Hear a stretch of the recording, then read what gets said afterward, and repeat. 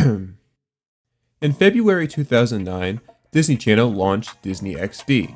The purpose of the channel was to create content specifically aimed towards boys, since Disney Channel was oftentimes targeted to girls. When the channel first started, it was obvious that that was their intention because its programming literally looked like an 8-year-old boy's bedroom. Hockey, dinosaurs, video games, karate, literally every single bumper was boy-oriented. There wasn't a single girl in sight. And to maximize that idea, all of the stuff mentioned earlier extended into the shows that they would both acquire and produce. The first Disney XD original series was about video games and super spies, the second Disney XD series was about skateboarding, the third was about a rock band, and the fourth literally had the word Kings in the title. Two of these shows flopped and receive very little attention nowadays, while the other two are deemed as underrated gems, but still weren't able to hang with the big dogs over there on Disney Channel. The network had to do something different. Perhaps it was time to loosen up on the male-dominant series and do something that could appeal to everyone. And on June 13, 2011, Disney XD finally struck gold and released a series that would turn into their first real hit, Kickin' It. Lasting 4 seasons and 84 episodes, the show became the first genuinely popular Disney XD series. A show known for high-quality action sequences, an overarching love storyline, and axing not one, but 2 regular cast members of the series. But what made the show stick out from the rest? Why did the show take off the way that it did? And most importantly, does it still hold up if we take off our nostalgia glasses? Well, that's what we're going to find out today. My name is Mr. Nostalgia, and in this video, we will be discussing, dissecting, and analyzing the Disney XD original series, Kickin' It.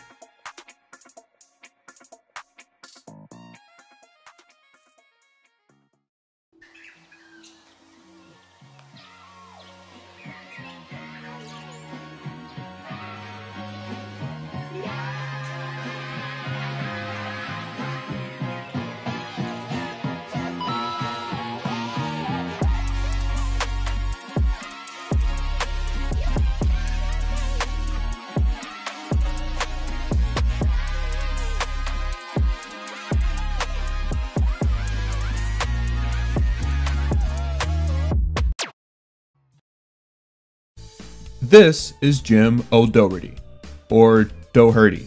I'm pretty sure it's O'Doherty. This is Long Island, New York, where he grew up. Growing up, Jim practiced martial arts and even earned himself a green belt. But one day, his local dojo closed down and turned into a cat hospital. That must have been devastating. Wait, they make hospitals just for cats? What if my dog gets sick? What, are they just going to tell me to get a new one? Alright, anyway, this brief but meaningful time of Jim's life built enough of a connection to martial arts to make it a foundation of an entire series. After working on shows like Married with Children, Third Rock from the Sun, and Grounded for Life, he eventually pitched a show on his own to Disney. In November 2010, Disney ordered a martial arts inspired show called Wasabi Warriors to series. And after the crew was formed, the cast was put together, and a change in its title, Kickin' It began production a couple months later, and premiered on Disney XD on June 13th, 2011. Kickin' It follows a group of high school freshmen who go to a martial arts dojo every day after school. It is run by Sensei Rudy Gillespie and is named after Bobby Wasabi, who in the world of Earth Prime, you'd know what I'm talking about if you saw my Disney Channel Multiverse video, is a legendary retired karate movie star. Every episode follows the kids and their adventures as they try to balance their karate life and their school life, with every season having episodes that pinball back and forth between both subplots. A lot of the time though, karate seems to sneak into their social lives outside of the dojo, even when it makes zero sense whatsoever. Now that all that stuff is out of the way, I can't think of a better way to get into the show than by, well, getting into the show. It's time we officially dive into the series, starting with Season 1, Episode 1, Wasabi Warriors, aka the show's pilot. On Disney XD, Kick It with Sensei Rudy at the Bobby Wasabi Martial Arts Academy. I'm just so sick and tired of being looked at as just another pretty face. Welcome to my world, sister. If you don't win the next tournament, we're closing you down. Let's do this. It's the Never Give Up, Never Say No Dojo. Oh, you gotta get up! I can't get up because you're kneeling on my leg. Oh, sorry, my bad. The brand new series, Kickin' It, premieres next month on Disney XD. Wasabi! In the opening scene of the series, we are quickly introduced to Leo Howard's character Jack, a 14-year-old kid who's not only new to the school Seaford High, but also new to the city of Seaford in general. I'm going to get a lot of comments about this if I don't bring it up now, but Leo Howard had a little show on Disney before this called Leo Little's Big Show. I think he interviewed people, Dog with the Blog Girl was in it. There you go, saved you a comment. He greets the lunch lady, who goes by the name of Marge, and asks her what she would recommend. And in classic sitcom fashion, the lunch lady recommends nothing because all of the food in the school is unidentifiable slop. We're then introduced to Kim Crawford, played by Olivia Holt. She drops her apple and Jack uses his shoe to catch it. I wouldn't eat that if I were you, Kim. It's kind of nasty. This scene is the first one to set up a 3-season-long arc focused on the relationship between Kim and Jack. Because in case it wasn't obvious, yeah, they like each other. Look at the poster, bro. There's 5 teens, 4 boys, and 1 girl. There's no way she wasn't going to date at least one of them. And Jack, being the main character, it just made the most sense. Jack gets called over by Eddie Jones, played by Alex Christian Jones. I just realized they gave him the same last name as the actor. That's nice. And he's introduced to the rest of the cast. Jerry Martinez, played by Mateo Arias, and Milton Krupnik, played by Dylan Riley Snyder.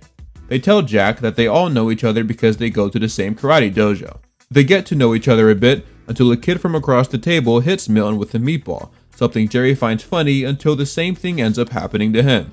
The student that was throwing the meatballs at the group is named Frank, and he and his crew are members of the dojo Black Dragons. The Black Dragons are the main antagonists for most of Kickin' It's run. The reason being is because they are the rivals of the Bobby Wasabi Dojo. We learn a lot about them later on. Jack questions why the group was just letting the Black Dragons assault them with meatballs if they know karate, and Milton says that despite that being true, the Black Dragons are just better than them. So Jack, being the good guy that he is, stands up and makes his way over to the Black Dragons table.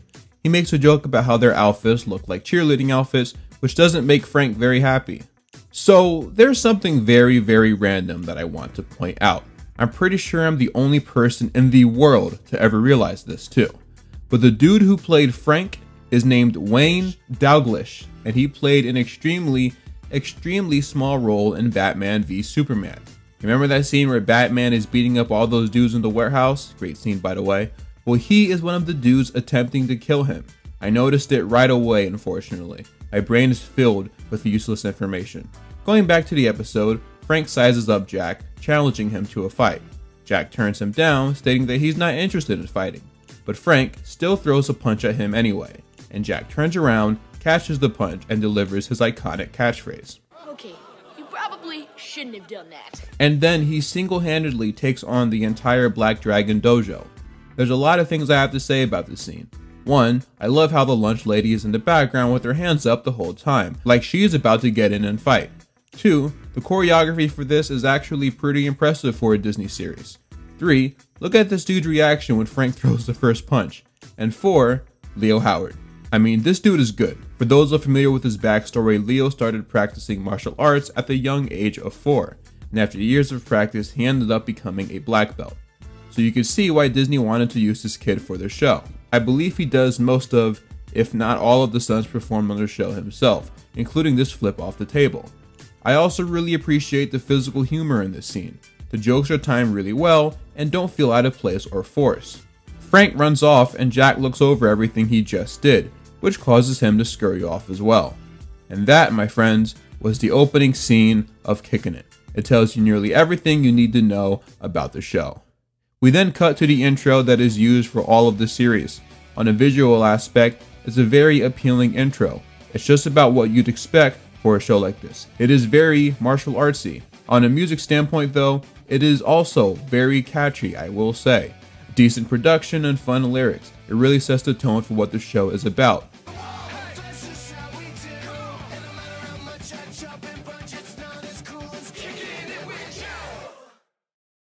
Be a Wasabi Warrior. We'll be right back to Kickin' It on Disney XD.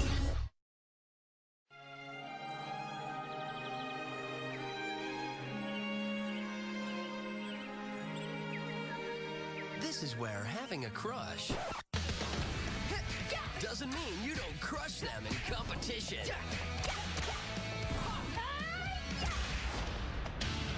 Same time tomorrow? Cool with me. Kick Kickin' It, a brand new series, premieres tomorrow night at 8:30, 7:30 Central on Disney XD. A wise sensei once said, now back to Kickin' It on Disney XD. After the intro, we are greeted by Rudy Gillespie, played by Jason Earls. What we're actually looking at, though, is a commercial that he made advertising his dojo, the Bobby Wasabi Martial Arts Academy. The commercial is being shown to a couple executives who inform Rudy that his dojo, which is the worst dojo in the entire chain, is failing badly. They tell him that if his dojo doesn't pull in 2 belts at the next tournament, he's getting shut down. The 2 men leave Rudy's office, as we see Marge the lunch lady flip Eddie over onto his back. So as of now, the dojo has 4 members: Eddie, Milton, Jerry, and Marge the lunch lady. Knowing that she's a member of the dojo actually makes her being in a fighting stance in the beginning of the episode make a lot of sense. Rudy explains to them the situation that they are now in, and the kids tell him about the new kid Jack and how he'd be a perfect fit. Coincidentally, Jack is seen riding his skateboard throughout the strip mall, which is against the rules. He accidentally crashes straight through the Bobby Wasabi dojo. He apologizes, then does a bunch of unnecessary flips in his exit, only to get caught by a couple mall cops. Rudy asks who that kid is, and that's when Eddie, Milton, and Jerry say, Jack! Rudy tells Jack that he's in big trouble, but if he joins his dojo and helps them win 2 belts, he'll tear up the report and he won't have to go to juvie. But Jack denies him, saying that he's more of a skater than a karate student. Insert Zeke and Luther reference here. As it turns out, Jack's grandfather is a karate master and he even trained Bobby Wasabi himself. Rudy starts geeking and tells Jack that the building was built on the principles of the Wasabi Code, which is as follows. We swear by the light of the dragon's eye to be loyal and honest and never say die. Wasabi! After getting to know each other a bit, Rudy and Jack come to an agreement. Later, we see the gang at the restaurant across the street called Falafel Phil's. Kim walks in and asks if she can speak to Jack alone, so Jack asks the boys to leave.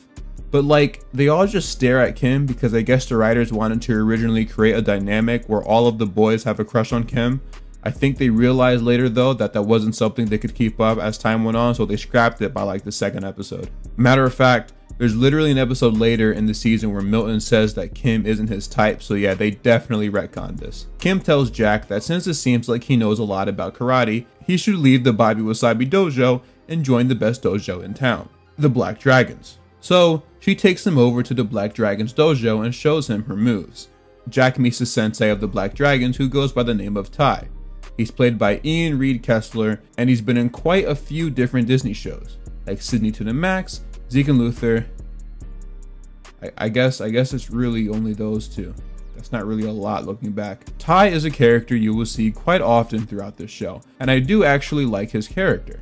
Tai gives him a special bow staff and asks him to join the Black Dragons. Jack says no because he already gave Rudy his word. Bobby Wasabi's a joke. Come on, it's not a joke to me. I gave my word. It's the Wasabi Code. The Wasabi Code. Zip it, Frank. Despite getting declined, Tai gives Jack his bow staff as a reminder that he's always welcome at the Black Dragon dojo. Frank is upset at this because that was his bow staff, claiming that his mom gave it to him. Then Tai says, And I gave it to her. That's right, you heard me. I'm seeing her. Man, that guy got cooked. Jack goes back to the Bobby Wasabi dojo with his new bow staff, and Rudy gets mad at him for being late. He asks where Jack got the staff from, and Jack tells him he got it from the Black Dragon dojo. Rudy says that people who are part of the Bobby Wasabi dojo are banned from going into the Black Dragon dojo. Then he asks Jack how he could betray him like that after saving him from being banned from the mall for 2 weeks. If you remember, which you totally should because it wasn't that long ago, Rudy and Jack came to an agreement that if he helped them win 2 belts at the next tournament, Rudy would tear up a report that would send Jack to juvie. So when Jack finds out that Rudy lied, he gets very upset, especially since honesty is part of the Wasabi Code. So Jack leaves. After the commercial break, we see the members of the dojo packing up. Jack walks in to clear out his stuff from his locker and asks what everyone is doing. They tell him that since Jack won't be helping them win the tournament, they might as well start packing up. Milton's dad walks in and asks if this is where he's been having his French horn lessons. Milton tells him that he's sorry for lying, which is against the Wasabi Code, but he had to take these classes because of the fact that people kept beating him up for taking French horn lessons. Also, I mean no disrespect to this actor. I just have to acknowledge this. but don't he look like dead ringer, bruh? Like, come on. Eddie says that now that the place is closing, his mom is going to force him back to a dance academy. Jack, feeling motivated to help everyone, tells Milton to break a board in front of his dad. Milton says that he can't do it, but Jack pushes him to do it, and he ends up breaking it. We then get introduced to Milton's catchphrase. Holy Christmas nuts! Rudy apologizes to Jack for breaking the Wasabi Code, and Jack apologizes to Rudy for the same thing. So Jack agrees to help them out after all. We then have a training montage set to the theme song. After the montage, the Wasabi Warriors enter into the Black Dragon's dojo to begin their tournament. Eddie is up next, but he is scared because his opponent is huge. What do they feed you, brother? Okay. Upon research, I have found that in most karate matches, you are supposed to be organized by weight classes. In some places, it doesn't even matter your age. As long as you are in the same weight class, everything is good. And clearly, these guys are not in the same weight class, so I think the writers might have messed up on this one. Thanks to a pep talk from Jack though, Eddie was able to take down the man by imagining it was Marge the lunch lady taunting him. This is literally the best thing Eddie ever does in this series. He peaked in episode 1 sadly. Eddie winning gives them their first belt. Jerry is up next with the nunchucks competition, and yup, you already know where this one goes.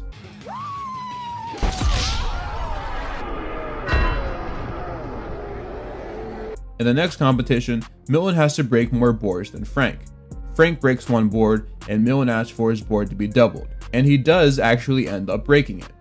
But he starts showboating a little too much and twists Frank's nipples, so they disqualify him. They're back to only having 2 belts now. In the next and final competition, it's Jack versus King. What? In the next and final competition, it's Jack versus Kim, doing the vertical peg kick. Kim greets him and says she wishes they could be on the same team, but won't hesitate to take him down now that they aren't. And Jack in response says that he thinks she has a crush on him. She's quick to deny it, but yeah, spoiler alert, she totally does. Like, maybe not at this exact moment, but you know, she's definitely got a little something for him. Ty tells Frank that they can't let Jack win the belt, so he snaps a pencil in Frank's face, insinuating that he needs to injure Jack. So he gets up from his seat and does just that. So earlier, Milton twisted a dude's nipples and immediately got disqualified. Then we see Frank deliberately injure Jack's leg, which leads to him getting escorted out of the dojo. I don't know anything about martial arts and how they handle situations like this, so I decided to go undercover and make a Reddit burner account so I could ask the karate subreddit a bunch of questions that you'll likely see answered throughout the course of this video. Also, shout out to this one dude that somehow managed to guess it was me. It's very interesting to me that he just guessed it was me instead of like Kean Carlisle, who's made like a million of these videos. But he had a hunch it was me, so he went for it. Impressive, my guy. My question was basically, how would a dojo handle someone purposely injuring an opponent? Every answer I received said that, at minimum, Frank should have been disqualified from the match and banned from competing again. Which technically Ty did do, but as we see later in the show, it clearly did not stick.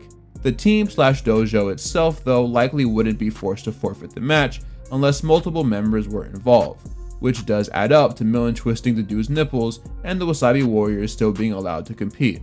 It also adds up to basically every sport ever.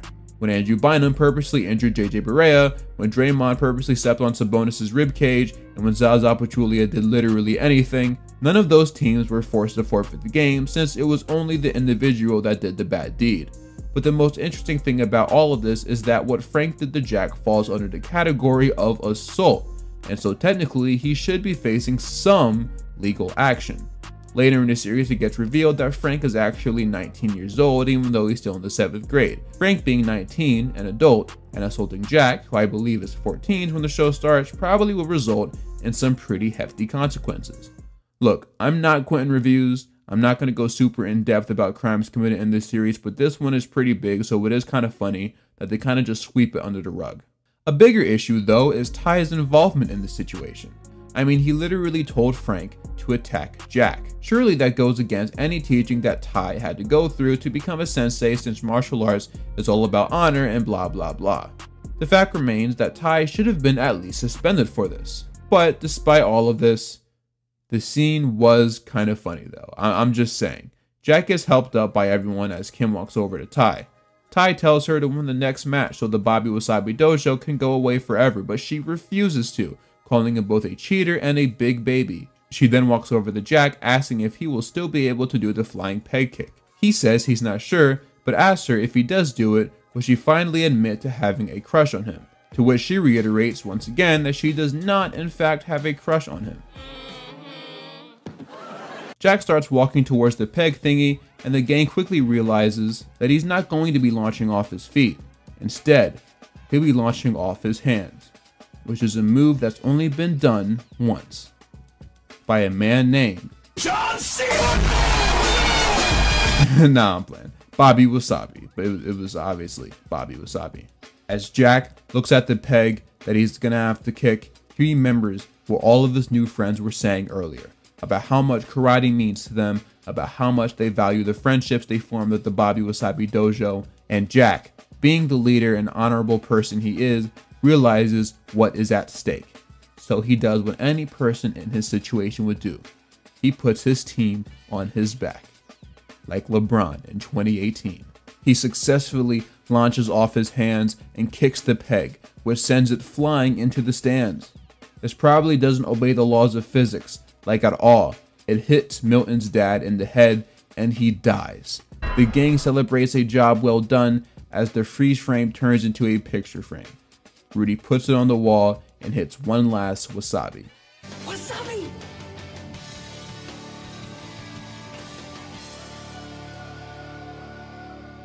We then fade to black. I hate to do this, y'all, I really do, but like, who took that picture? Was there just a camera guy standing there the whole time?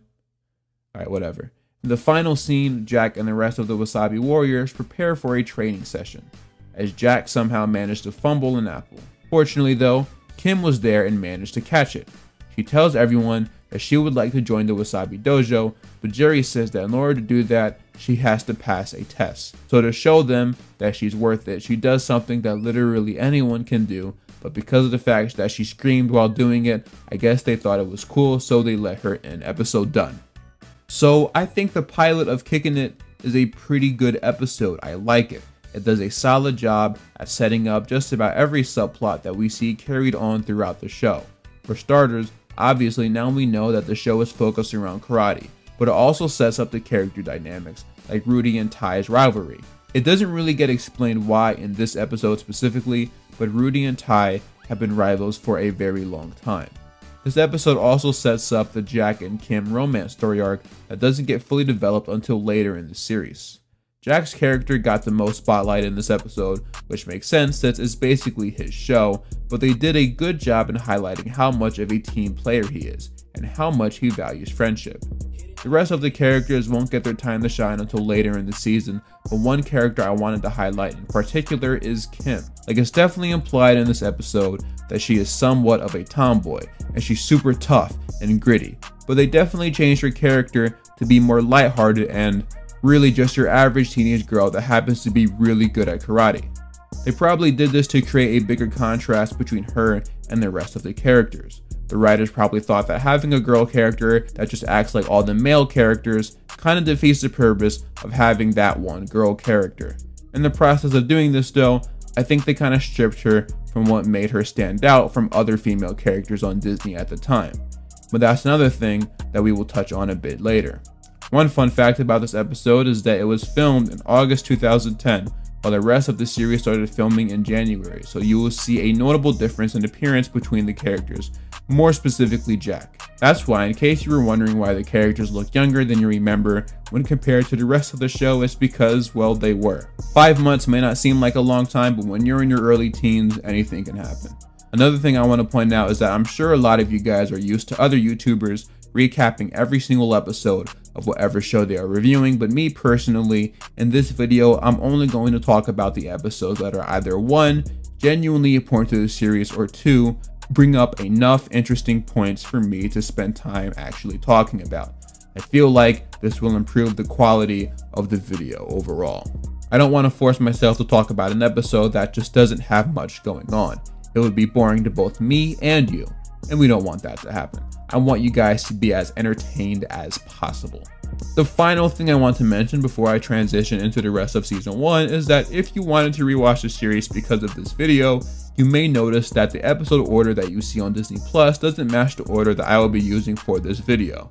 The reason why is because at the time of me typing this out, Kickin' It is pretty much completely out of order on Disney Plus, unfortunately.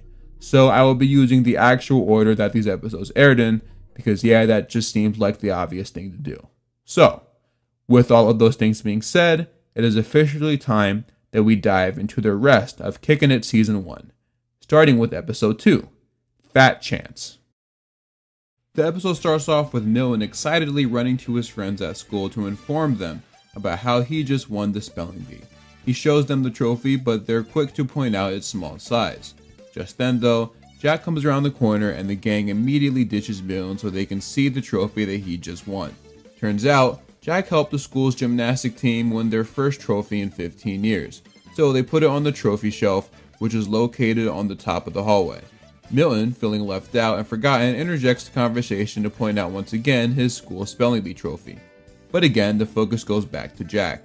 Eddie asks him to perform the winning move that he did during the gymnastics tournament, so Jack does it and everyone is impressed. Off topic, but don't these kids have like a class to get to or something? I don't think I was ever allowed this much time in between classes back in my school days. It's revealed that Jack agreed to help them out this time if the principal lets Jerry give him a wedgie. What kind of sick, twisted deal is that? So Jerry comes up behind him and does his best LeBron James impression, then lifts his underwear into the sky. Yeah, no teacher is allowing this to happen to them, man. Absolutely not. As the kids finally go to their classroom, Milton decides that he's going to stay behind so he can put his trophy next to all the other ones. But he loses his balance and falls off the ladder. Fortunately for him though, the school janitor is there to catch him. After the intro, Milton is telling the group about the encounter he had with the school janitor. Jack says that somehow he's never noticed him despite his large size. Kim, clearly a bit annoyed, says that it doesn't make sense that Jack was able to notice when a student named Donna Tobin changed her ponytail from left to right, but never noticed a 600-pound custodian. It's a relatively pointless line, but given what we know happens later on in the series, I do suspect Kim was a bit jealous that Jack was paying attention to other girls. Rudy pulls up with a wagon to tell the gang that the mall's magic store went out of business, so they have to sell everything at half price. He continues with his conversation about the magic store closing as they all entered the dojo. The only reason why he mentioned the whole thing is because now that the other store is moving out, there is an open storage space that he can now use to put all of his items, since he's been storing most of it in the dojo and it's getting really cluttered. It also gets revealed that Rudy owns a cat that I'm pretty sure never gets addressed ever again. He goes downstairs with some of his items only to find that a man listening to music and playing paddleball has already occupied the space. His name is Lonnie and he's played by Peter Oldring, who has done a ton of voiceover work in shows that you probably thought were American but aren't, like Braceface, Total Drama Island, and Wayside. I love Wayside, by the way. And for my Psych fans out there, he played the character Macintosh from those Canadian episodes. Lonnie works at Reptile World, one of the other stores in the mall. Something you'll notice as time goes on is that since this show mostly revolves around the main group of kids, the writers constantly try to surround Rudy with adult characters that he can spend his time with while the kids are at school. They try quite a few different characters, but the first one they went with is Lonnie. Lonnie doesn't have a last name, but he looks like a Renner. I'm going to call him Lonnie Renner. Lonnie says that he accidentally let a bearded skink loose, and when he turns around he realizes that it managed to crawl its way onto Rudy. Something I like to point out is that while the show portrays bearded skinks to be venomous and harmful, they literally are not. Matter of fact, their whole shtick is that their blue tongue is used to trick predators into thinking that they are venomous so they don't get bothered. It's literally like the most important thing about a bearded skink, so it's kind of weird that out of all the reptiles out there that are poisonous, they chose the one that isn't poisonous. But anyway, back to the episode. Rudy starts feeling the effects of the skink bite. At first he starts to feel hot, but then his tongue goes numb. Feeling confused and overheated, he runs out of the storage space. We then cut to the kids at school. Milton bought a cake that he wants to give to the custodian for saving his life. He knocks on the custodian closet, but when there's no answer, Jerry decides to open it himself, which is something that shouldn't be possible because custodial workrooms must be secured when not occupied by school staff. When they open the door, they see a bunch of newspaper articles and pictures about the custodian. It gets revealed that many moons ago he used to be a sumo wrestler. and the group is flabbergasted by this. Back at the storage space, it seems like Rudy is all healed up from his lizard bite. He tells Lonnie that since he left, he decided to move in. Rudy leaves and tells Lonnie to not touch any of his stuff, especially his massage chair. But it's clear that the whole thing was just a setup to bait Lonnie into sitting on the chair anyway, because as soon as he does, it flings him across the room and into the gate. Yeah, as you can see, the writers are really struggling with fitting Rudy into these episodes where the kids are at school. And as much as it pains me to say it, considering I do like Rudy as a character, this is a very boring subplot, to the point where I don't even feel like covering it anymore. I get wanting to fit Rudy into the episode somehow, but when you have a plot that's actually pretty interesting, nobody wants to see two grown men fight over a small storage room. It feels like a completely different show. Back at the school, Milton thanks the custodian, whose name is Yoshi Nakamura, for saving his life. The group tells him that they found the newspaper clippings in his closet and looked him up on the internet and were amazed by his sumo wrestling highlights from back in the day. He tells them that it was a long time ago and has moved on. Despite this, the kids ask him to perform his victory dance, the Nakamura Stomp. It's 10:34 p.m. Why are you driving that motorcycle? And just stopping right in front of my house? Do you have anywhere else to go? Where was I? Despite this, the kids asked it before. Although he was hesitant at first, he ends up doing it and causes the entire... Although he was hesitant at first, he ends up doing it and causes the entire cafeteria to shake. This makes Principal Burke upset, so he walks over to him and says that he didn't hire him to dance around like some hopscotching hippo. Milton steps in and tells the principal that he needs to treat Yoshi with respect, and that he believes that Yoshi doesn't even need this job because he used to be a hero. So because of these words, Principal Burke fires Yoshi, and we fade to commercial. At the dojo, Rudy calls for a group meeting so he can question why Yoshi, or as he called him, Weepy McHugie, is still in the dojo. Milton explains that he's been through a lot. The reason why he gave up sumo wrestling and left Japan is because after winning 65 games in a row, he got challenged by a rookie competitor and lost badly. And speaking of losses, he also lost his life savings after going on a game show called Are You Willing to Lose Your Life Savings? Huh. You know, this must have been the same game show Allen Iverson went on.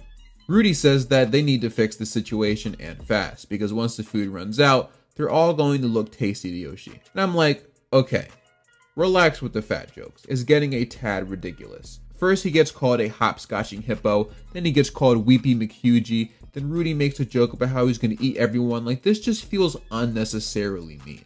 Like, I understand that in a sitcom like this, there are going to be some fat jokes, but believe it or not, there are ways to do it tastefully.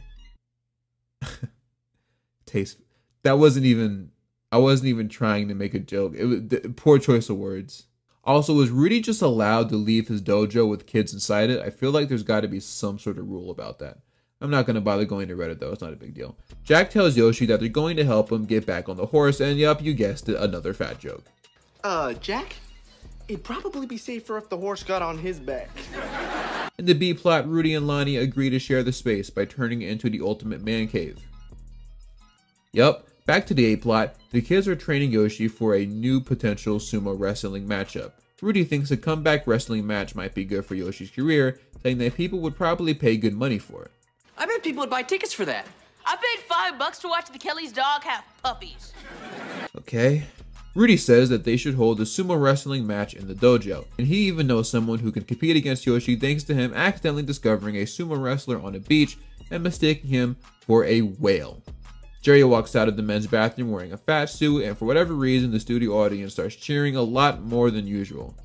And yes, from what I can tell, Kicking It for the most part was filmed in front of a live studio audience, so some of these cheers were actually real. Jerry tries challenging Yoshi to a quick match, but easily gets laid out. I've said it before and I'll say it again, and likely several more times after this, but Mateo Arias is genuinely a very good slapstick and physical humor actor. The best on the show, probably. In the B plot, Lonnie and Rudy argue over some stuff, which leads to the remote flying out of the room. Rudy goes up to get it, but gets locked out because of Lonnie. I wish I could tell you more about this scene, but that is literally all that happens. Well, besides Rudy getting shocked, but his hair is perfectly fine in the next scene, so it clearly wasn't all that bad. Jerry starts hyping up Yoshi for his match. Let's do this. Rudy's friend, and I mean that loosely, Yamazaki pulls up and immediately gets recognized by Yoshi. So Yoshi quickly scurries off into Rudy's office. He explains that that man is the only man to ever beat him and he can't face him again. Eddie comes in and says that there's something happening that they are all going to want to see. Milton is trying to take on Yamazaki himself and is obviously failing. So Jack tries one more time to push Yoshi to realize that he needs to go out there because if Milton could do it, then so could he. And take it! Oh, wow. Skin on skin. Awkward. Yoshi taps in and enters the ring. They start slapping each other for a little bit until Yoshi throws Yamazaki out the ring and claims his victory. Everyone starts celebrating and Jack pulls Milton aside to tell him that he's a hero for what he did and that he'd never have the guts to pull off something like that because that dude is the size of a dinosaur. The audience starts chanting for Yoshi to do the stomp again, and so he agrees. But this causes him to fall through the floor and land directly on Lonnie. This should have caused several injuries to Lonnie if we're being real, but we're not being real, so I'll let it slide. In the final scene of the episode, the gang is at school and it's revealed that Yoshi Nakamura is heading back to Japan to get his title back, all thanks to Milton. Jerry says that he could be a sumo wrestler if he wanted to. All he'd have to do is put on 500 to 600 pounds. To which Eddie responds with, Your mom did it pretty easily. That is by far one of the craziest roasts I've ever heard in a sitcom. That was insane. Milton asks Jack if he's seen his spelling bee trophy and Jack says that wherever it is, it's in a safe spot. Then the camera pans all the way up to the trophy shelf thing in the sky as it gets revealed, or at least implied, that Jack put it up there himself. Yet another example of his good-natured heart, and the episode ends. Besides the excessive fat jokes and mediocre B-plot, I think this is another decent episode of Kickin' It. I like how it showed the character's willingness to help others, which is something that becomes a pretty big part of the show. Real quick, this episode was directed by Eric Dean Seaton, who's worked on a bunch of different shows, one of which being Superman and Lois on the CW. I'll likely never get the chance to talk about this show again, so if you like superhero content, you absolutely need to check out Superman and Lois. It is, in my opinion, not only the best Superman iteration, but pretty much one of the best live-action comic book TV shows of all time.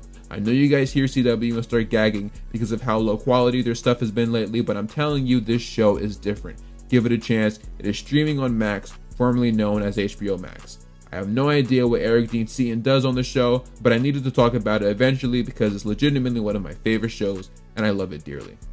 Anyway, back to Kickin' It. Like I said, this episode is a good one. What I appreciate about the show so far is that unlike other kids sitcoms, the characters are legitimately good people that want to help others, and a lot of that has to do with the Wasabi Code that they live by. In normal cases, this would be an episode I'd skip due to its overall lack of importance, but considering it highlighted one of the biggest aspects of the show, and it introduced Lonnie into the mix, it was an episode worth talking about. Not much else left to say, so let's dive right into the next episode. Season 1, Episode 3, Dummy Dancing.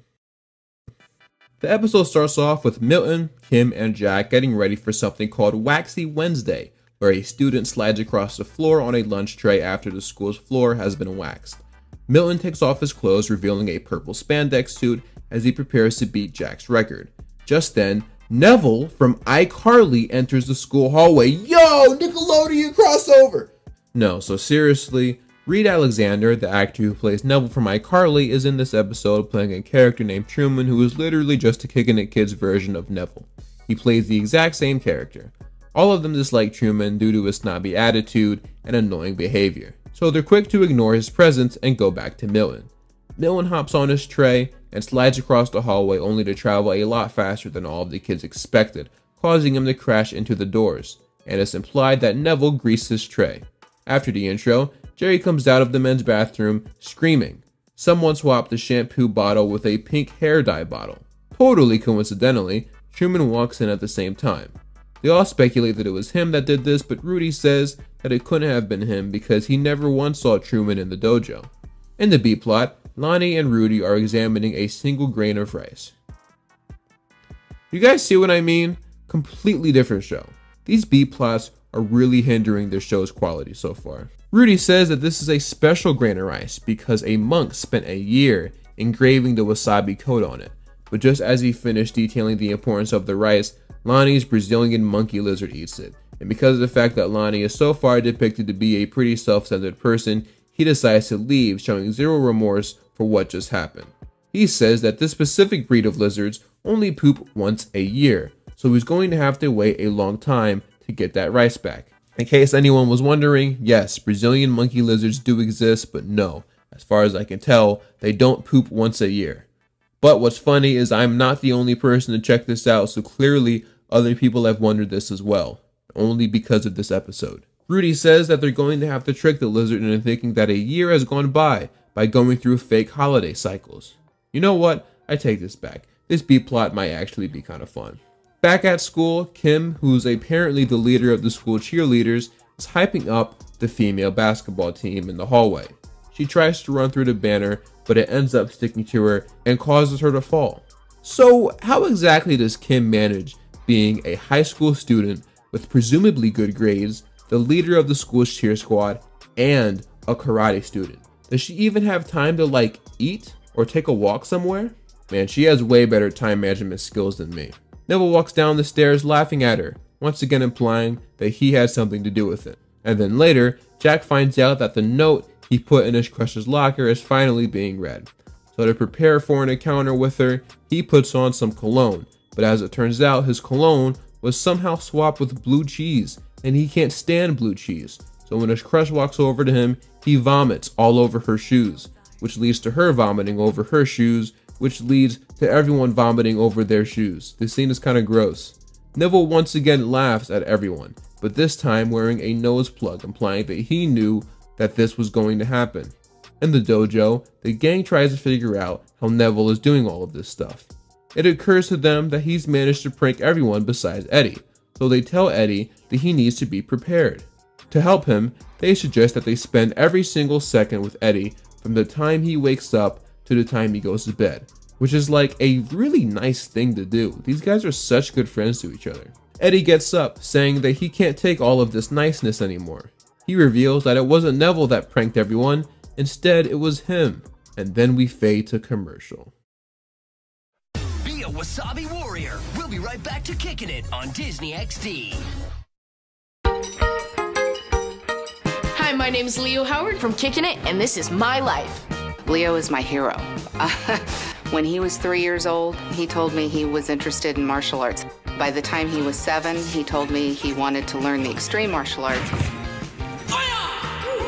We do different types of martial arts like karate, gymnastics, acrobatics, wushu, taekwondo, all mixed together to put on a performance. It was pretty amazing when I first saw Leo. His focus was, unlike anybody I'd ever seen. Trick can take anywhere from 5 minutes to 2 years to get. Martial arts is a huge part of my life. I also volunteer at a local vet's office. He's interested in veterinary medicine. I love animals. Dude, when Leo's here, he's like my little right-hand man. Carmel. Carmel. Forceps. Yes, forceps. Dr. Sponge. Sponge. Lather. Lather. Shampoo. Shampoo. Right. I also love to cook. He's always in our kitchen, and he's always coming up with different concoctions. Jelly. Peanut butter. Green bell peppers. Pasta. One day, Fado just said, hey, you want to come back and make a pizza? I think he was 10 when we made our first pizza together. You ready to toss it? Nope.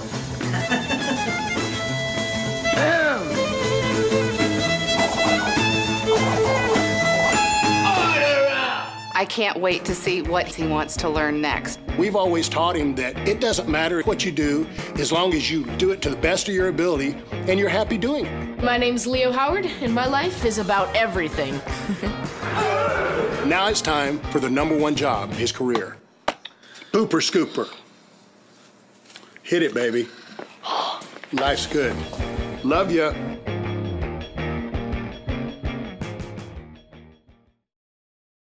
A wise sensei once said. Now back to Kicking It on Disney XD. Eddie reveals that Neville has been blackmailing him.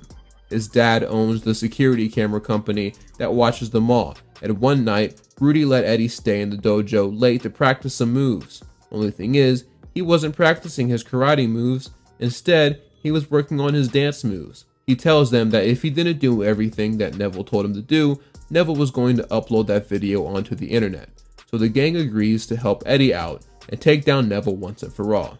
They come up with a plan to sneak into the security office to grab the flash drive out of the safe. Eddie is supposed to get Neville out of the office and into the parking lot by allowing him to shoot paintballs at him. Jack is supposed to disarm the security system. Milton is going to try to crack the safe. Kim is going to distract the security guard, and Jerry is going to distract the guard's dog because apparently he was partially raised by wolves. To prove it, he does this.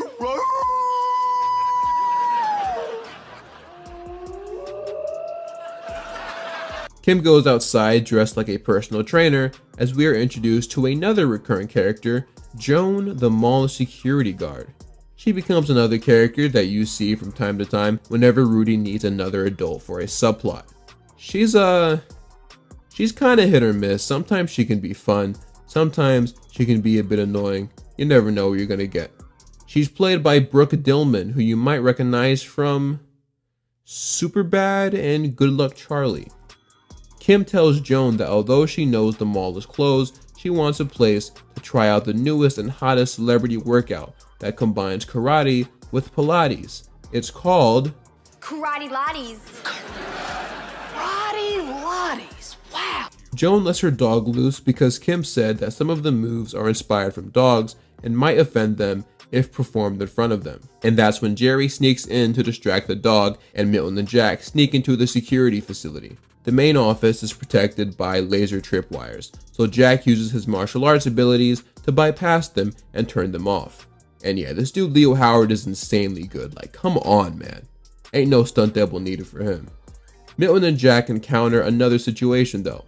There are weight sensors on the floor that'll trigger an alarm if you step on them. So Jack once again uses his impressive skills to stand on top of a desk. The two then swing across through the safe with the flash drive to open it up.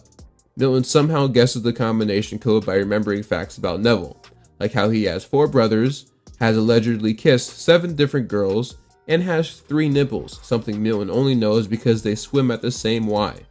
This scene never made sense to me when I was younger, and it still doesn't now. Why would Neville make that his password? Milton grabs the flash drive, and the two quickly realize that they have no way of getting down. But in the next scene it shows that somehow they did, and I still have no idea how. They head back to the dojo, and Neville finds out that they broke into his father's security office. Jack says that before he gives him the flash drive back, he has a little video to show him. We see on the laptop Eddie entered the security office to put a video camera in there so he could record Neville's reaction to the drive being gone.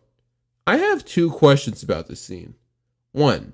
At what point did Eddie have time to change his clothes, sneak into the office, and put the camera there, change his clothes back to the ninja outfit, then come back to the dojo somehow before Milton and Jack did? Like how does that make any sense? And my second question is, how was Eddie able to walk on the floor in general? Wasn't there a sensor on the ground? To me, this implies that the sensor wasn't actually activated for whatever reason, and Milton and Jack did all of that extra stuff for no reason. I guess maybe that would explain how they were able to walk on the floor after they stole the drive. Maybe somehow Jack or Milton noticed it was off and realized they could just walk on the floor after all. Or maybe the writers just missed this one. I don't know. Take your pick. Neville walks into the office and sees that the drive is missing, so he throws a tantrum. A tantrum that I am fairly certain is supposed to be a parody of the iconic Greatest Freakout Ever video that you can find still currently to this day on YouTube. And now that I think about it, this whole scene was a parody of that. Eddie runs in just like the kid in the beginning, and Neville starts going crazy just like the dude does for the remainder of the video. Weird reference, but I definitely noticed it right away. Neville and the kids agree to a deal. If Eddie deletes the video forever, then Neville will stop harassing everyone. The group then, alright, you know what, I gotta come up with a better name for these kids. I've been calling them the kids and the group for the longest. I'm gonna start calling them the Wasabis. There you go, the Wasabis. The Wasabis kick Neville out, and Jack tells Eddie that if he's ever in trouble, he, along with everyone else, will be there for him. Meanwhile, Jerry is talking to the security guard's dog, but gets weirded out when Joan tells her that it's a boy dog and not a girl dog. It's still a dog though, Jerry. It's weird regardless.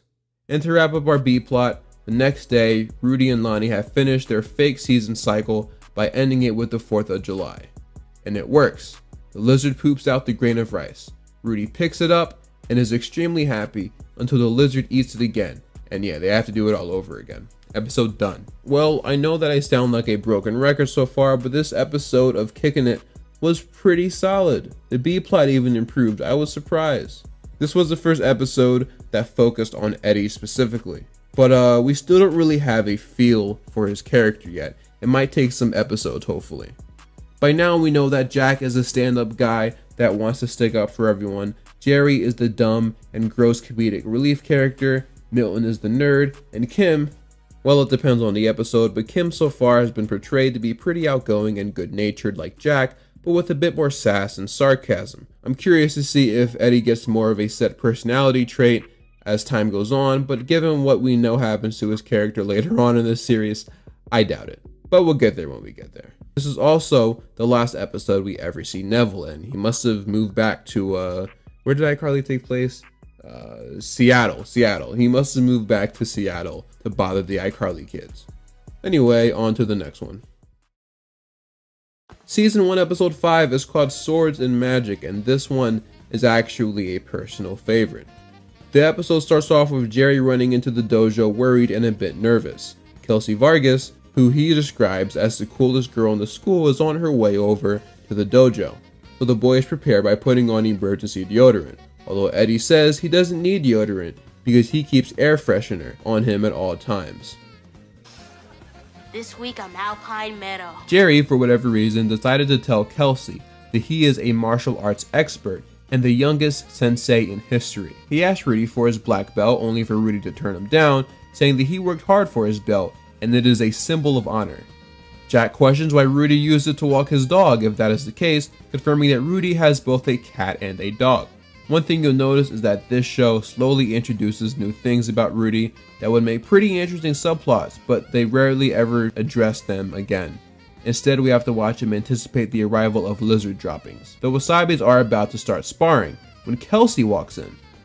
Now, do any of you recognize who this is? I'll give you a few more seconds. Okay, so yeah, this is Sydney Sweeney, believe it or not.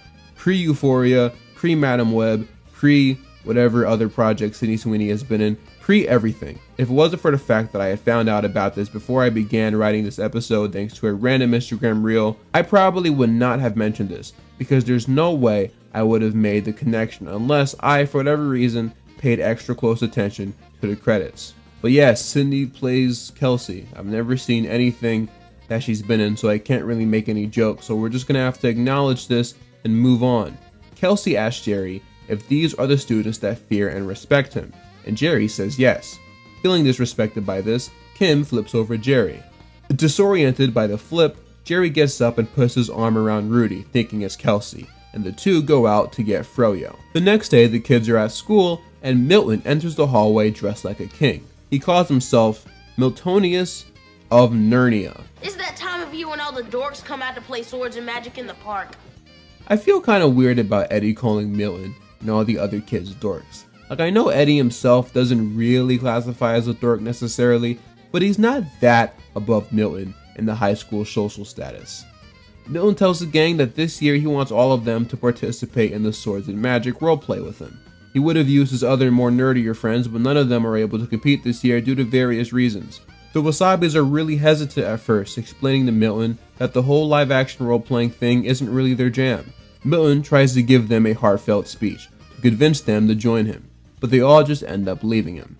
In the next scene, Milton complains to Rudy about what just happened at school, and Rudy says that he would actually love to join Milton in his upcoming live-action role-playing adventure. He tells Rudy that he might be the only true friend he has, and officially dubs him his squire. Fun fact, a few months prior, Good Luck Charlie had their own live-action role-playing episode, or LARP as they call it. Was LARPing really that popular in 2011? I've never actually seen anyone do it. Sydney pulls up to the Wasabis as they're outside and gloats about how his team will take down Milton's team during the LARP. Sydney Doyle is actually a recurring character in Kickin' It, and if I'm not mistaken, this is his very first appearance. He's a nerd. There's not really much to talk about. Jack feels bad that Milton has to face all of these guys alone, especially since Milton referred to them earlier as his loyal warriors. To convince everyone to put on their costumes and help him, he reminds them about specific instances where Milton helped them out. After reminiscing on those times, the gang agrees to help him. So in the next shot, we see them in their costumes, full makeup on and everything. Hey, lady, eyes up here, okay? Oh, these sexy legs are a curse.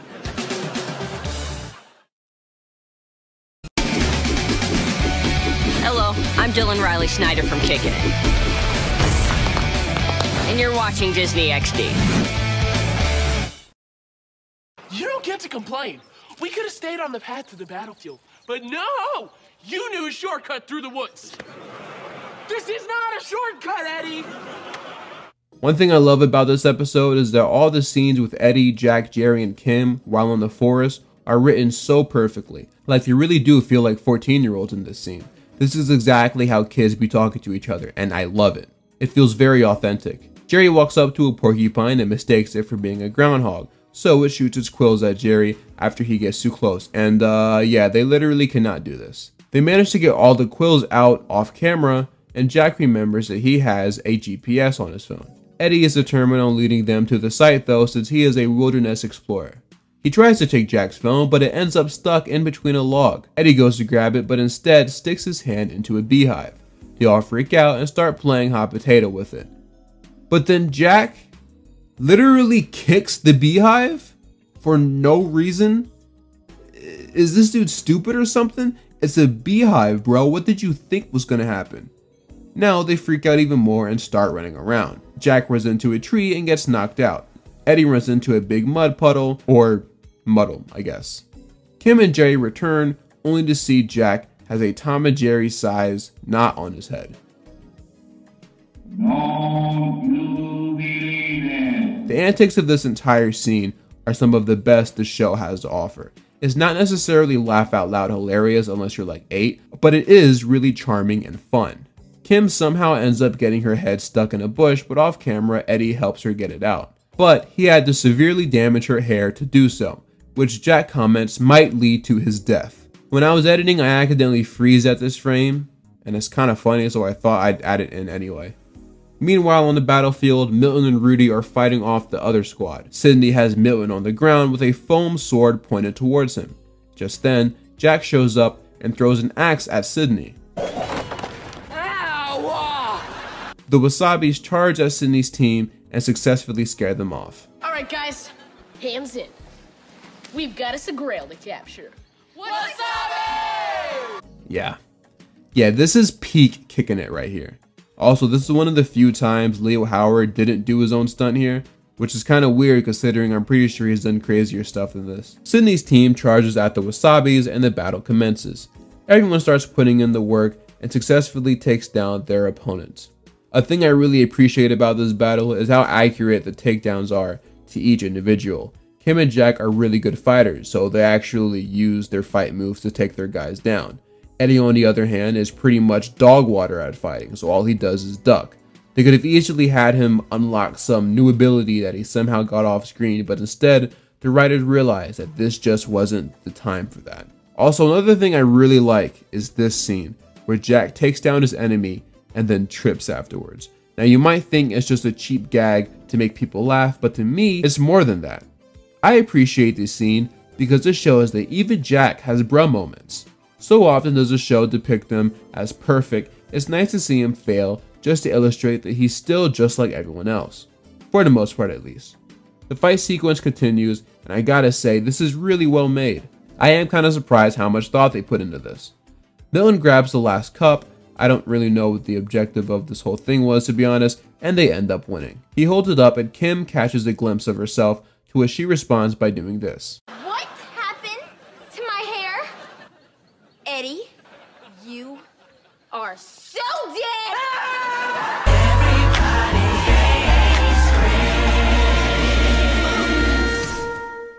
In the final scene of the episode, Milton tells the group that no one at school will ever have to know that they wore those costumes, but Jack says that he's right. They don't have to know, but they will. And in the next shot, we see all of the Wasabis dressed up one more time in those ridiculous outfits, confidently strutting down the school hallway. I remember the scene putting a smile on my face because it is just so rare to see kids shows where characters actually stand up for and support the nerdy character. Could you imagine if they tried this plot in an episode of iCarly? Do you remember how often Freddie would get abused on that show, specifically by Sam?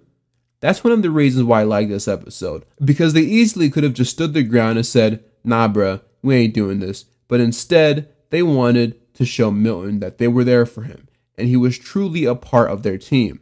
Another reason why I think this episode is peak kicking it is because Rudy didn't have a dumb subplot where he spends his entire time with random adult number 17. He was actually with the kids for the entire episode, and I think that was a needed improvement because there wasn't a drop of quality during any part of this episode. I guess the only B plot was Jerry having a crush on Kelsey, which if you think about it, didn't really lead anywhere, at least not in a way where it affected the plot. And lastly, with Kickin' It being a show about karate, but also having to manage the kids' social lives, they did a great job at merging both aspects of the show in this episode. Quite frankly, they handle it a lot better in this episode than they do in other ones later on. This was an all-around great episode. It even managed to get a few laughs out of me. Now on to the next one. Episode 6 is entitled Road to Wasabi, and Rudy is throwing his own surprise birthday party. When Kim hands Rudy a signed picture of Bobby Wasabi, Jack tries to one-up her by saying he got the real Bobby Wasabi to come to the dojo, which is a lie, of course. He broke the Wasabi code. He should be banished from the dojo, like for real. Jack tells Kim that it's not totally impossible that he gets in contact with Bobby because after all, his grandfather did train him, which is something I honestly forgot about and I'm surprised they don't mention it more often. Kim is very skeptical of this, but Jerry, Eddie, and surprisingly Milton all believe that he's genuinely coming. I say surprisingly Milton because I thought he'd be smarter than this, but I guess not. The three of them spent all night coming up with a script for Bobby's big comeback movie, Piranhapus. It's half piranha and half octopus, obviously. Eddie and Jerry commissioned Milton's cousin $50 to make a model of Piranhapus, but it ends up being dog water. They start arguing over the script and Jack breaks them up. So Jack finally decides to tell them that he lied. But as he was trying to get the words out, a strangely dressed large figure walks past Jerry and grabs a couple of his falafels. It gets revealed that the large figure was in fact Bobby Wasabi. Bobby enters the dojo and Rudy mistakes him for a woman and then also fat shames him. Multiple times, might I add. This is crazy too because he had no reason to act like this. This is just proof that Rudy is just rude to random strangers. To prove his identity, Bobby Wasabi attacks Rudy and the two go at it. But because of the fact that Bobby is now Celtic Shaq, Rudy takes him down with ease. The kids tell him that that really was in fact Bobby Wasabi, and Rudy for whatever reason believes them this time. But it's too late because Bobby fires him. In the next scene, the kids are mad at Jack for some reason and blame him for Rudy's firing, even though Rudy was the one who insulted Bobby. Jack says that the gang shouldn't worry though because guys like Rudy always land on their feet, and that he probably already found a new and better job. Jack was right on that first part though because he ended up working at Reptile World with famous recurring character Lonnie. The kids visit him at the shop and notice how miserable he is, so they decide to go to Bobby Wasabi's house to convince him to give Rudy his job back. Not quite sure how they found it, but in case you were wondering how they got there, they took 3 buses. Milton slips through the gate and opens the door, allowing the Wasabis to enter the yard. Man, this dude needs better security. Then, as soon as I say that, a bunch of ninjas come out of nowhere in Bobby's house, but like, shouldn't these dudes have been outside? Eddie, Jerry, and Milton all get mollywopped by one singular ninja, while Jack and Kim, because of course they're paired together, hide out in a bathroom. When Jack turns on the light switch, it's revealed that Bobby has a personal dancer for himself that I assume entertains him while he... The two escape and are greeted by 3 ninjas who start chasing them. Wasabi tells Milton, Eddie, and Jerry, who I will now refer to as the 3 Stooges so it's less words to type, that he plans on calling the cops so they can take them to jail. But Jerry tells Bobby that him and the other Stooges wrote the script to what they think can become his big comeback movie, which piques his interest. In the B plot, Rudy gets attacked by a plant lizard thing. Back to the A plot, Jack and Kim find Bobby and Bobby sends the ninjas after them, and they start fighting. I'm just going to show you what happens.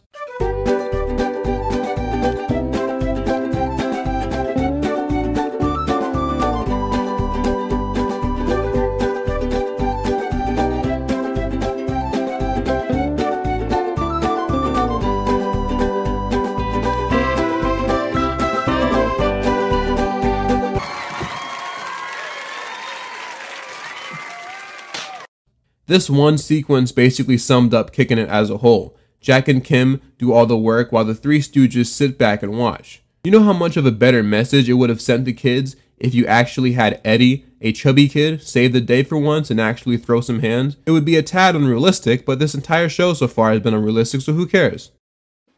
That's the code Sensei Rudy still lives by. They're not gonna do it again, are they? Oh my god! Jack convinces Bobby to give him his job back, and while Bobby ponders over it, Bathroom Disco Guy joins the battle, grabs a plunger, and dances back out. Bobby says that he doesn't know who he is, but he's glad the kids can see him too, implying that... I don't know what it was implying, honestly. In the next scene, Bobby pulls up to Reptile World and offers Rudy his job back. At least that's what is heavily implied, because there is no dialogue in this scene, and instead we just get this weird moment of Bobby carrying Rudy out the store, with everyone, including the ninjas from earlier, clapping. Hey, is this a reference to a movie, chat? Let me know. In the final scene of the episode, we see the gang actually filming the Piranha Puss movie with Bobby Wasabi. Milton starts chastising the crew and tells Eddie to tell Jerry to cool it with the fake tentacle. But Jerry shows up late with a tentacle prop in hand, insinuating that the thing that grabbed Lonnie earlier in the scene was an actual living creature, and we see him beg for help. And instead of everyone helping him, they all just run away. The craziest thing is, Lonnie never shows up again after this. Like, ever. I was gonna say that this might mean that Lonnie straight up died in this scene, but he actually does get referenced once in season 2, which I guess means he is still alive. But yeah, what a weird way to end an episode. This episode is very important considering it introduces Bobby Wasabi, who will now become a recurring character in the show. Unfortunately, the episode itself was a big step down from the one before it, as the show returned to its standard A and B storyline structure, with Rudy having side quests with random adults. And whenever they switched over to that plot, the episode's quality went down, which is something that unfortunately will happen more as time goes on. So expect me to pay less attention to those plots as I cover these episodes. But enough chit chat, let's get into season 1, episode 7, All the Wrong Moves. In this very Jerry-centric episode, Jerry tells the Wasabis that he has signed them all up for a Battle of the Dance Crews competition, where the winner receives $1,000. I've always loved dancing. You know, when I was a baby, my mom hung a disco ball over my crib. Did it ever fall on your head?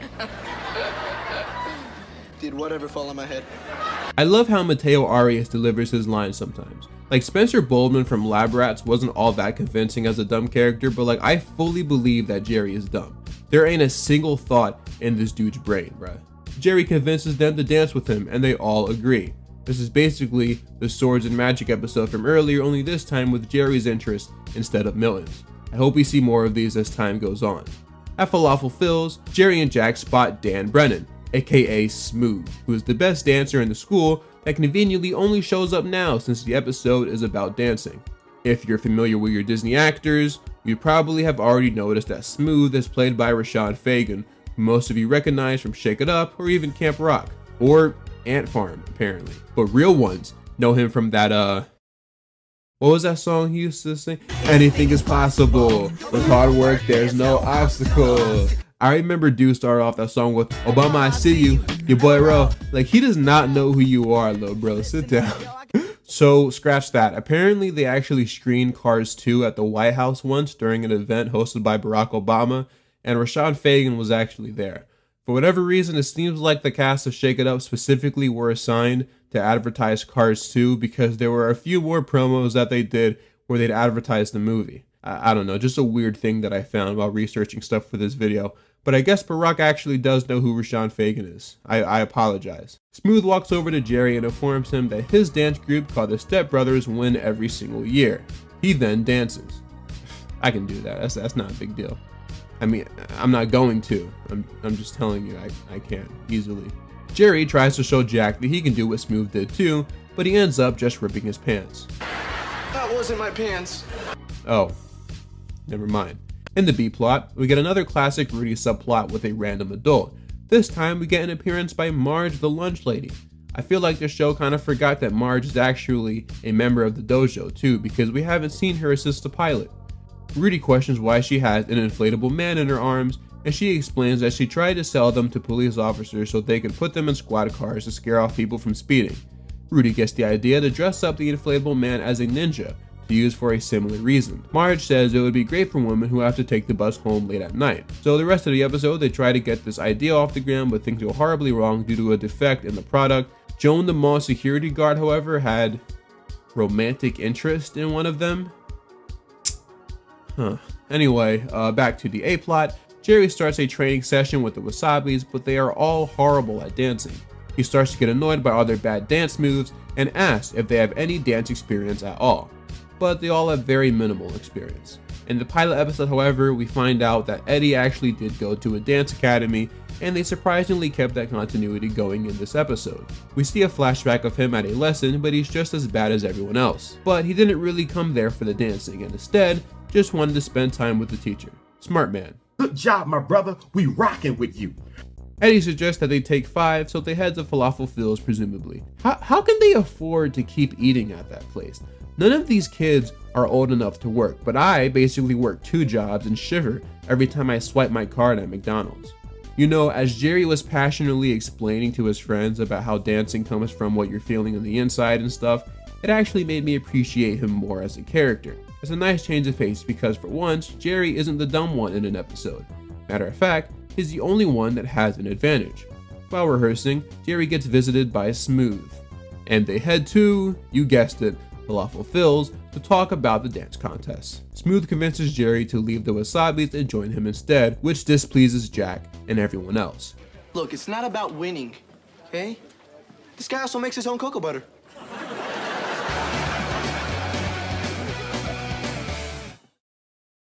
Smooth takes Jerry to his dance studio, and hey, it's Jack Griffo from the Thundermans. Nice. I also just realized they're called the Step Brothers, even though one of them is a girl. That's kind of funny. Smooth and Jerry show them the dance move Jerry taught Smooth, called the Jerry. That was a lot of name dropping right there. Jack Griffo is impressed by it, and Smooth tells him that they're going to use that move to win the contest. Turns out Smooth was just using Jerry, something that I'm sure everybody saw coming. The Wasabis go to Falafel Phil's again to meet up with Jerry, and Jerry informs them of what just happened. Jerry apologizes for leaving his friends, and they all make up. It's so weird seeing Jerry so serious, but I actually kind of like it. Too bad this is probably the last time we see him like this though. Jack tells Jerry that if he's willing to put up with them, they'd be more than happy to help him out. So we cut to the next day at the tournament, which is hosted in the middle of the Seaford Strip Mall, which will be the common place where most tournaments and events are held in this show. The competition host is played by Tristan Mays, who me and my brother call Sitcom Girl. We call her this because she's appeared in practically every sitcom ever made. Zeke and Luther, Victorious, Everybody Hates Chris, Kickin' It, Big Time Rush, True Jackson VP, and Ned's Declassified School Survival Guide, just to name a few. She introduces the Wasabi Warriors onto the stage after the Step Brothers perform. Turns out their plan was to do a bunch of karate-themed moves while also incorporating some dancing.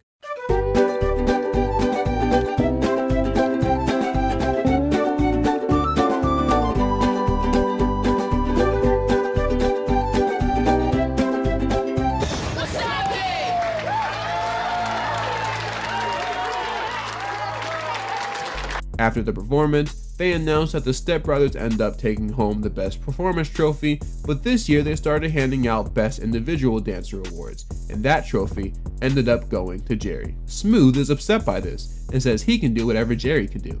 So to prove this, he tries to do it, but falls down. He and his team scurry off, and we never see them again, where Sean Fagan probably ran straight to the Shake It Up set after filming this. Yeah, this episode is pretty decent. We saw a different side of Jerry today, and it also highlighted once again how close this group really is. So far we've had 2 Milton-centric episodes, an Eddie-centric episode, and a Jerry-centric episode. And since the rest of the show either revolves around Jack/Rudy or the gang as a whole, it's time that we get a Kim-centric episode. Does it go as well as the other character-led episodes? Let's find out.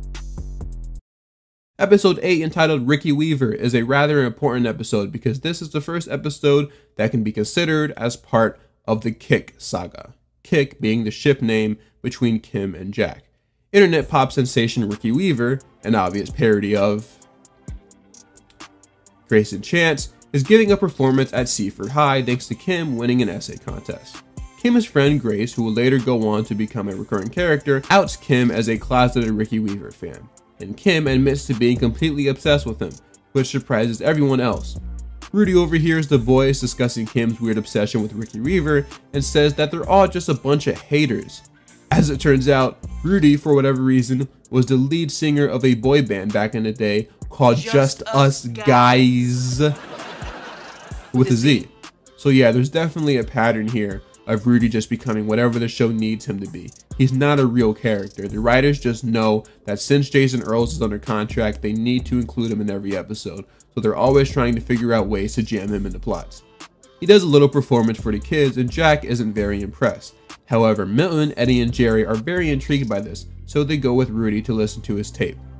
Ricky Weaver walks in, and he's played by Austin North, who you might recognize from I Didn't Do It, the show that Olivia Holt would later leave Kickin' It for. In that show, Austin actually played Olivia Holt's twin brother. So yeah, go crazy with that information. Normally when I mention other sitcoms in my videos, I end it with review coming soon, but I'd have to be running extremely low on content to make a video about that show. Kim runs out and greets Ricky, and Ricky invites Kim to go up on stage during his performance at the school dance to dance with her. It's kind of weird how Jack is just listening in on this whole conversation, but whatever. Kim runs to the store to pick up something nice to wear for Ricky's performance, as a man enters the room immediately after, claiming that he's a big fan of Ricky. This man is actually the one and only Falafel Phil, the man in charge of the restaurant Falafel Phil. We're 8 episodes in, and we finally get to meet the man himself. It's about time. Phil will later not only become a recurring character from this point on, but will basically become Rudy's closest friend in the series. Phil ends up being one of the show's best characters in my personal opinion, and we'll slowly learn more about him later as the show progresses. The paparazzi find Ricky Weaver and harass him for pictures, so Jack steps in and asks them to stop, then gets pushed to the side by a photographer. He then beats him and everyone up, although I will say this is handled pretty tastefully because he never actually hits anyone, but like, the fight scenes in this show really do come out of nowhere, and considering the situation definitely could have been handled differently, you have to wonder if this was sending the wrong message to children. I wouldn't be surprised if this show got a couple emails from angry parents telling them that the show was too violent. You just took out 6 guys. 7 actually, but who's counting, right? Actually, I am, Jack, and when I watched the scene again, I actually counted about 10 people. To thank Jack for saving him, Ricky invites Jack to go in his private jet to have some cheeseburgers from San Francisco. Yo, Jay-Z, come up here and jam with us. Yeah, right. Hey, Beyonce, why don't you bring us up some peanuts? Forget that. I just got in the hot tub. Jack is a Beyonce fan, confirmed. In the next scene, Jerry stresses to Kim the importance of looking cool while dancing in public, as if last week's episode didn't already cover that topic. So for the second episode in a row, Jerry teaches Kim how to dance. I love how horrified Jerry is. Kim walks away offended that Jerry would say she is a bad dancer, even though he said it in the last episode too, and she was completely fine with that. Jerry says he, Eddie, and Milton should form a group of their own because they're better than Ricky Weaver. All they would need is a lead singer, and Rudy happily agrees to be just that. Ricky arrives at the school for his performance and talks to Jack about Kim.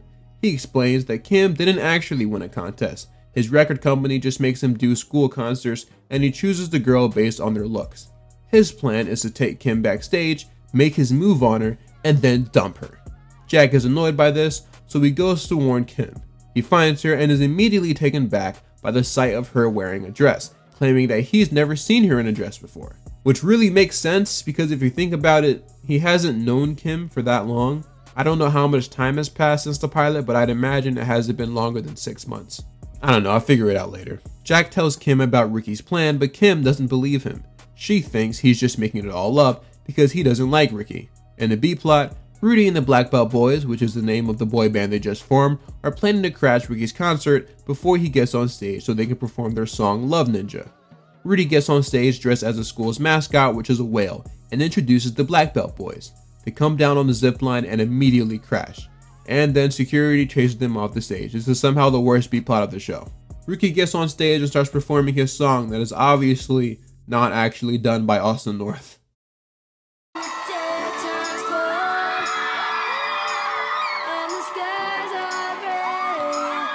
Jack tries to stop Kim from getting up on stage, but Kim pushes him back down. They crowd surf Jack away from the stage as we go back to the B plot with the Black Belt boys at, you guessed it, Falafel Phil's. The band breaks up and then gets back together 3 seconds later. Falafel Phil pulls up and informs the group that back in his home country, he was also in a boy band called the Hakmak Boys. They had a hit song called Baby's Got the Noosh. Anyway, Jack tries to find Kim, but it's too late. He already put his moves on Kim, and Jack sees the aftermath. It's actually incredibly impressive that she was able to do that. Kim tells Jack that he was right and says goodbye to Ricky. Ricky tells Jack that Kim was the first girl in 20 schools that didn't allow him to kiss her, and Jack explains that the reason why is because she is, quite simply, not like the other girls. He then sticks the paparazzi on Ricky, and we never see or hear about Ricky again. In the final scene of the episode, Jack finds Kim working out late at the dojo. Kim informs him that she can take care of himself, but thanks him for having her back. Jack then asks Kim if she wants to grab a burger with him, and she agrees. Where are these kids getting this money from? The Backstreet Boys start arguing with each other outside and make their way into the dojo. Falafel Phil follows them, and he's trying to convince them to let him stay in the band. They all tell him no, and the episode ends with them dancing to Baby's Got the Noosh. This is a decent episode, and like I said, is a very important one because it kind of sort of sets up Jack and Kim's eventual relationship. It also introduced Falafel Phil, who will become probably the most recurring character in this series. His actor, Dan Adut, actually appears in this show Cobra Kai, funny enough. A show that has constantly been compared to Kickin' It. I don't know anything about the role he plays, I've never seen the show, I just know that he's in it, and I find that funny. Okay. Now you put your hands on me. This is not a dojo. This is the real world. You don't just throw people around. This is a place of business, okay? Ow! Not much else left to say, so let's head into the next episode. It's Hispanic Heritage Month. This is the real deal. My family is from Medellin, Colombia. For my family, dinner's a big thing. Traditional Colombian food are big plates. My favorite is bandeja paisa. We like to eat. My family's from Mexico and Spain. It's kind of a split. For Christmas Eve, my family gets together and we eat tamales. Only tamales, that's it. I know where I'm from and I know where I'm going. Hispanic Heritage Month. With me, Ryan Ochoa. With me, Mateo Arias, and everyone else on Disney XD. Originally, I wasn't even planning on talking about this episode, but I realized it actually is important. Not necessarily in terms of moving the show's plot along, but it establishes something about the show that I will address later. To quickly gloss over the plot, since it really is just a filler episode, Bobby Wasabi sends the dojo a life-size statue of himself as a gift for winning a tournament. But due to an expensive sign draining all of the electricity in the strip mall, the gang is now forced to keep the statue from melting during one of the hottest days of the year before an important photo shoot. I do actually like this episode quite a lot. It's pretty decent, but the reason why it's worth mentioning is because it establishes something huge about the show's universe. If you watch my Disney Channel Multiverse video, you would know that Dale Davis from Zeke and Luther actually makes an appearance in this episode. Disney XD had a little Wish Gone Amiss type crossover where Gilroy, California from Zeke and Luther, Seaford, California from Kickin' It, and King Cal from Perry Kings were experiencing the same heat wave. And the same exact reporter, Dale Davis, was covering each of these 3 heat waves. This episode is what ties Kickin' It, Pair of Kings, and Zeke and Luther to the same exact universe, with all of the other Disney Channel shows. I won't go into detail anymore, just watch my video on it. That's it though, I don't really have anything else to say about this episode, we can move on. So, skipping over a few inconsequential episodes, we are now at episode 13, aka Clash of the Titans. Milton invites Kim to, where else, Falafel Phil to ask her something. Kim thinks he's going to ask her out, so she quickly turns him down. But Milton says that she isn't his type, which kinda isn't true because in episode 1 he totally was into her, but whatever. He actually says that there's this girl in his class named Julie that he's interested in, and wants Kim's help so he can work up the courage to ask her out, and she agrees. In the B plot, Jerry and Eddie do a rap battle in the hallway to determine who's the better rapper. For dessert, sometimes I like to eat cake. I cut it with my fork and then I eat it. I almost puked, but let me stay focused. I almost puked, but let me stay focused. Anyway, Julie approaches Jack and tells him that she has a crush on Milton and wants to set something up.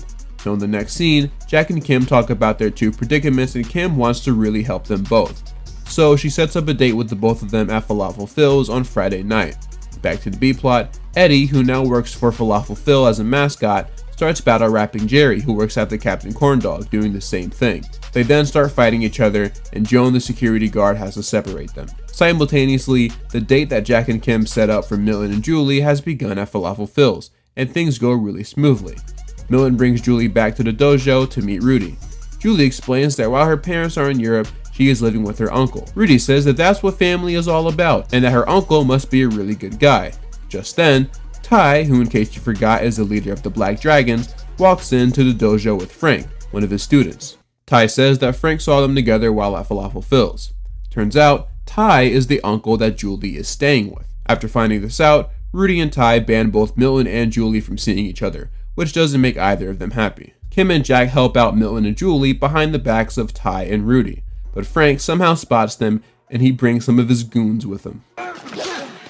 You probably shouldn't have done that. He said it, he said the thing. We then get a good old classic kicking it showdown between Kim, Jack, and the Black Dragons.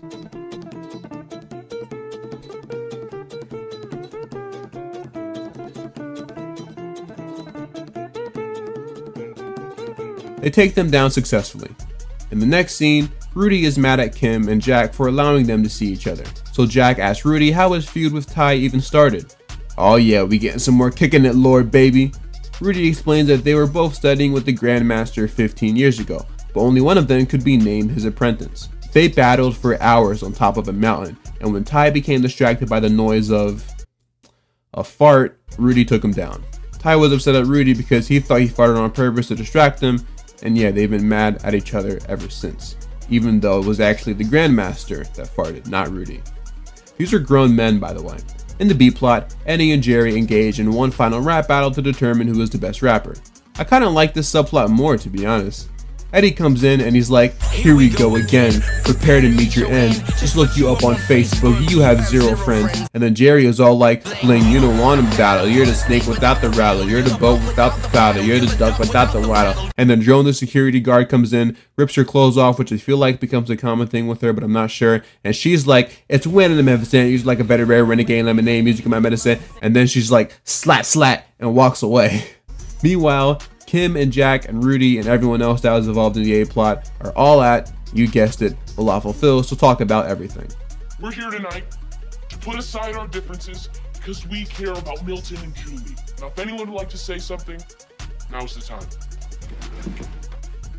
I really like the way Kim's hair smells. So I think now might be a good time to bring up how earlier in this episode it gets revealed that Frank is actually 19, but still in the 7th grade.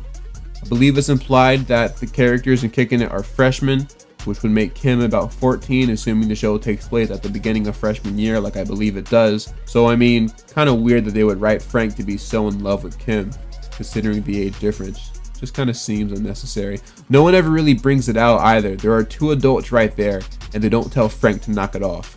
Weirdo behavior, if you ask me. Anywho, they both agree that from now on they should be nice to each other. But then they start fighting over a falafel ball and shenanigans occur. After the fight, which really added absolutely nothing to the plot, they head back to the dojo. Julie agrees to never see Milton again. They break up, but then Rudy and Ty feel bad, so they let them stay together. They all hug it out, and Kim flips Frank twice and the episode is over. So I don't particularly care for this episode. I kind of thought it was just okay. But this is the episode that introduces Julie, and unlike other love interests in the show, she actually is here to stay, at least for a little bit. We also learned that despite the school being called Seaford High, it seems like it's a school that hosts both high schoolers and middle schoolers, since Frank goes to the same school as them. That's all I got though.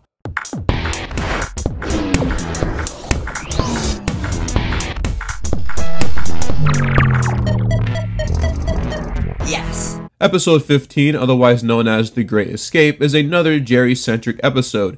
In it, Jerry finds out that his dad and other members of his family will be watching him at his next match. So the next day at school, he uses Eddie as a human punching dummy, even though he's actually supposed to be in detention. Vice Principal Slugman, who probably has the most Disney XD sounding name ever, finds Jerry and takes him back to detention. Meanwhile, Rudy heads to Falafel Phil's because of course he does. Rudy is upset at Phil because his goat keeps pooping near the dojo.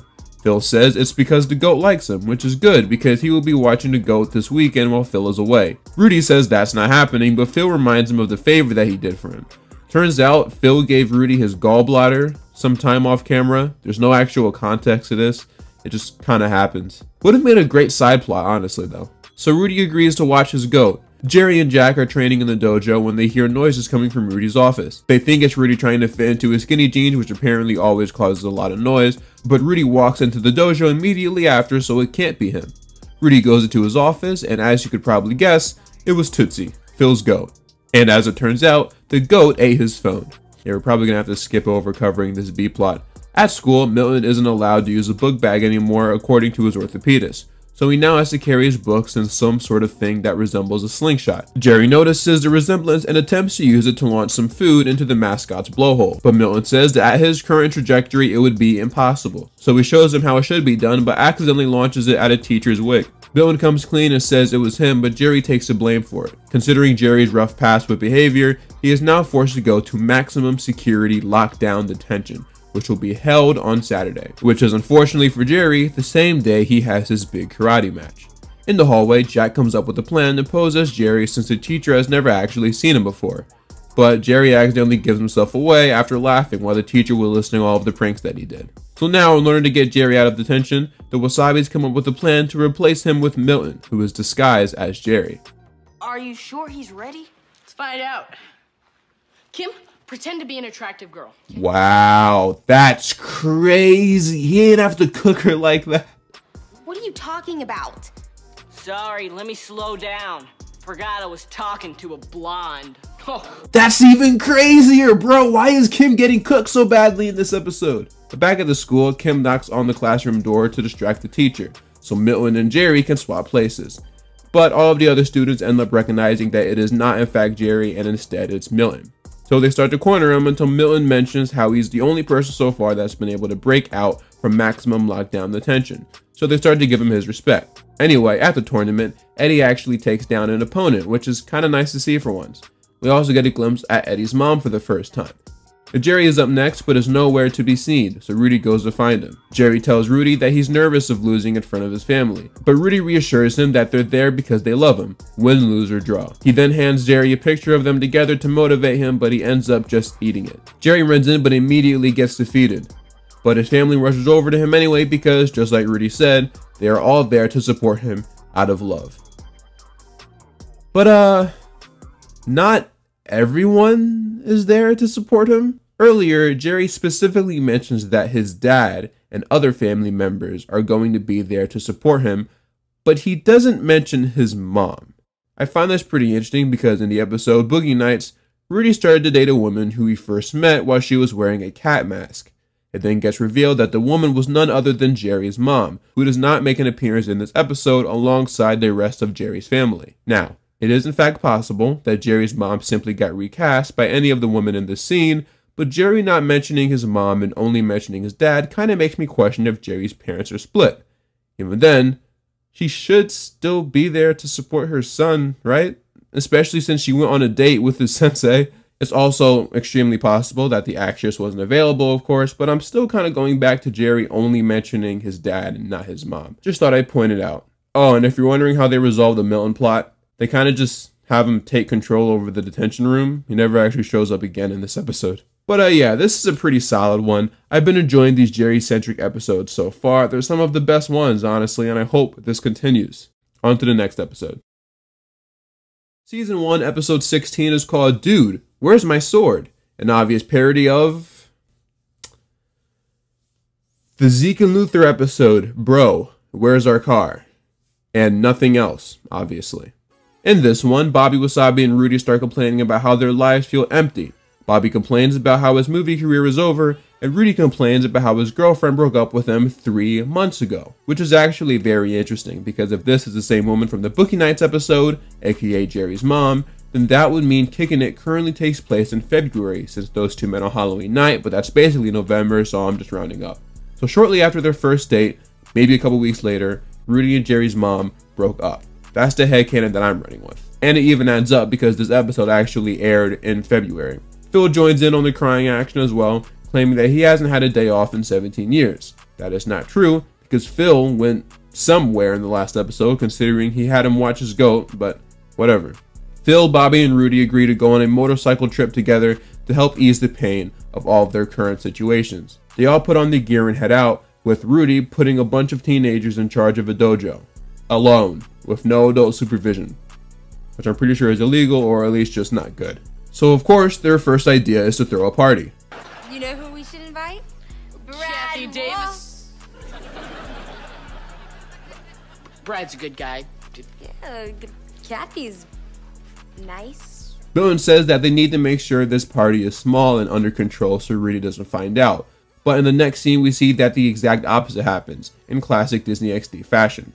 Eddie introduces himself as the DJ and introduces the next song as a shout out to Kim Crawford.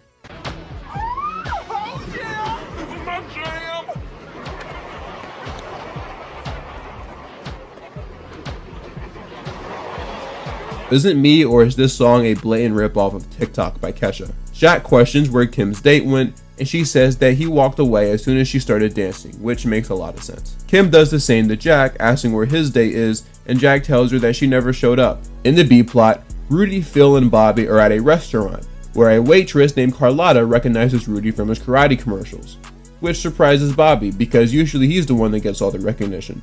Rudy walks up to her to pay for his meal, and Carlotta is totally interested in him. But this makes a man named Dwayne, who she might have had a romantic history with in the past, jealous. Dwayne makes his way over to Rudy's pool table and starts trouble, but Rudy says that they're just trying to play a nice game of pool, and nobody needs to get hurt. Just then, Phil accidentally launches a ball into Dwayne's forehead, and well, you know what happens next. They easily defeat Dwayne and his goons, and immediately go over to help Phil up. I'm better than okay. This is the best day of my life. I feel so alive. Best road trip ever. Phil is really one of the funniest characters on the show, if we're being real. And the B-plot wraps up with Rudy and Carlotta slow dancing, as Rudy touches the weird flap of skin on the back of her neck that she apparently has. Back to the A-plot, Jack's date finally arrives, but she ends up dancing with Kim's date, also in classic Disney XD fashion. Well, maybe not Disney XD fashion, but definitely Disney fashion. Milton, meanwhile, is playing bouncer, which probably should have been Jerry's role because everyone ends up walking all over him to make their way into the dojo. Jack tries to ask some of them to leave, but gets shoved away. When he asks again, he gets a punch thrown at him, and you'll never guess what happens next. That's a little extreme, don't you think? Come on, bruh. Jack then single-handedly takes out everyone who crashed the party, and everyone leaves. But they trash the entire place in the process. A simple cleaning job might do the trick, but when Milton sees that Rudy's extremely priceless katana that we literally never see until this episode, but we just have to pretend that it was always there, is gone, the gang realize that they have a situation on their hands. And that's not even the worst part. We forgot to water the plant. Coming in 2012. These kids are gonna make the world a safer place. Yeah! I'm ready.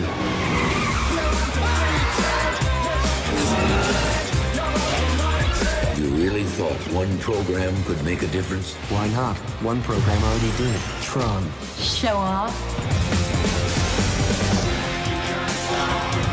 Dr. Doom, I presume. Hey, rhyme. Follow me, boys. We're like human lab rats. Can't be that bad.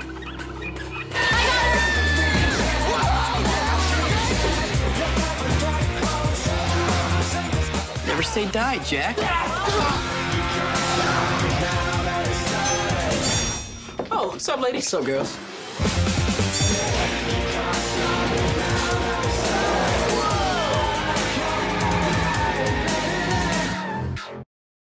Milton was able to spot the exact same sword that Rudy had at a pawn shop, so him, Jack, and Kim head over there to find it.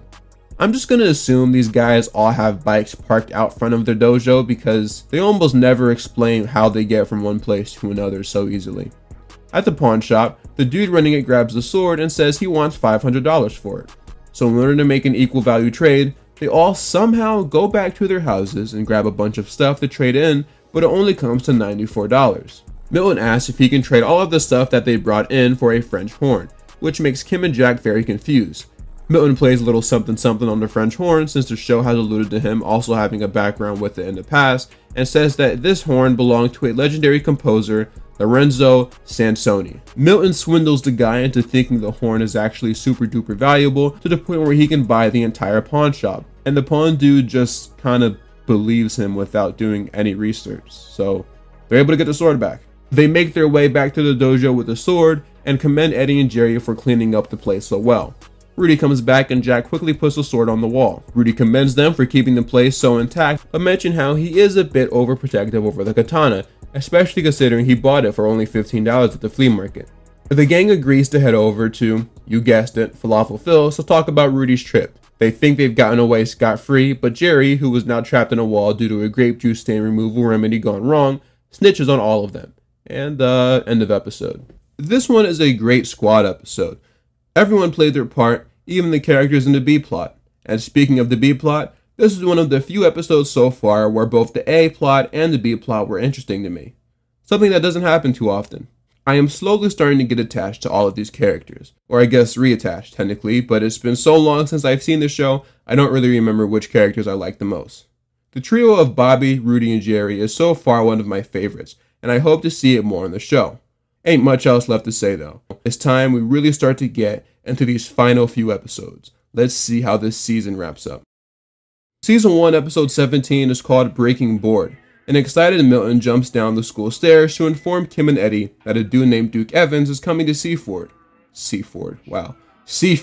Duke Evans is a professional speedboard breaker, and Kim somehow doesn't even know who he is, even though Milton and Eddie do.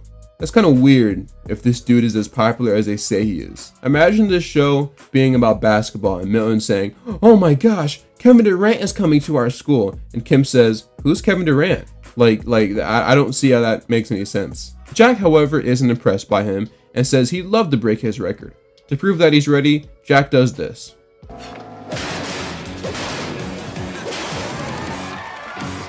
That dude should have definitely gotten in trouble for that. Come on now, be for real. Later, Jack reveals that once upon a time, Duke was his idol. But one day when he met him, he told him that he'll never be good at karate, and instead should learn how to twirl a baton. Ever since then, Jack has had beef with him. While practicing breaking some more boards, Jack accidentally kicks Jerry in the chest, which injures him. So Milton, Jack, and Eddie rush him to the hospital. In the B-plot, Falafel Phil is on the news as he's getting ready to sell his 1 millionth falafel ball. That's right, that's right. I wonder, who is this random lucky person going to be? I don't know. I don't even have an idea clue. This dude said idea clue.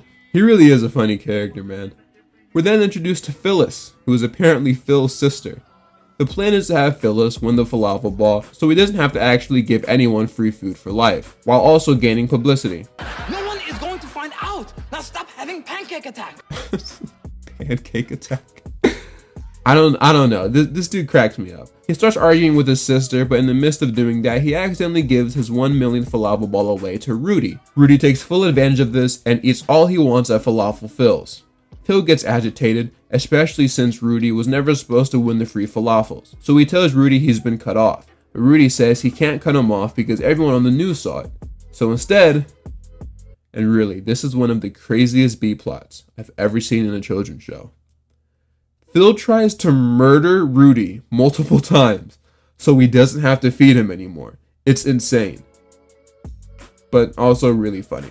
So instead, Rudy decides that from now on he will eat at Captain Corndogs, which is Phil's main competition. Going back to the A-plot, Jerry seems to be doing better. Kim, who's interning as a candy striper, which apparently isn't the name of someone who pushed the red lines on mints, checks in on him. Without knocking too, which is kind of weird. She says that the doctor will be in a minute. She then leaves to go teach the patients how to use the new multi-feature beds. Jerry is intrigued by this, because currently he has a bunch of family members over and he's forced to share his bed with his cousin Pepito. The idea of staying at the hotel in a Pepito-less bed doesn't sound too bad to Jerry. The doctor comes in and says that he is good to go home, but Jerry doesn't want to leave, so he fakes being in pain in order to stay. Jack starts to feel guilty over what happened and thinks about quitting the board breaking competition, but Kim says that he needs to continue to make Jerry proud, especially since he's suffering.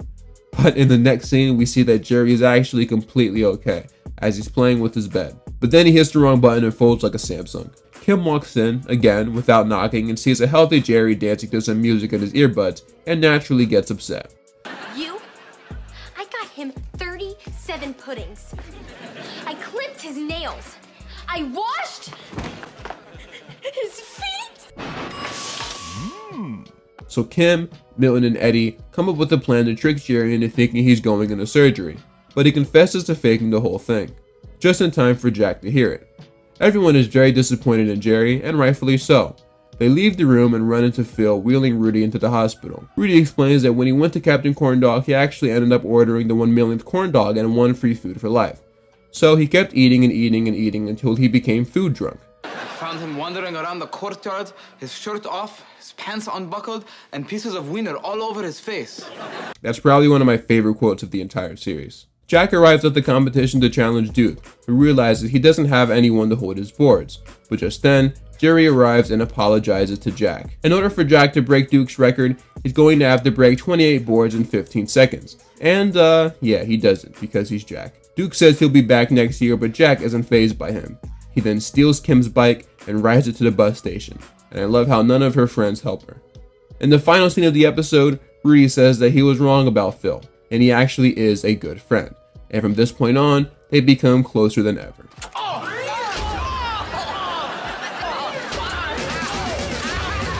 This episode doesn't necessarily establish anything new, but I do like this episode a lot.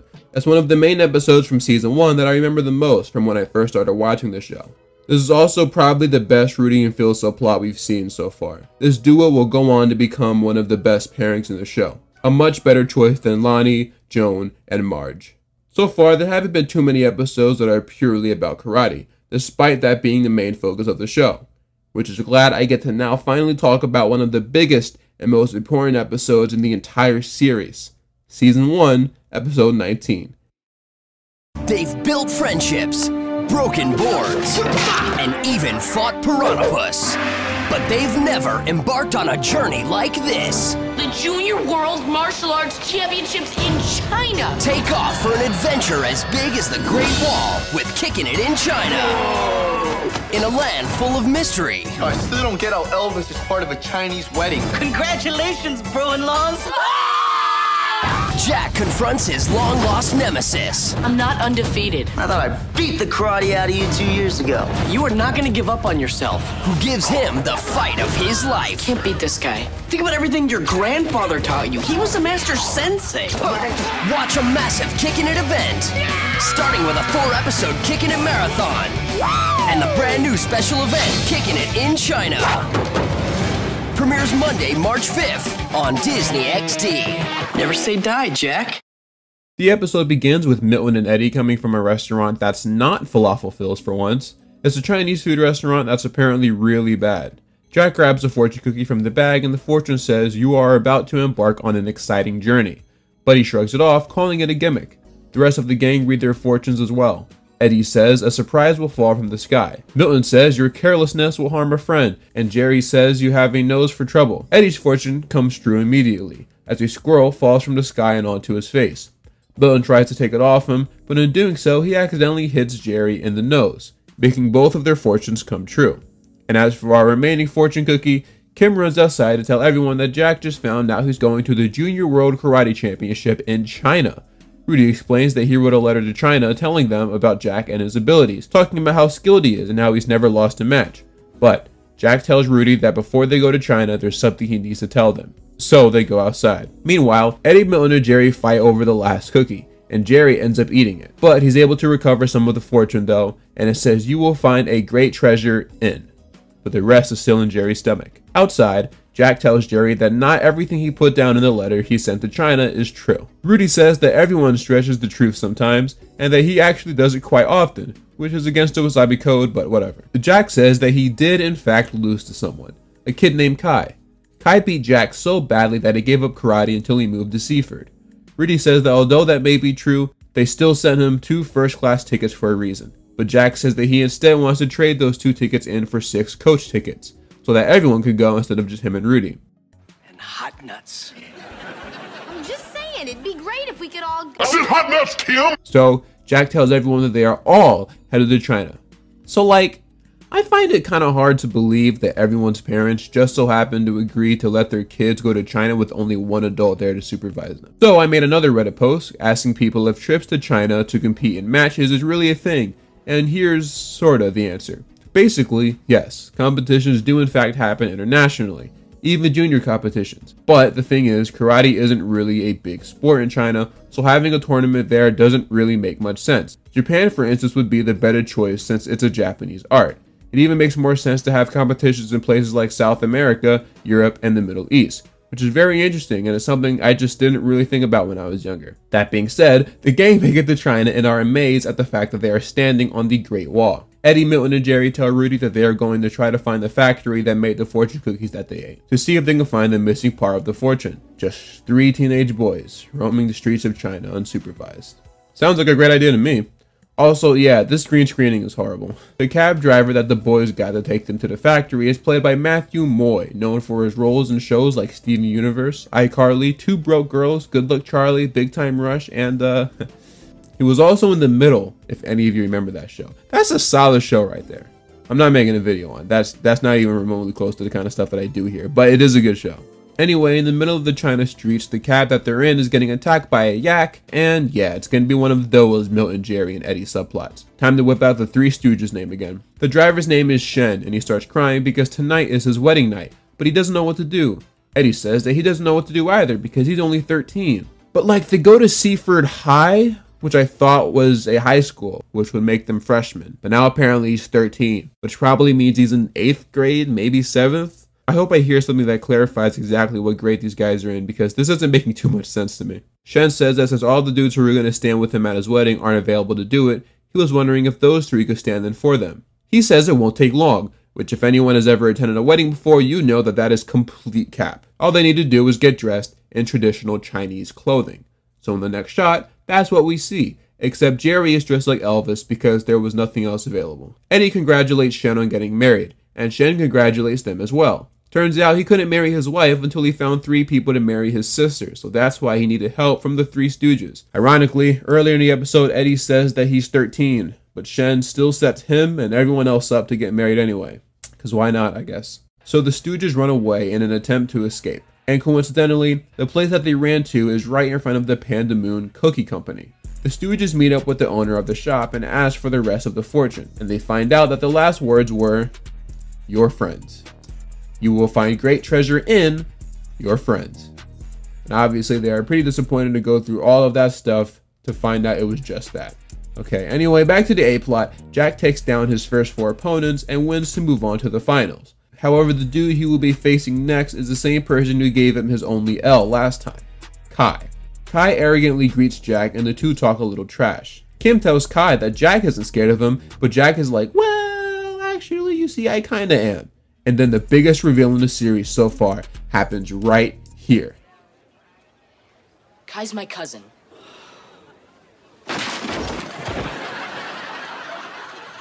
You really need to get some stronger furniture in here. Jack explains that he and Kai learned all of the same things, but Kai wanted to use that knowledge to intimidate and hurt people. Rudy and Kim tell him that all of that stuff doesn't matter because he's not a quitter and he can still take him. My grandfather taught me to live by the Wasabi Code. We swear by the light of the dragon's eye. After Jack freshens up in the bathroom, a group of ninjas come in to attack him. Jack tries his best to take all of them on, but one of them hits his arm, which injures him. Just then, Kai comes in, and he's all like, "You probably shouldn't have done that," and beats up each and every one of those ninjas. Jack thanks Kai for helping him out and questions who those guys were. Kai tells him that because of the fact that he just beat 4 of the best fighters in the world, it's likely to assume that some of them will want to harm him as a result. A doctor comes in and tells Jack that his hand is broken and that it would be unwise for him to compete in the match. They're all disappointed by this news, but Rudy and Kim tell Jack that although things didn't turn out the way he had hoped, the fact that he was invited to compete against these guys proves that he belongs with the best of the best, and that alone should give him comfort.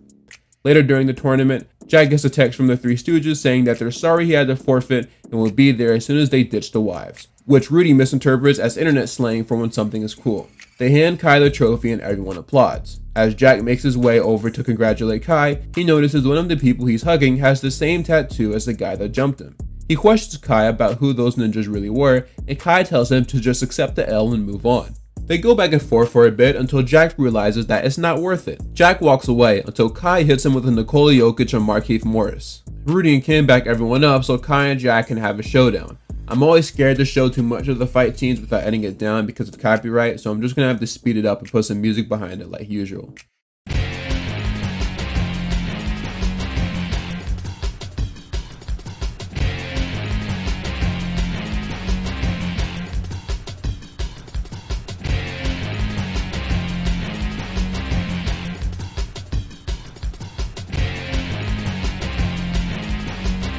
Kai almost falls off the Great Wall of China, but Jack grabs him so he doesn't. And like, nobody is helping them out, which is kind of funny. Everyone is just relying on this 13-year-old kid to save this dude's life. Kai apologizes to Jack and tells him he organized the attack and asks him to pick him back up. He does actually end up helping him up, but then Kai punches Jack's broken hand and starts to fight him again. Jack chucks him against the wall though, and he falls down on a chair. Jack is all like, see ya, wouldn't want to be ya, and Milton, Eddie, and Jerry run in and they're like, what'd I miss? And the A-plot wraps up. In the final scene of the episode, the gang is sitting down talking about the whole marriage thing, right? Everything is all good until their quote-unquote wives somehow manage to find them. And then the three, I kid you not, jump off the Great Wall of China. Which should kill them, right? We saw how deep it went. Milton, Jerry, and Eddie should all be dead right now. From now on, my headcanon is that the rest of Kickin' It takes place in an alternate reality where this jump never happened. This is the final episode in the original Kickin' It universe, at least in my eyes. Anyway, this episode is okay. I thought it was worth mentioning because of how it continues the growth of Jack as a fighter and the journey he's been on since the series started. The B-plot was by far the worst thing about it, but even then, this episode in general was just kind of average. And I feel like that's interesting because it's one of the few episodes from this season to actually be about karate, so you'd think it would be better. Hopefully things start to improve though, because there are only 2 episodes left in season 1. The episode that serves as the season finale, and the episode that probably should have served as the season finale. On Disney XD, Billy Unger from Lab Rats guest stars as the new kid. Sup, bro, Chacho? Who takes Kim to the school dance. Kim doesn't know a thing.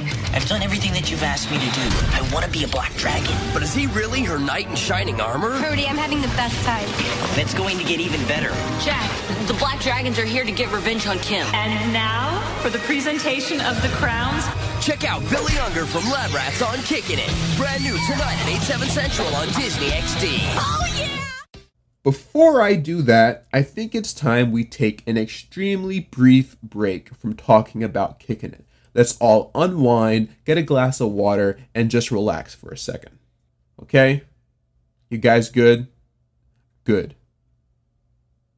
Because for the next few minutes, we're actually going to be talking about So Random. Trust me, this will all make sense. In January 2023, I released a video about the show, and I'm pretty sure most of you have seen it at this point, but if you haven't, please feel free to check it out. I talked about a lot of stuff pertaining to that show, but there is one thing that I just was never quite able to squeeze in, and I've been kicking myself about it ever since. For those who are unaware, most Disney XD and Disney Channel sitcoms filmed in the same production lot, which at the time was known as Hollywood Center Studios in California. Because of this, it would be extremely common for Disney stars to run into each other every now and then, during lunch breaks, while on their way to work, or even sometimes while they're working. This is why it was so common to see Disney stars appear in other Disney shows, because it was probably only a hop, skip, and a jump away from where they were filming their show. Now as for why I'm bringing this up, well, So Random and Kickin' It filmed pretty close to each other. And so considering Allison Ashley Arm was the only actual kid on the set of So Random, she would often go to the Kickin' It set so she could be around kids her own age. This is how she met Dylan Riley Snyder, and the two would eventually go on to get married. When I was researching stuff about So Random for my video, I watched 2 podcast interviews with some cast members of the show and the reunion video they uploaded onto YouTube during the pandemic. How's everybody doing? What has everybody been up to since the show? Rehab several times. So basically, the So Random cast would have this scary looking dummy that they would sneak into other people's dressing rooms and lockers to try to scare them. And so I'll just let you guys hear the rest of the story from the people who were there because it is genuinely pretty funny. You That's impressive for a 7-year-old. For scaring Olivia Holt too bad. Weren't we like sent back to our set? Because Dylan and I, that's how we met, obviously. And I was telling him about, our dummy that we would move from room to room. And he was like, oh, you should bring it over here. Olivia gets scared at everything. And I was like, cool. And so like Audrey and I run it over there and like we hide it in her room. And then I get a call from Dylan. He's like, don't claim that it was you guys. Like, just lay low. Like, I have no idea whose creepy doll that was. Traumatized Olivia Holt. Yeah, she was like signed with all of our names. Sobbing. Yeah. It was a problem. But apparently the set teacher was the most upset about it, being like, who did this? Like, Olivia was recovering, but the set teacher was like furious. And so that's how Marsha, I think, found out about it. So yeah, obviously there was no way to tell you which episode this took place during. These shows filmed at the exact same time, so I mean, your guess is as good as mine. But I just thought it would be funny if I shared this story because it got a big laugh out of me. And I just had to finally mention it, considering I never got the chance to do it during this So Random video. If I come across any more interesting facts, I will make sure to let you guys know. Okay, back to our regularly scheduled program. Episode 20 is called The Wrath of Swan, and it is yet another important episode for the Jack and Kim ship, Kick. This is also the episode that I felt would be a great season finale, and you'll see soon why. The episode starts off with Jack practicing on the dojo's new pegboard. Kim invites him to go to the Swan Court Cotillion Ball. We can swing by the Riverside Country Club for the Swan Court Cotillion Ball or something? He says that he hates tuxedos, can't dance, and says dudes just don't go to balls. Just then though, Milton and Jerry enter the dojo and tell Kim that they are being forced to take Milton's mom's boss's dorky daughter and friend to the ball. Why are you going? Oh, because Milton's giving me $60 and he let me watch his turtles go at it. What? In the B plot, Rudy finds out that Eddie is an Explorer Scout, a reference to the Swords and Magic episode. Relax! I'm an Explorer Scout. Eddie says that today is the Explorer Scout Oakwood Derby, and while he was originally supposed to do it with his dad, he can't now since he's out of town. Rudy says he'll step in and do it in his place though, so the two get to work. Rudy explains the story of the time when he was an Explorer Scout during the exact same derby. He accidentally hit his Scoutmaster in the head with his little derby car and got his badge revoked. So now he is more determined than ever to help him out.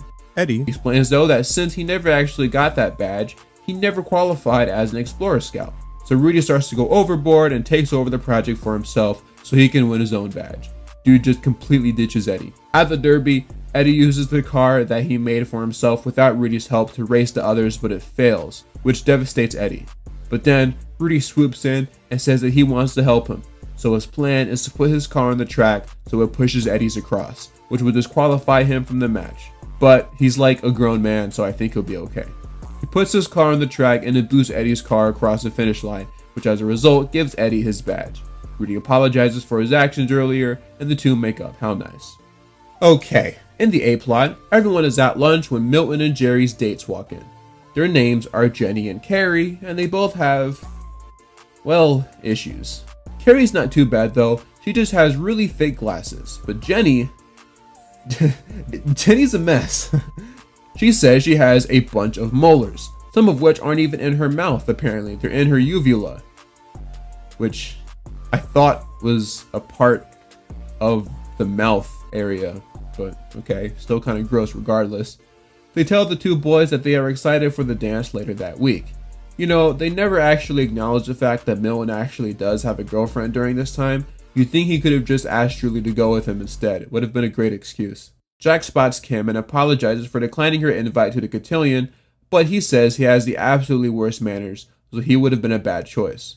This reminds me, Good Luck Charlie actually had a cotillion episode, I'm pretty sure. That's like the only reason why I know what one is. Kim says it's not a big deal and that she's over the whole thing. Then we immediately find out why.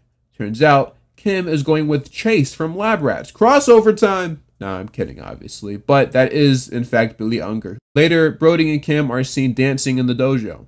Most sitcoms usually use someone's house to practice dancing, but no, instead they're just going to do it in a dojo because so far they haven't shown anyone's living quarters and they're not going to start now. Jack is enraged by this and questions if Brody has ever even been in the dojo before. He says that he not only hasn't been in the dojo before, but he also doesn't know anything about karate. Jack breaks a couple boards in front of him to get ready for his practice and goes in the back to change. And then this happens.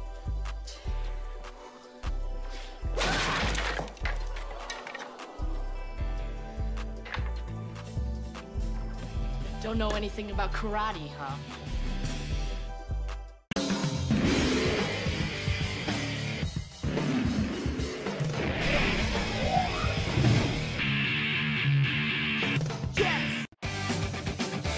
The next day at school, Jack tells Milton and Jerry about what he saw and mentions how he doesn't trust him. Meanwhile, at, you guessed it, Falafel Phil's, Brody and Frank have a conversation. It's revealed that Brody wants to be a black dragon, so Frank hired him to take her to the dance as part of the initiation. At the dance, Milton and Jerry spot their dates and are amazed by how they were able to transform themselves. This dude Milton has a whole girlfriend, by the way. Milton and Jerry talk about the transformation of their dates in the bathroom, but overhear Frank calling a black dragon's meeting. They go into the same stall to hide, and the black dragons talk about what's about to go down with Kim. Whatever their plan is going to make Kim sorry that she ever left the black dragon's dojo.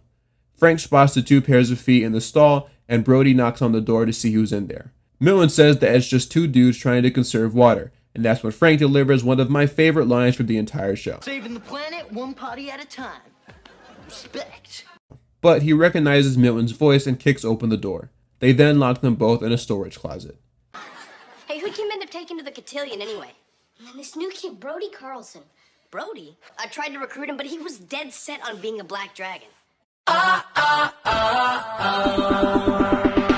Kim and Brody win king and queen of the Swan Court, and Jack runs in wearing a cape. He meets up with Milton and Jerry, who magically escape the janitor's closet, and they tell him what's going on. They try to figure out how exactly the black dragons are getting revenge on Kim, and that's when Jack spots something dripping out of the swan that's presenting the crowns to the winners. He quickly runs in front of the swan right before it sprays gravy to everyone in the area and tries to take as much of the hit as possible. Jack reveals that Brody is a black dragon and tried to set her up. Frank hops out and tells Kim and Jack that she's outnumbered. But then, Milton and Jerry and eventually Brody go over to their side to help them. It's kind of crazy how this scene literally would have been perfect if it wasn't for the fact that Eddie had that dumb B-plot. See, this would have been the episode where you have Rudy have some sort of side adventure with Joan or Falafel Phil, but instead, Eddie has to get excluded in one of the biggest fight scenes of the entire show.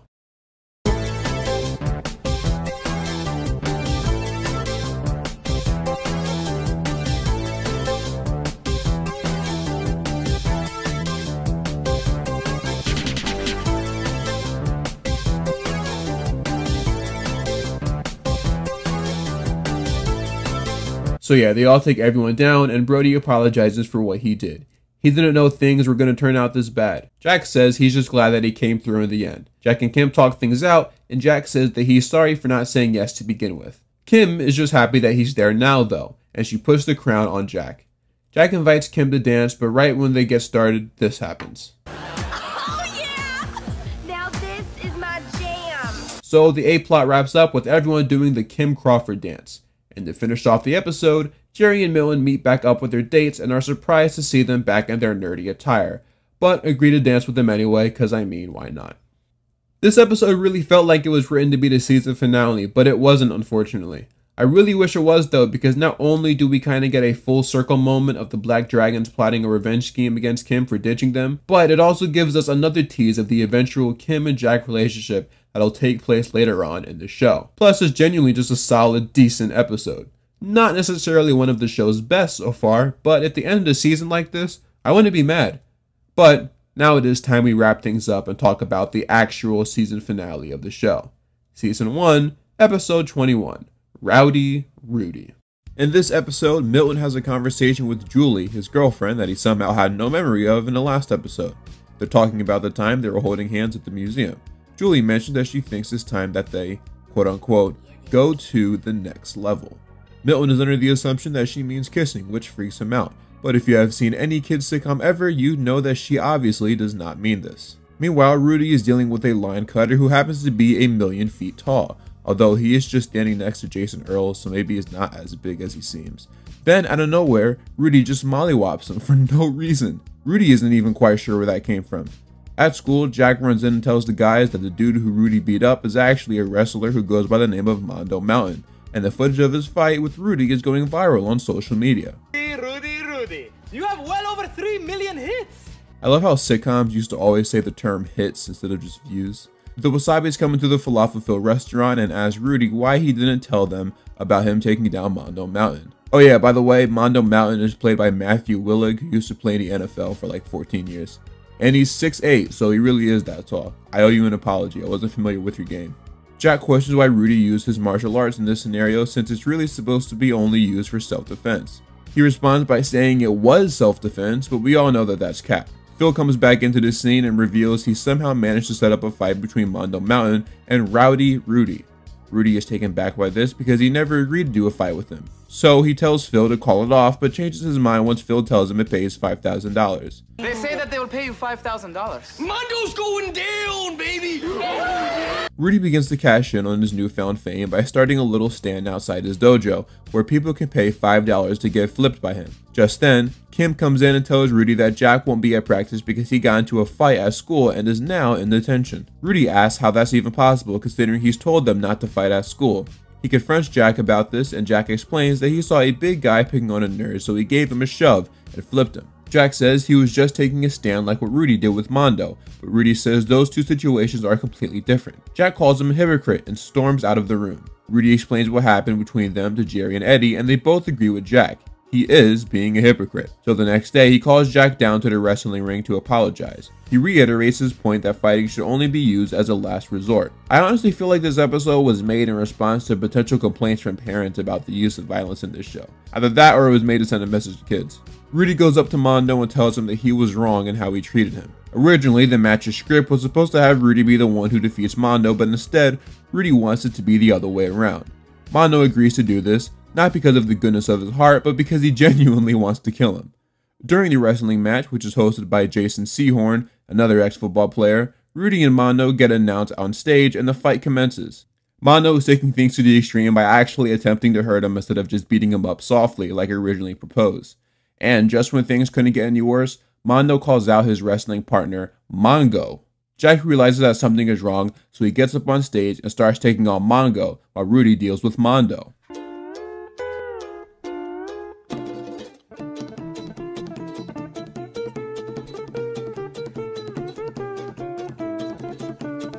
Speaking of Mondos, do y'all remember those drinks called Mondos? Those were so good. After successfully taking them down, Rudy is declared the winner. He gives a speech about why what he did was bad and that he shouldn't have ever done what he did to begin with. He also mentions how violence is never the answer, but then everyone disagrees because they think violence is cool. Then they all start throwing stuff at him and the episode ends.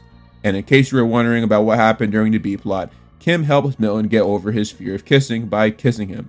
But she does this right in front of Julie, who then tackles both her and Milton. Milton explains that Kim was just trying to help him in preparation of his eventual kiss with her. But Julie says that she wasn't talking about the next level as in kissing, she was really just talking about the next level of the museum. What an excellent B-plot, am I right? So there you have it, folks. That, for the most part, was season 1 of Kickin' It. The finale offered up a pretty interesting storyline and touching on when exactly martial arts should be used in public, but the execution of it was kind of poor.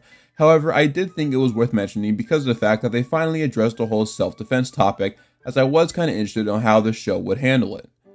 The B-plot was really mid though, I'm not gonna lie. As for the season in general, it did, I think, almost everything that a first season of a kids sitcom needed to do. When it comes to characters, this season introduced multiple dynamics that would be used throughout the course of the show. I feel like you could tell that the writers were trying a bunch of new things as the show was first starting out, like the inclusion and later exclusion of Lonnie Renner, the reptile world worker, and Marge the lunch lady. One of my favorite things about the series is how well it highlighted the friendship that the main group shares, which is another thing that will carry on as the show progresses. It also properly planted the seed for one of the biggest storylines of the series, the relationship between Kim and Jack. True, they didn't go overboard with the will they won't they stuff that you see too commonly in TV shows of similar fashion, but I actually kind of prefer it. It's obvious that at the very least they have a lot of respect for each other, and will always look out for one another. Although, obviously things will get more expanded on as time goes on. The tone for the show is perfectly set as well. For better or for worse, this was a show that prioritizes humor over accurately portraying the culture of martial arts. There are several things that have happened in this show so far that could have led to serious consequences, but they realized this is a kid's show, so why take things so seriously? I can't say I'm surprised they went this route because it really does take the fun out of the show. They obviously knew that most kids watching this show don't have much of a background with karate, so they decided to dumb things down, and I get it. The humor in this show, when compared to other Disney sitcoms, isn't too different, but I did find myself laughing more at this show than I do when I go back to rewatch something like Lab Rats. There are some genuinely funny and well-written moments. This game eats Harry. Move. Okay. I'm curious to see how the quality will waver over time, but for now, I will say this show is surprising me. I was expecting to cringe a lot more than I actually did. I am surprised how much I've been enjoying doing this research. I'm pretty sure I meant rewatch. I was honestly expecting to make a bunch of comments about how it hasn't aged well. And don't get me wrong, in some aspects it still hasn't aged well, but through the lenses of an adult, this show is still kinda cool. It's holding better than I expected, and that's coming from someone that actually did like it when I was younger. I will give this season of Kickin' It a 7.5 out of 10. It gets points off for mediocre B-plots, more than occasional generic humor, and at times, pretty cringy dialogue. But the show's high points come from the surprisingly high-quality fighting sequences, a catchy theme song, genuinely fun episodes, and mostly memorable and enjoyable characters, both regular and recurring. So since we're on the topic of said characters, I think it's time we talk about all of them individually and what each of them brings to the table.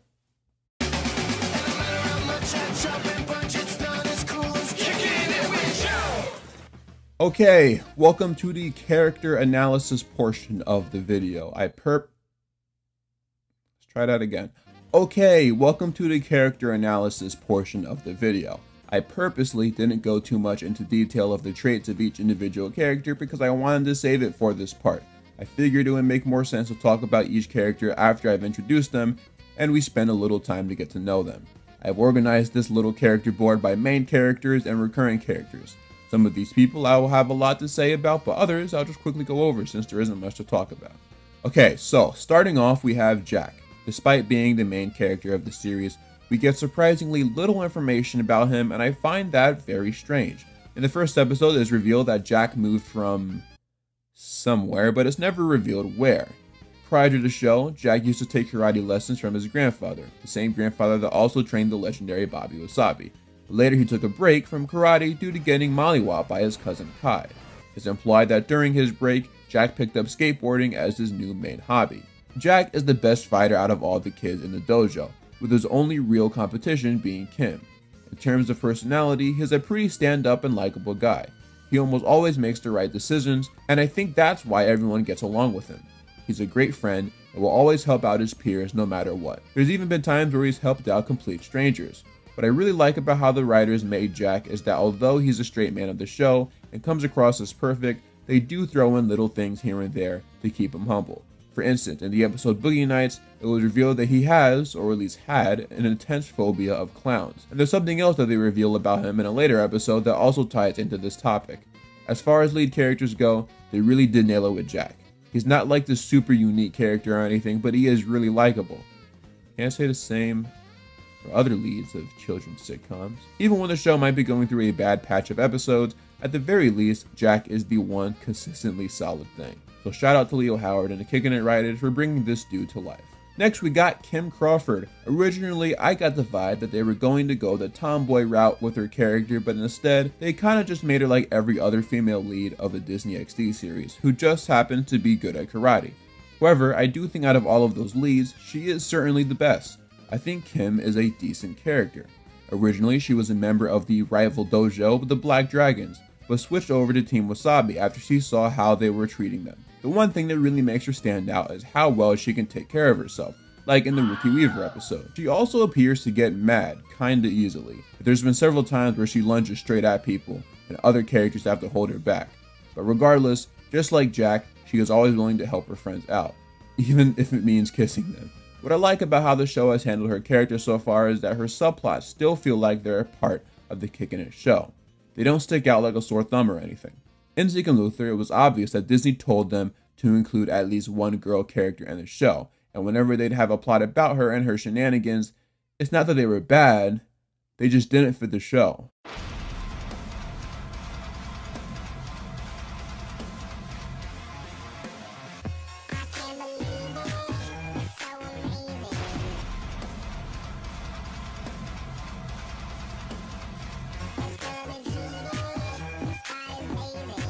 Actually, it's funny that I say that because Leo Howard was actually on the show once playing a character she had interest in. Kim has always felt part of the show so far though, and I appreciate that. Even the Ricky Weaver episode and the one with Lab Rats dude still felt like kicking it. And of course, I can't move on to talk about another character until I mention the whole dancing thing. You guys remember in Ned's Declassified where Cookie would have that thing where he'd hear a song and just start dancing uncontrollably?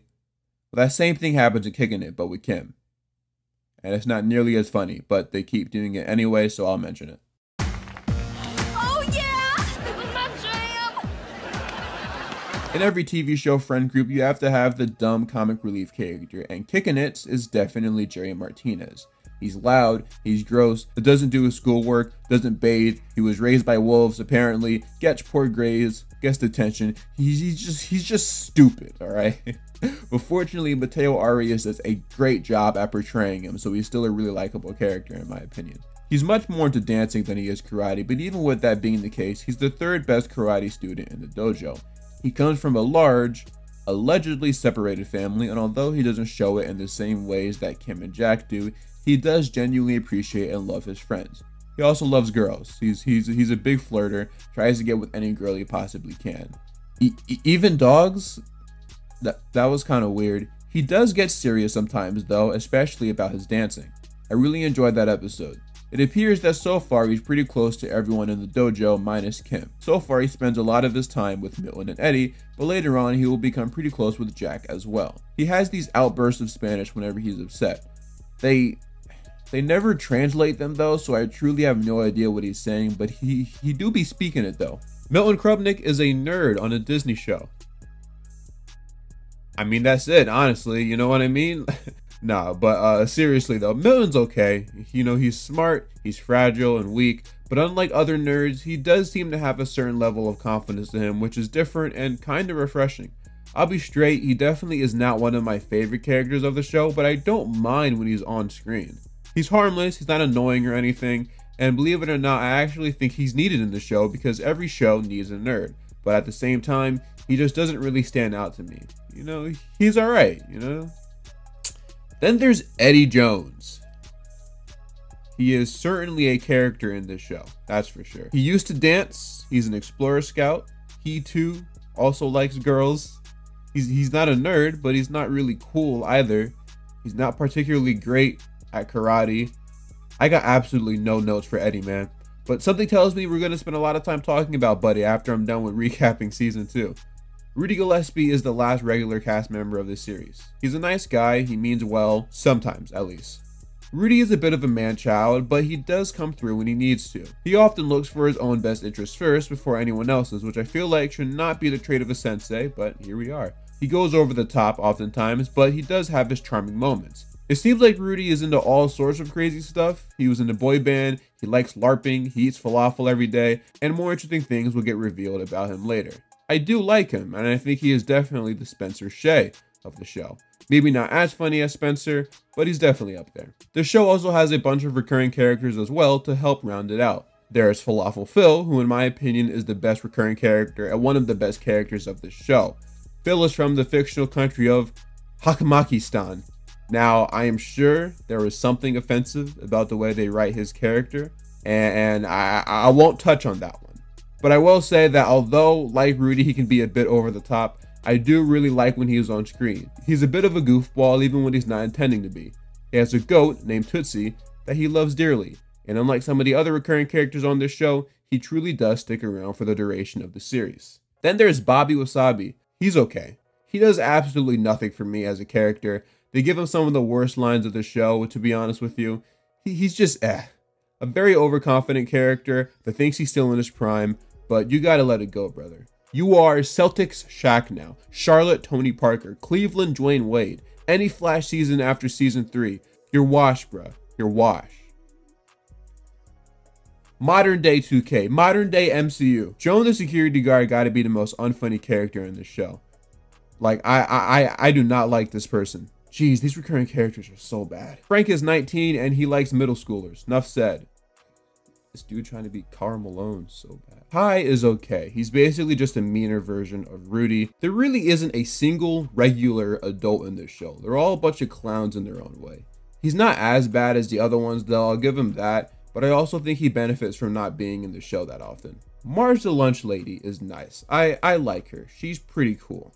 I actually wish she took Joan's spot in this show. And you think she would be in the show more often since she's a lunch lady at the kid's school, but nah, she only has, I think, 2 more appearances after this. It's pretty crazy. Lonnie Renner is not very likable either, but at least he's not Joan, so there's that. I'm glad we don't see him again, honestly. Julie. You know, I kind of got a soft spot for Julie, honestly. At least she has a clear personality trait. She's literally just Milton, but I like Milton, kinda, so I see no issues with her character. And then there's Randy. I don't really got nothing to say about him. So there you have it, folks. Those are the characters of Kickin' It. As you can see, most of the main characters are fine, but the recurring characters in the series, or the secondary characters, whatever you want to call them, are by far the worst ones. Besides Phil and Julie, I really don't like any of them. Like, Marge is cool, but she only has 2 more appearances after this, so I barely even count her. Hopefully when the show introduces more characters, they'll actually be likable, because I cannot stand some of these characters. Now, if you excuse me, I have been talking for a really long time, and desperately am craving a nap. So I'm gonna head out, catch some Z's, and we'll pick right back up where we left off. What's up? I'm Jason Earls from Kickin' It. You're watching Disney XD.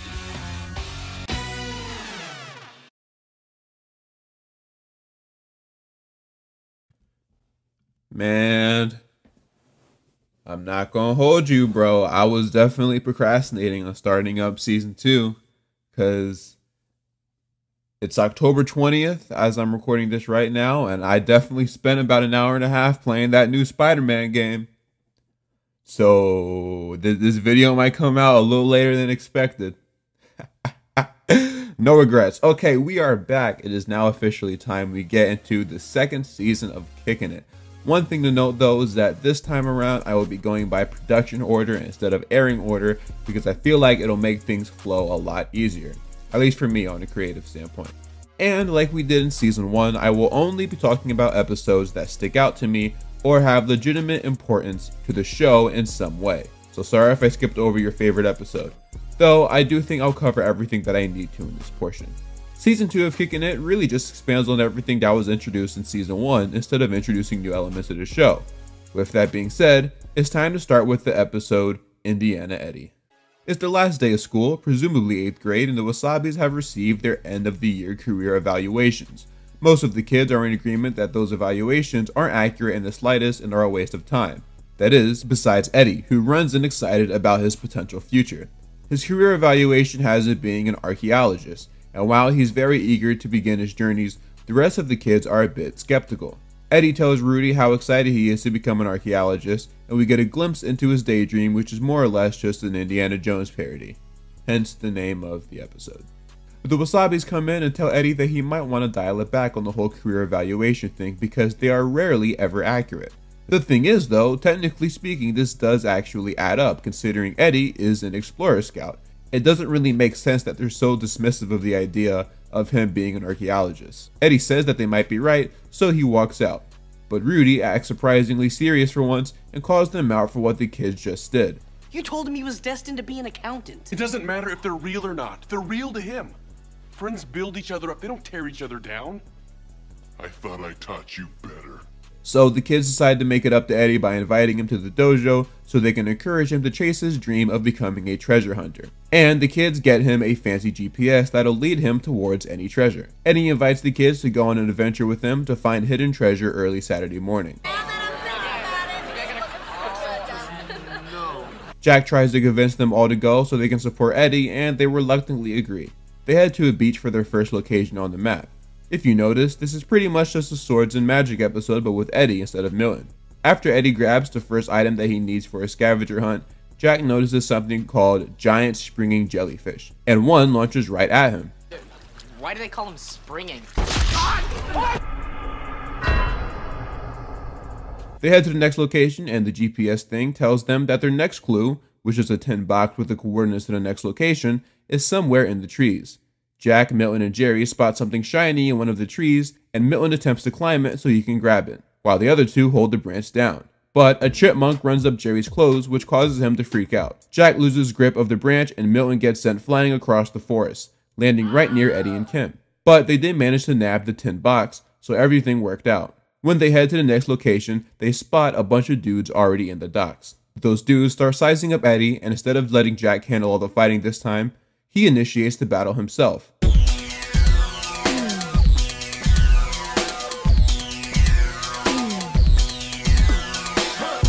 Okay, that was actually really cool. The dude throws the box into the ocean and Eddie jumps in to grab it.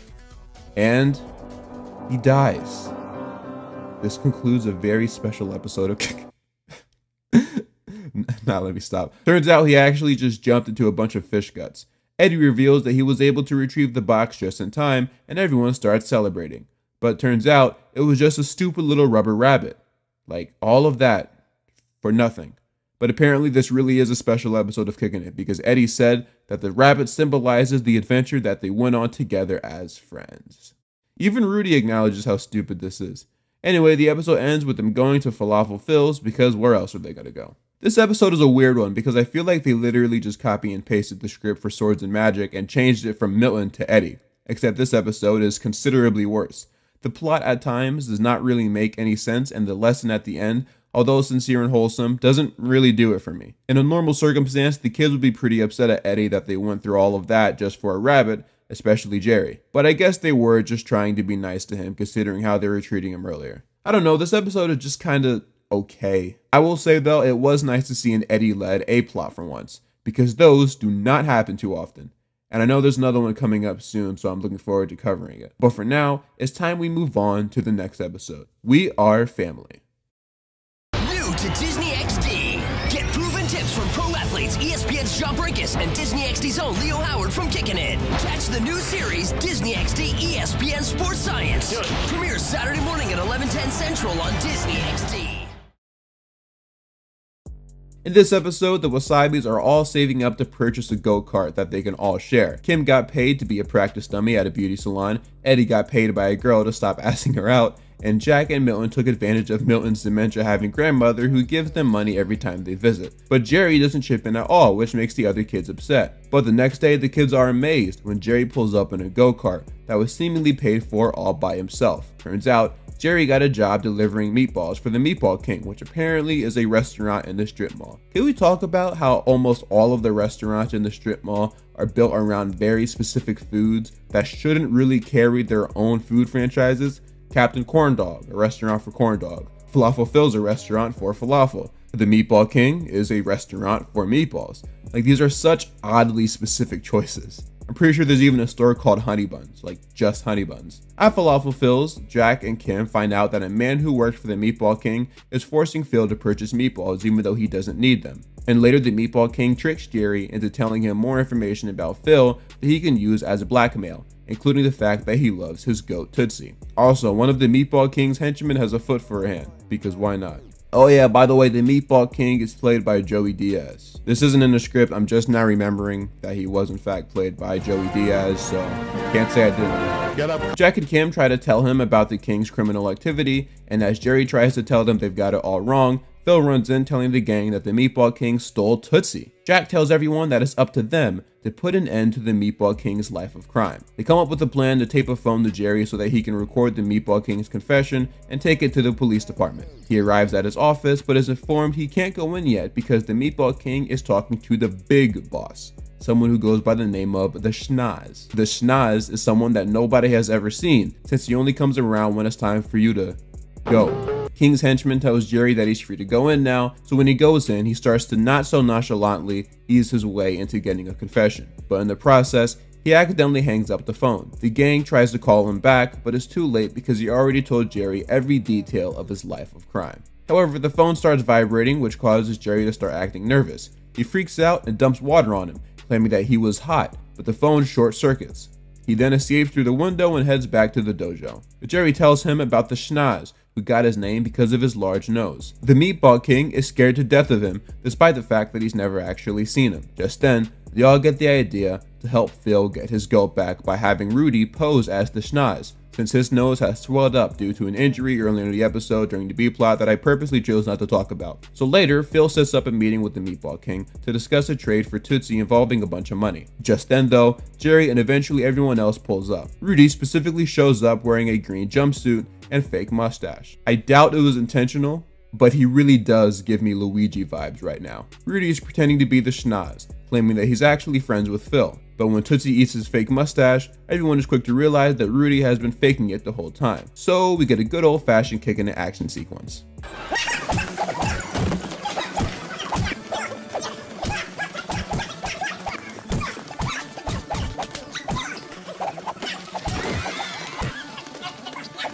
Milton, who's dressed like Victor from Despicable Me, points out the fact that the king has a meatball gun pointed towards Rudy. So without thinking, Jerry runs in front of Rudy and takes all of the damage. In slow motion, might I add. Rudy scares off the last henchman, and as the king aims to take a shot at him with his cannon, Joan, the security guard dressed as a prisoner, falls on top of the Meatball King, and Eddie tells her goodbye, addressing her as Norma. And honestly, I think it's funnier if I don't tell you the context behind that. Jerry apologizes to the gang about what happened, and of course they forgive him. So this episode is actually a really fun one. It's one of the more out there episodes, I guess. I don't know, it just had a different vibe to it. One thing that's interesting is the fact that literally, only for this one episode, the go-kart store took the place of Reptile World. Every other episode after this has a Reptile World there, and they never really acknowledge this weird change. Obviously, it was due to a lack of sets available, but for this episode, I don't think we really needed to see the store. There's plenty of other stores in the mall that we just don't see despite them being name dropped all the time,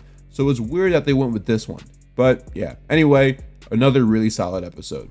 Another episode I enjoy is Hit the Road, Jack. This is an example of one of those classic kids sitcom episodes where they tease that the status quo of the series will change, usually teasing the idea of one character of the show leaving. For example, iCarly had that one episode where Carly almost went to live with her granddad, or even bigger, the I Quit iCarly episode. It might be nice if you showed a tiny bit of appreciation. Appreciation? You already named the show after yourself. I remember thinking the same would happen when Joe left Big Time Rush. I thought they were going to finish singing Worldwide only for her flight to get canceled or something. But no, she actually left, which surprised me. Kickin' It has 2 of these this season, and the first one, as I stated before, is called Hit the Road, Jack. In this episode, a man who represents the best martial arts academy in Japan, the Otai Academy, visits the dojo on account of Rudy inviting him to watch Jack perform at his match. After taking down his opponent, Kim and Jack share a hug that lasts a wee bit too long, and they get all awkward about it. Joan takes notice of this and puts 2 and 2 together. Kim quickly denies Joan, saying that there's nothing going on between her and Jack, but Joan is persistent and says that if she ever needs her, she's one call away. But it appears Kim might be running out of time because Jack was offered a scholarship to the Otai Academy to train with the best of the best in Japan. Jack tells everyone that he officially has decided to move to Japan and leave Seaford forever, and everyone is rightfully so, really shocked by that news. They point out the fact that the scholarship is for 4 years, and so by the time Jack returns, they will all be in college, which is a sobering thought for all of them, especially Kim. She congratulates Jack and goes to Falafelfil's, because of course she does, to talk to Joan. She admits that she does in fact have feelings for Jack, and she, just like everyone else watching this go down, is not surprised. She tells her that if she really loves something, she, under no circumstances, should let it go. So Kim goes up to Jack to start a conversation and is quickly reminded via hallucination to tell Jack how she feels about him. She doesn't take her advice though, and instead, Jack hands her 2 of the pictures they took while at a photo booth. So Kim goes back to Joan again for more advice. Does Joan not have, like, a whole strip mall to look after? How can she afford to keep doing this? Kim says that the words just aren't coming out, and Joan suggests that she instead sings her feelings instead. She then plays a song for her. First you broke some boards, then you broke my heart. Shut up!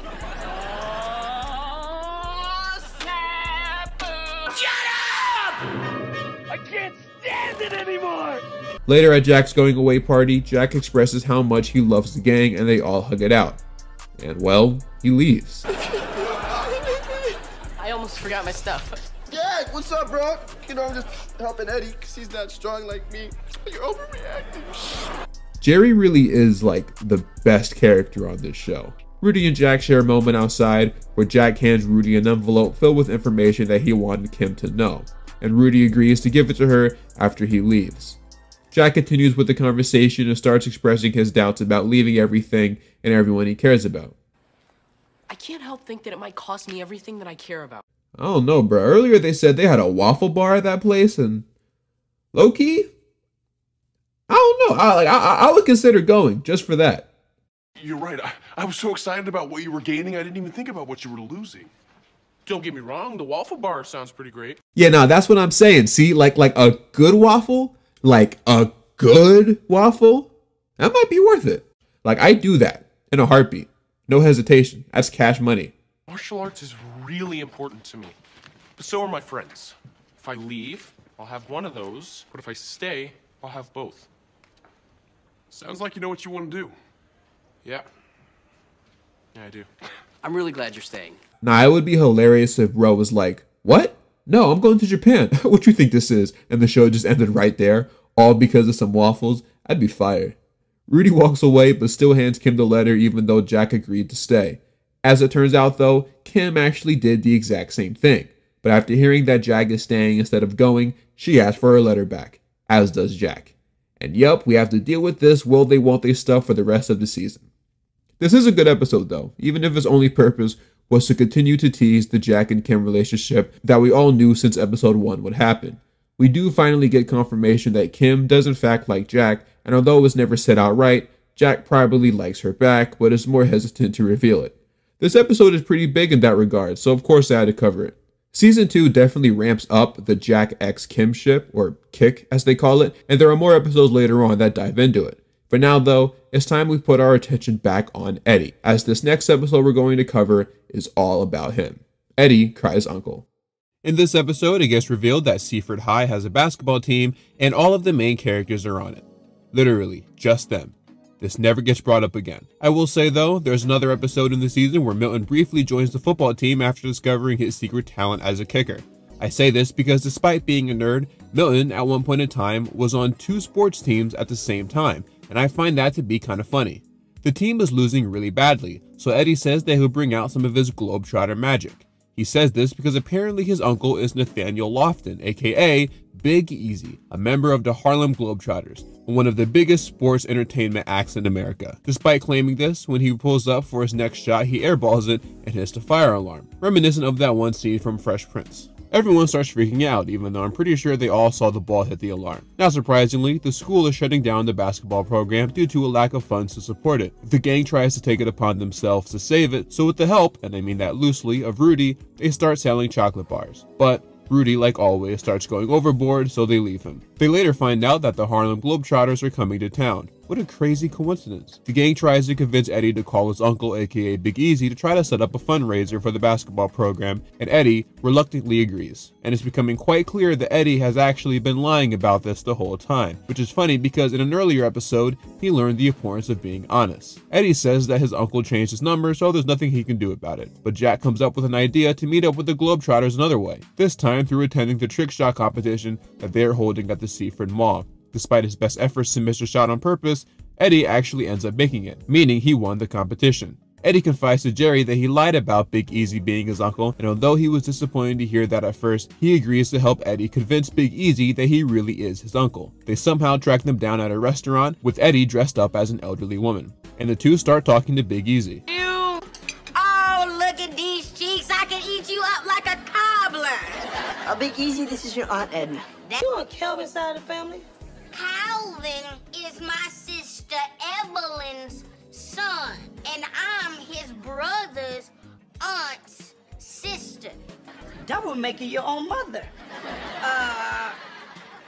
That's how we roll on Calvin's side, baby. I still reference that to this day. It's really funny. Jerry tells Easy about his nephew Eddie that won the trick shot competition, and Edna says that if Eddie ever asks for a favor, he should help him out, and he agrees. He then goes in for a hug, but accidentally pops Edna, so they scurry off. In the B-plot, Rudy starts giving out chocolate ball samples, and Phil starts doing the same with falafel. They start arguing about the space they're using, but accidentally find out that chocolate mixed with falafel is actually really good. So they start a business called Choco Balls, and shenanigans occur. Back in the A-plot, the Globetrotters arrive at the dojo. Eddie daps up Eazy-E, or whatever his name is, and asks them to put on an exhibition game to help raise funds to support the basketball program. He agrees, stating that he'll do anything for family. Then he and the team show off some of their moves to the kids. At the basketball game during halftime, Phil shows up dressed like Willy Wonka, claiming that it's actually traditional formal wear of his country. Naturally, Rudy is dressed like an Oompa Loompa. He tried to get a tan, and then his hair had a chemical reaction with the degreaser, causing his appearance. They head to the court and start advertising their Choco Balls, and Phil starts singing a song that is an obvious parody of whatever song they sing in Willy Wonka and the Chocolate Factory. To a land of your imagination, where all your chocolatey dreams come true. They start arguing, because of course they do, and Rudy starts firing chocolate balls into the stands, and then at Phil, causing security to drag them both out. That was always one of the few Kickin' It scenes that genuinely made me really laugh. It's so good. Jason Earls is really good with insane comedic scenes. When the game resumes, we see that they're totally getting crushed by the Globetrotters, but have an opportunity to put up their season high in points. 10. So they decide to go out in style and activate a move called the Catapult.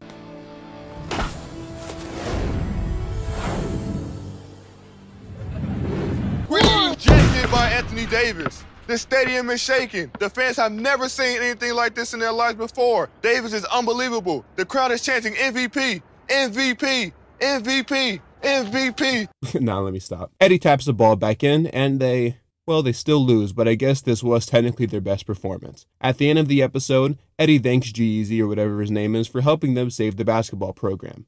But he confesses that he's not actually his uncle, and Easy Peasy Lemon Squeezy was well aware of that the whole time, but chose to help him out anyway. He tells Eddie that he would be honored to have him as an honorary nephew, and the two hug it out. Then, Marge the lunch lady runs after him, and the episode ends. This episode was always one of my personal favorites, and it's one of the few episodes focused on Eddie, so I had to talk about it. The basketball team being somewhat introduced for one episode and then never brought up again is absolutely hilarious. I'm not even sure if we ever find out if the fundraiser worked or not. Maybe it doesn't, considering it never gets brought up again. But yeah, this episode is fun. It has that good old Disney Channel guest star acting from Big G-Eazy-E. What you'll notice about Disney XD guest star episodes is that they are almost always just athletes. This kind of goes back to what I was saying in the intro about how Disney XD was supposed to be Disney Channel but for boys. And one of the ways they made that obvious was by trying their hardest to tie sports into their shows and programming. They used to literally air sports highlights in the middle of commercial breaks. It was hilarious.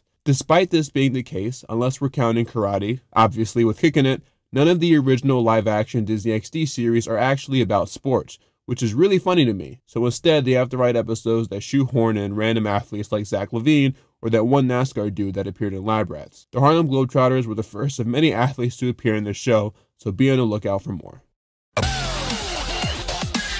I'm Leo Howard. Coming up next is Kickin' It on Disney XD. Breaking it down is... One of the best episodes of the entire series is definitely Kim of Kong, and as the title suggests, this is a very heavy Kim episode. In this one, Kim is getting a bit tired of having Milton as her sparring partner and wants to move on to Jack instead. Jack doesn't think that's a great idea, but Kim really does want more of a challenge. So she finally convinces him, and after sparring for about 10 seconds, Kim easily lays Jack out. Kim celebrates her win, and Jack gives her her props. After Kim goes to change, Jack speaks to Jerry and Eddie, and Jerry says that he did not see that coming. And Jack responds with, "Sometimes you gotta expect the unexpected." Jerry and Eddie quickly catch on and realize since Jack winked while he said what he said, that must mean that he simply let Kim win the match. Later, Kim celebrates her win over Jack in front of Jerry and Eddie and delivers what will become one of her 2 catchphrases. Boom goes the dynamite, boom, I said boom. I can't stand when she says that. And in case you were wondering what her other catchphrase is, oh yeah! Now this is my jam. Jerry starts acting suspicious and Kim forces him to tell her what's going on. So he tells her that Jack purposely lost while they were sparring. At the arcade, Jack is playing a game called Immortal Slayer. So there's actually a behind the scenes promo that explains how this game works, and it's pretty cool. They had Olivia Holt and Leo Howard come into this facility where they wear motion capture suits and perform the moves that their characters do in the show. From there, they add it into the characters from the game. It's pretty cool. It reminds me of that one episode of Ben 10 where the same thing happened. One of my balls fell off. After Jack finishes his game, Kim asks him why he let her win. And even though Jack didn't want to say it outright, it was in fact because Kim was a girl and Jack was a boy, and he didn't want to hurt her. But before he could continue with this conversation, the owner of the game company calls over Jack, who goes by the screen name of Thrasher. He announces a match between the two best players of the game that'll be held in the arcade, and the winner's avatar will be featured on the cover of the home edition of the game. Later, the game company owner, who goes by the name of Nathan, calls Jack over to the arcade to tell him that he's no longer the best player and will instead be playing against someone who goes by the name of the Skull Ripper, who, yeah, turns out to be Kim. At school, she confirms that all of this is simply about how Jack let her win in the sparring match earlier and how she wants to get back at him. So Jack says fine, if he wants a real match, she's gonna get one. So then later we see the two at the arcade arguing before the match commences, and we get one of my favorite Kim line deliveries from the entire show. Nathan talks to Jack about the fight and tells him that if he loses the game and Kim wins, it'll make more girls want to play the game, which will lead to more sales. Jack isn't sure about this, considering he already let her win once before and it did not go well. Plus, I'm sure this time around he wants to give her a fair fight. The fight commences and they both land some pretty good hits. Holy Hannah! I know that girl on the roof! Kim, stay where you are! I will find a way to save you! I do not like this character, bro. Golly, she is so unfunny. Fight continues and Jack takes a few more hits. He thinks about throwing the match, but instead remembers what Kim said earlier about wanting a fair fight, and blocks Kim's attack. You probably shouldn't have done that. Jack delivers some final blows to Kim and defeats her. Thrasher, you are the ultimate champion! Kim overhears Nathan talking about the deal he proposed to Jack, but Jack tells her that he was never going to make that mistake again. Kim takes it really well and the two make up.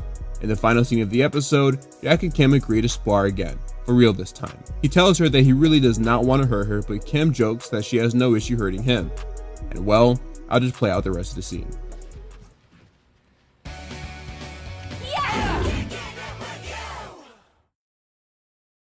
So yeah, we never do find out what actually ended up happening. The result of this fight never gets brought up again in this series, and I definitely understand why. Let's be real here, I don't want to be that guy, but Jack probably did end up winning this fight, just because of the fact that he's literally trained with the best of the best, and we've already seen him take on some of the best fighters in the world. I mean, bro is literally him. Win, lose, or draw, the message of the episode was not to hold back on female competitors if you're ever in a situation where that would present itself. At the same time though, I do not blame Jack for thinking this way. I mean, he cares about Kim, he didn't want to hurt her. He didn't feel comfortable going all out on her, even though I'm sure he realizes she's a very capable fighter. And in the end, he realized that wasn't fair to her, so he gave her what she wanted, a fair fight. You know what's funny? I'm glad I'm getting in all this Kim talk now, because if you're going by production order, she actually does not appear in the next 4 episodes. The reason being is because in real life, Olivia Holt had to begin production for her Disney Channel original movie, Girl vs. Monster. No, I will not be reviewing it, go watch Kian Carlisle's video on it. 1 out of the 4 episodes uses this opportunity to focus on the Rudy and Jack relationship that you'd think would be brought up more in the show, but hasn't. In It Takes Two to Tangle, Rudy and Jack head over to San Francisco to compete in a sensei/student competition. While there, they meet a man named Trent D'Arby, who, fun fact, is played by Matt Mullins, who is actually Leo Howard's real-life sensei. How fun. Trent D'Arby is another sensei that has his own dojo and actually has a bit of history with Rudy. Matter of fact, whatever past beef they did have seems to still bother Rudy because he starts freaking out and tells Jack that they're going to be leaving. He later tells Jack that Trent D'Arby beat him so bad that his girlfriend ended up leaving him and started hanging out with Trent instead. Trent went on to have a much more successful life than Rudy, and it makes Rudy mad to this day. Jack tells him that this isn't the time to run away though. He should stand up and face his fears, and Rudy agrees to do so, with Jack's help. The thing is though, just like in classic Rudy fashion, he starts to go a bit overboard. He gets into a heated argument with Jack and calls him an embarrassment after thinking he wasn't taking things as seriously as he should have, so Jack leaves. Later though, after witnessing how harshly Trent was talking to a student, he realizes that he should not have disrespected Jack the way that he did. Fortunately for him, Jack comes back to compete in the tournament, and Rudy sincerely apologizes to him. The two make up and realize they can still win the tournament if they get a perfect score. They both decide on doing a move called the Wasabi Whip that was only done once in a film. Rudy's hesitant at first, but Jack convinces him that anything is possible if they work together. So while they're performing, they take out their nunchucks and wrap them around each other. Then they take one huge leap and launch themselves into the air as they spin around like a giant human fidget spinner. And then this happens. I'm losing my grip.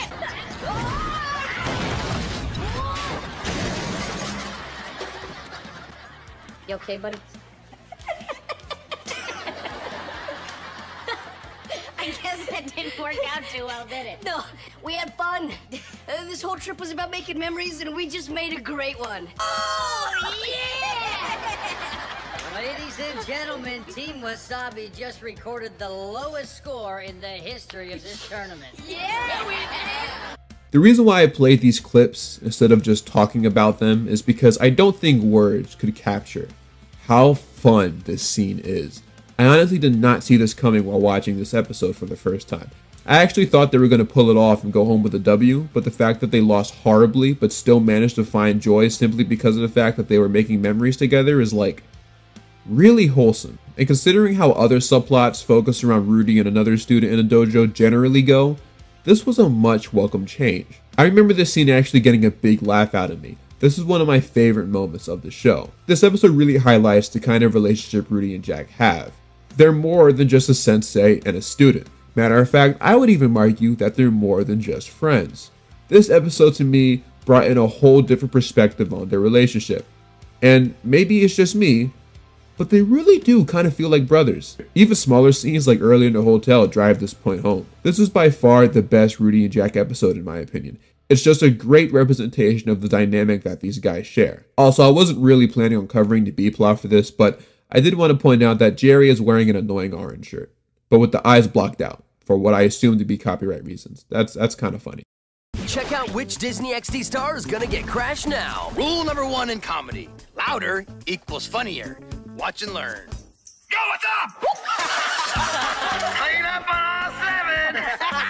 Oh, check this out. Leo Howard, please report to stage 2.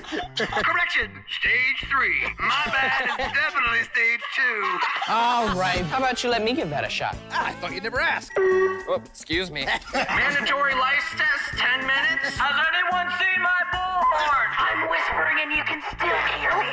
Oh, okay, guys, you know what to do. Yo!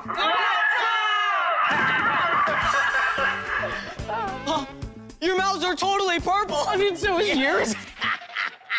Comedy rule number 2. Never trust the comic. Oh, and You've been crashed! Happy Pranksgiving! Keep watching all month long for Pranksgiving on Disney XD.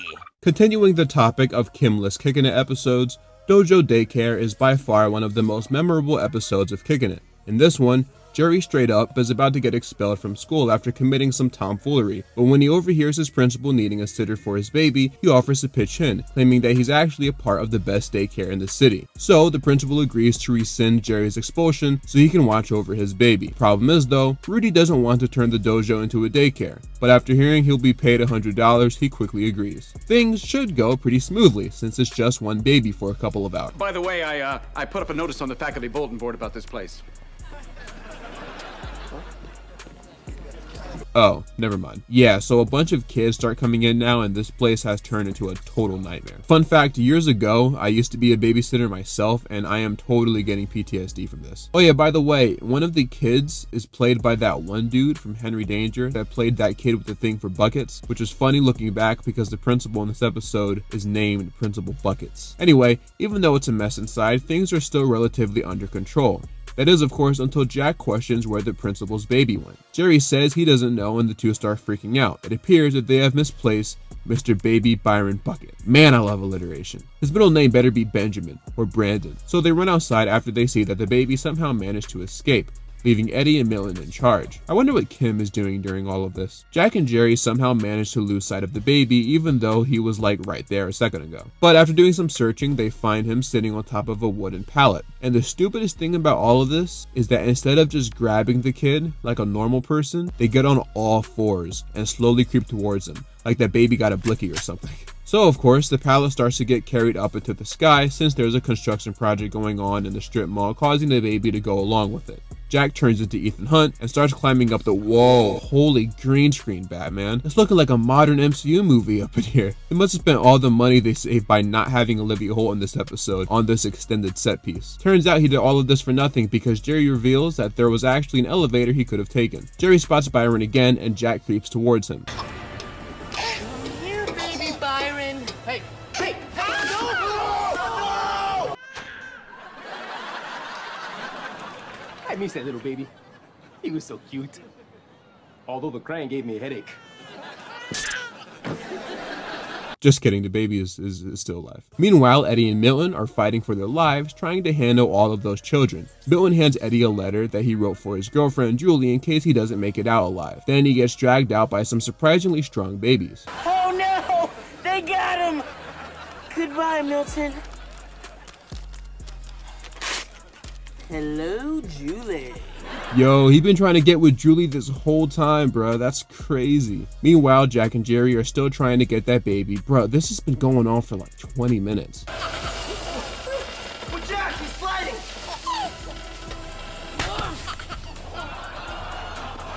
Jerry, I'm losing my grip! If I had $1 for every time Jack has said the phrase, "I'm losing my grip" in season 2 of this show.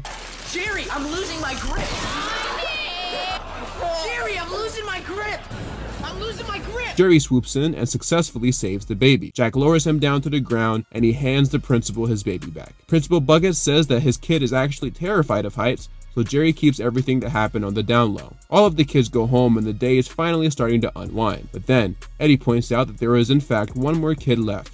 A baby named Maddie who just so happens to be outside in the construction zone. Jack and Jerry tell Eddie and Milton that they can handle this one on their own, so they send them out there. In the final scene of the episode, the 5 guys place their hands to some stuff to cement their friendship forever or something, I don't know. But then, this happens. Rudy, we're stuck. All right, nobody panic. I'm sure this has happened before. Worst babysitters ever. Okay then, this is another episode I consider to be peak Kickin' It. Even though there was hardly any karate in it, it was still a really enjoyable episode, and when everything is said and done, it might just be top 5 for me. This is definitely an episode I recommend watching, if you don't feel like going back to rewatch the whole series, but still want a taste of what Kickin' It was like. Another Jack and Jerry heavy episode is Bodyguards. In this one, the two are able to score tickets to see a band called Kung Fu Lightning perform in concert after running into the lead singer Izzy Gunner at Falafel Phil's. And yeah, he's kinda insane. Now if you'll excuse me, I've got to either go skate or bowl.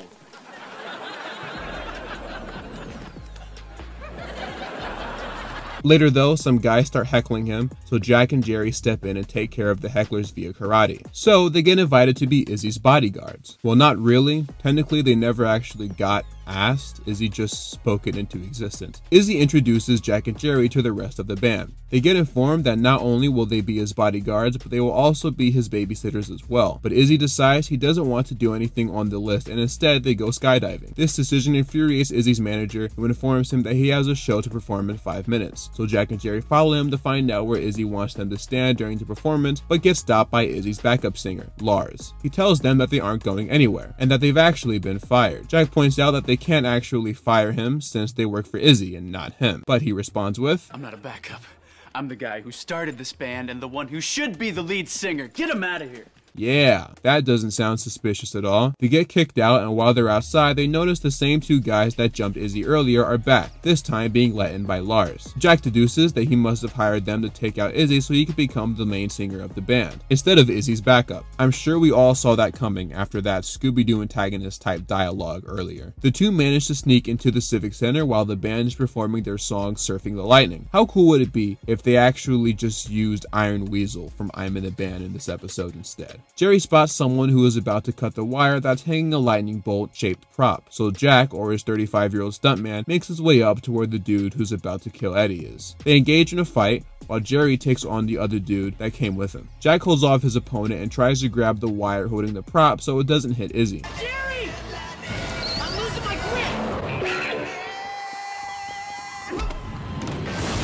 Security escorts Lars out of the Civic Center, and Izzy thanks Jack and Jerry for saving his life. He offers them the chance to come on the road with him, but they both decline his offer because they can never leave Seaford. Ironically, season 3 ends with them both leaving Seaford, but we'll talk about that later. Izzy's manager comes in and says that the crowd wants an encore, so Jack and Jerry fill in as guitarist and drummer. So just to recap, Jack is in great physical shape, great at karate, great hair, and he plays the guitar at an expert level. I would have hated this dude in high school, bruh. Jerry killed it on the drums too. What's odd is that although the episode ends with Izzy leaving and all signs point to him being a one-off character, he actually does come back a couple times later, surprisingly. I really don't think he needed to either, like his character is not that interesting for that. That's how you know he's friends with the creator or something. Kinda like the only reason why Thanasis is on the Bucks is because his brother is an all-time great. Overall though, this is a really fun episode. Nothing too crazy, but for what it's worth, I feel like Disney XD was made for episodes like this. Just stupid dude stuff. Look man, I like him as a character. I really do. But not gonna lie, this was the best few episodes stretch of Kickin' It that the show has had this season. And it's kinda interesting to me that this happened with Kim not in the show.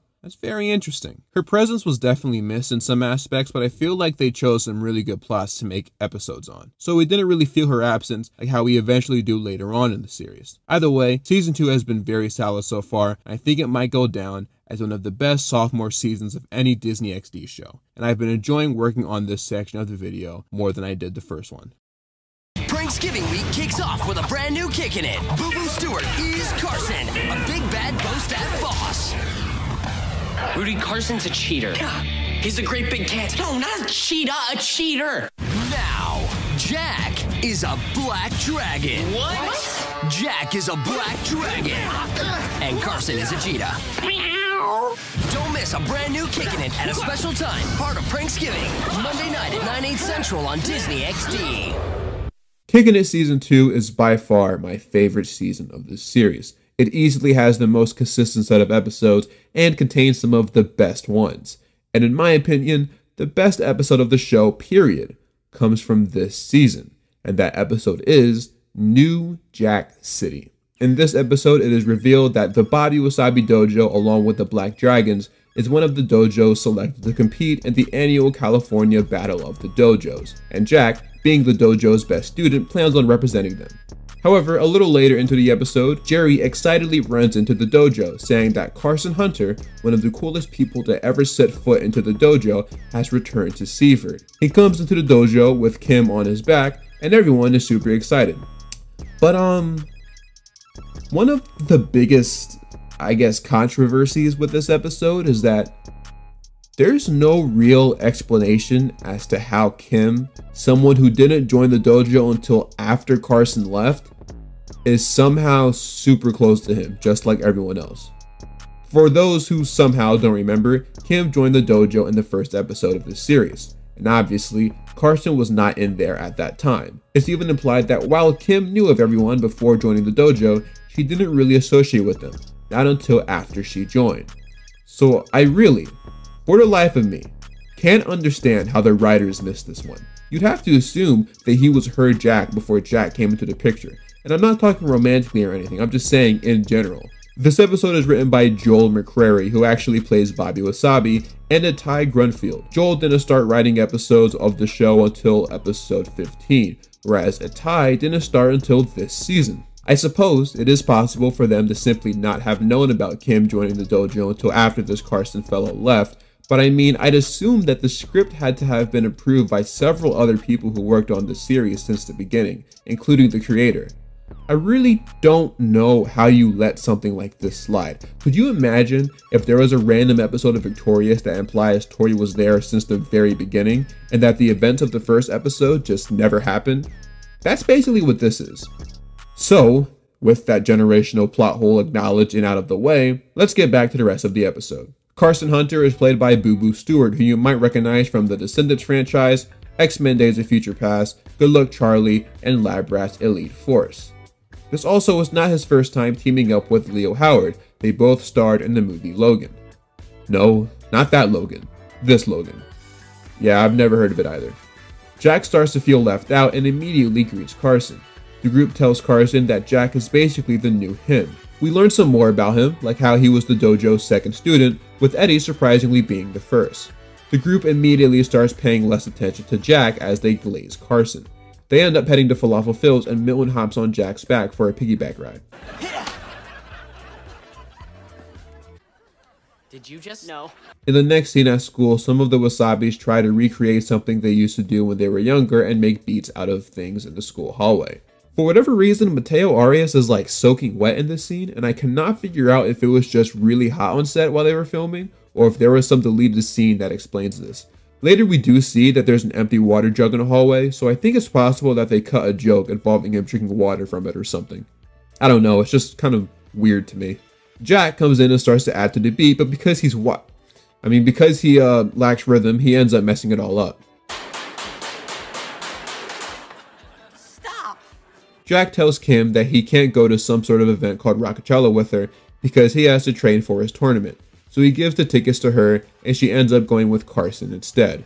Jack, again, starts to get a little jealous about this, especially since they were dancing together. Rudy says they should get back to practice though, so Jack starts using his bow staff. Carson tells him that he's doing some good stuff and that he might be the best man for the dojo. Key word, might. Feeling a bit challenged by those words, Jack tells Carson that if he wants to represent the dojo in the tournament, he'd have to spar him for it. Kim says it wouldn't be fair because Jack had been using his bow staff for months. But Carson says that despite the fact that he's a little rusty, he's still good enough to compete. And so they agree to spar. We get a really well choreographed bow staff spar match accompanied with some really sick camera angles and slow-mo shots, including one where Carson comes straight at Jack and breaks his bow staff in two, causing Jack to fall onto the floor. Holy Christmas nuts! Jack lost! Looks like I'll be representing the dojo. We'll be right back with Kicking It on Disney XD.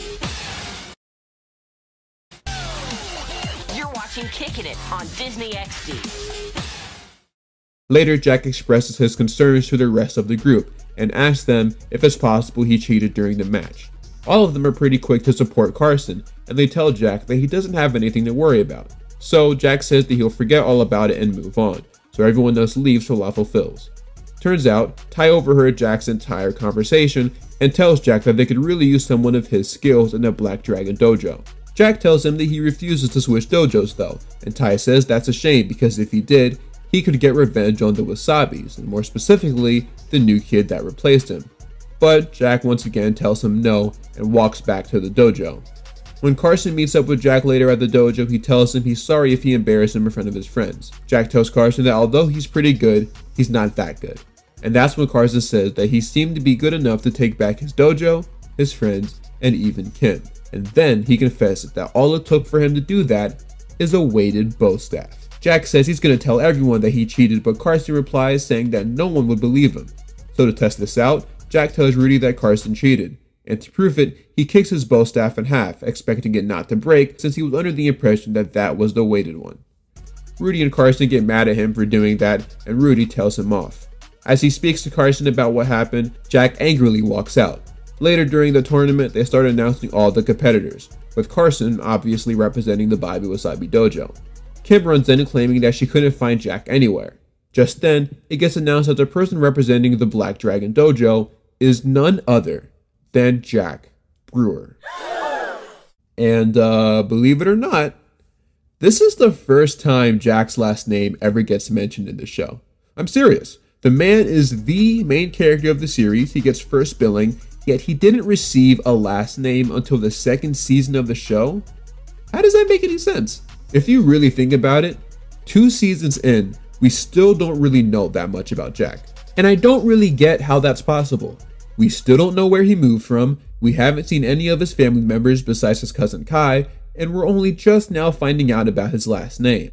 We've seen multiple members of Jerry's family, we've seen Eddie's mom, Milton's dad and grandmother or aunt, I forgot which one, and later on in the series we do see Kim's dad and we see Rudy's uncle. We never see Jack's immediate family though, and it's so weird how it never comes up. And I really can't think of a valid reason to keep his last name a secret this whole time. Like in Austin and Natalie, we don't find out Dez's last name until season 3. But it was funny because when it was revealed, that was the same episode we found out that his cousin is Dwayne Wade, so his last name is Wade. I doubt that was planned since day one, but at least the wait was kind of worth it. However, this dude's last name is just Brewer. Brewer, that's it. Like, that's kind of stupid, don't you think? Alright, whatever. Rudy confronts Jack about what he's doing, and Ty tells him that after all these years, he has finally been able to convert Jack into being a black dragon. Now stretch it out, Jack. I'm gonna strut around the mat and check the crowd for honeys. That's another really good line from the show. Forgot how funny it was. Jack tells the rest of the Wasabis that Carson is a cheater and nobody believes him. He says if that's the guy they want in their dojo, then he simply won't be in it. He heads back to the floor that the match will be held on, and the battle commences. Like the first fight from earlier, this one is really well made and again features similar slow motion camera shots. Carson gets flipped by Jack and unwraps his hand so he can call a timeout. During the break, he puts something on top of his fist, and Kim notices it when she goes to talk to him. Understanding that Jack was right the whole time, Kim goes up to him and tells him what she saw. But Jack reassures her that he knows what he's doing. The fight commences and Carson lands some pretty good hits at Jack, including one final hit that makes Jack collapse on the floor.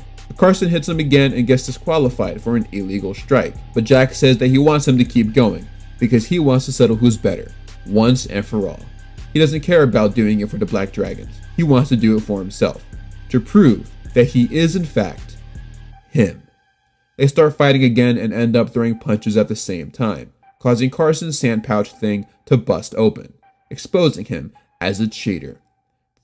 Then, Jack delivers the final blow.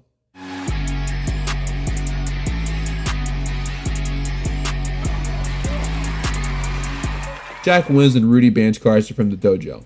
Everyone then apologizes to Jack and Rudy asks him if there is any way that they can convince him to come back to the dojo. And Jack responds with a very fitting message. Wasabi? Wasabi! Then the gang do slow-mo stuff in the news camera and the episode ends.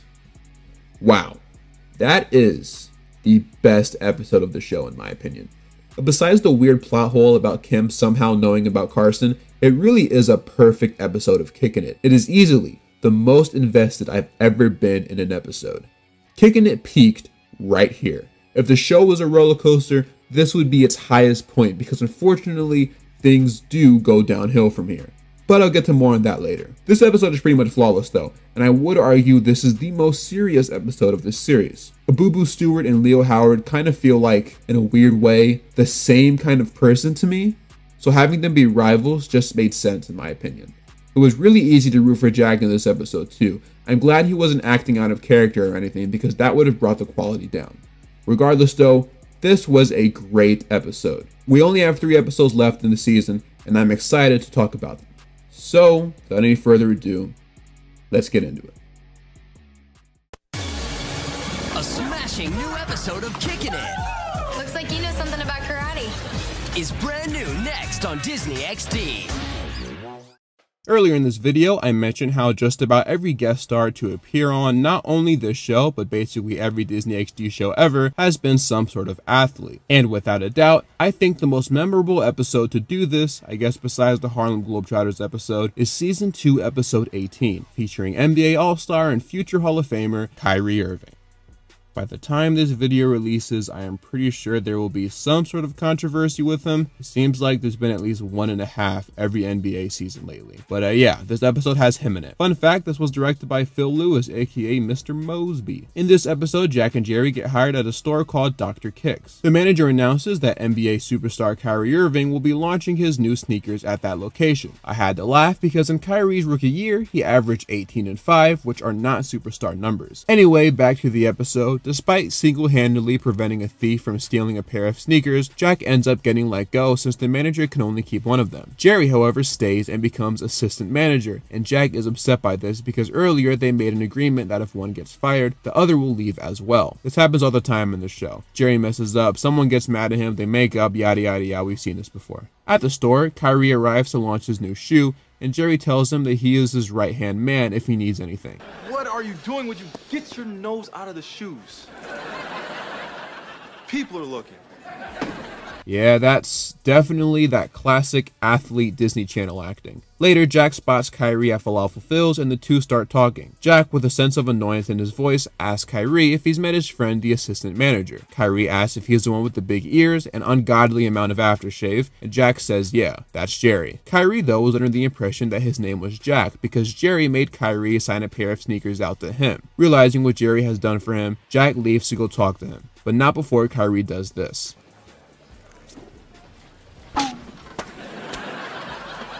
Not today, Kyrie Irving.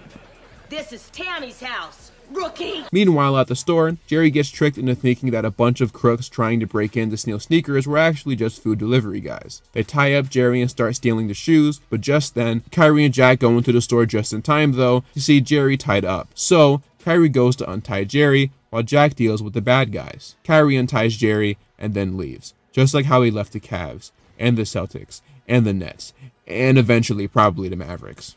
8.5 extra wide. I think I may have something your size.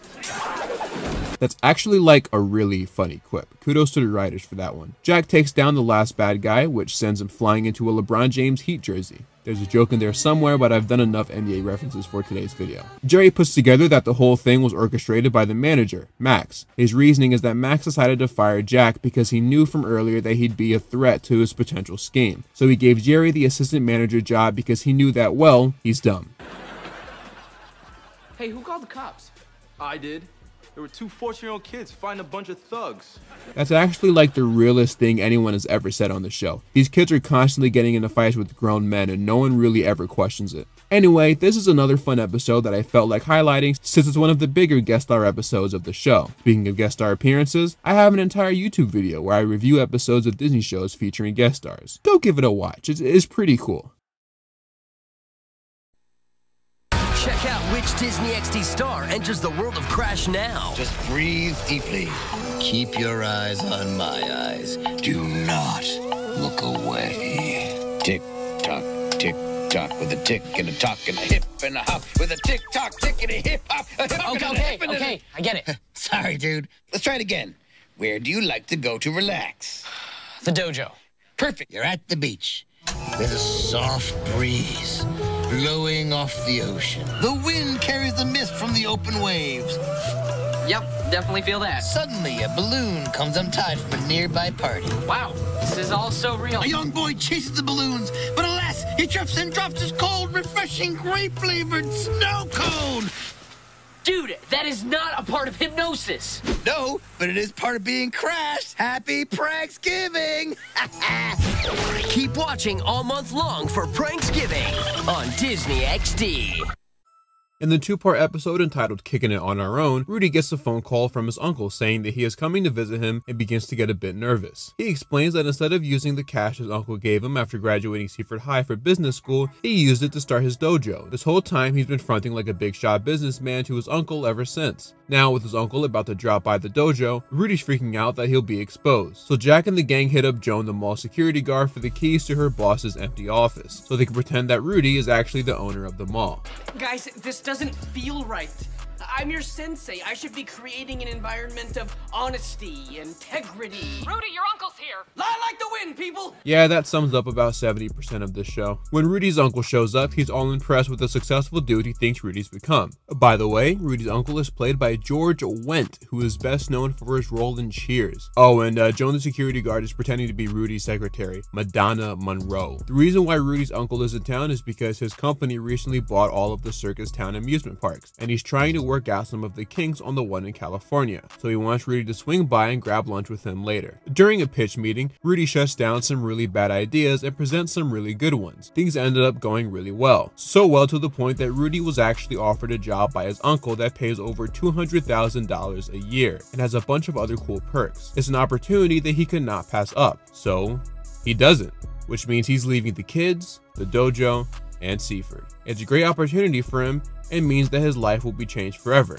in a good way. But here's the kicker. Later it gets revealed that since Rudy is leaving the dojo, Bobby Wasabi decided to sell it to the only sensei in town, Tai from the Black Dragons, and puts all of the former Wasabis through humiliating pain and torture. Despite these issues though, they try to stay positive for Rudy's sake, but eventually they can't fake it anymore, and they leave the dojo, despite the promises they made to always stick together. You hear that, Black Dragons?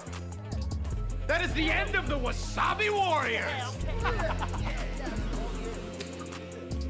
And that wraps up part 1 of Kicking It on Our Own. In part 2, the gang starts mourning over the loss of the dojo. They say that in spite of not being able to be in it anymore, they don't need it in order to stay close together. 3 months later, we see that Rudy and Joan are still working for the Circus Town amusement park. Joan tells Rudy about all of the dinner meetings that he has lined up with people, but we see how much those constant meetings have taken a toll on him. Feeling nostalgic, he reaches out to Jack and asks if he could get the gang back together. Jack says that it shouldn't be an issue because he's actually with them right now, but as the camera pans out, we see that that is not true. He's actually hanging out with Randy and some other guys from school. A nerdy kid runs up to Jack and asks him for help with a bullying issue, but Jack tells him that he doesn't really do the whole karate thing anymore. He then goes to track down some of the Wasabis. Turns out, Milton got accepted to Swarthmore Academy, the rival school to Seaford. He's getting hit on by a girl named Claire who will show up from time to time in the series. Jack tells Milton that he hasn't really seen anyone since they all went their separate ways, although he does run into Eddie every now and then. Jack continues saying he doesn't talk to Kim much and completely lost track of Jerry, but just as he says that, Jerry comes in playing guitar with the broom. He daps up Jack and says that he left Seaford to attend night school with his cousin so he can get a job as a custodian. Okay. Sure, why not? He tells them that Rudy wants to meet with them for dinner to discuss something and see how everyone is doing, but they both tell him that they are busy. So he goes to meet up with Eddie, who went back to taking dance lessons. Fun fact, I'm pretty sure this is just the Falafel Phil set. I love how Eddie taking dance lessons is the one thing that they actually kept up with for his character. It's the only thing that actually gets brought up consistently with him.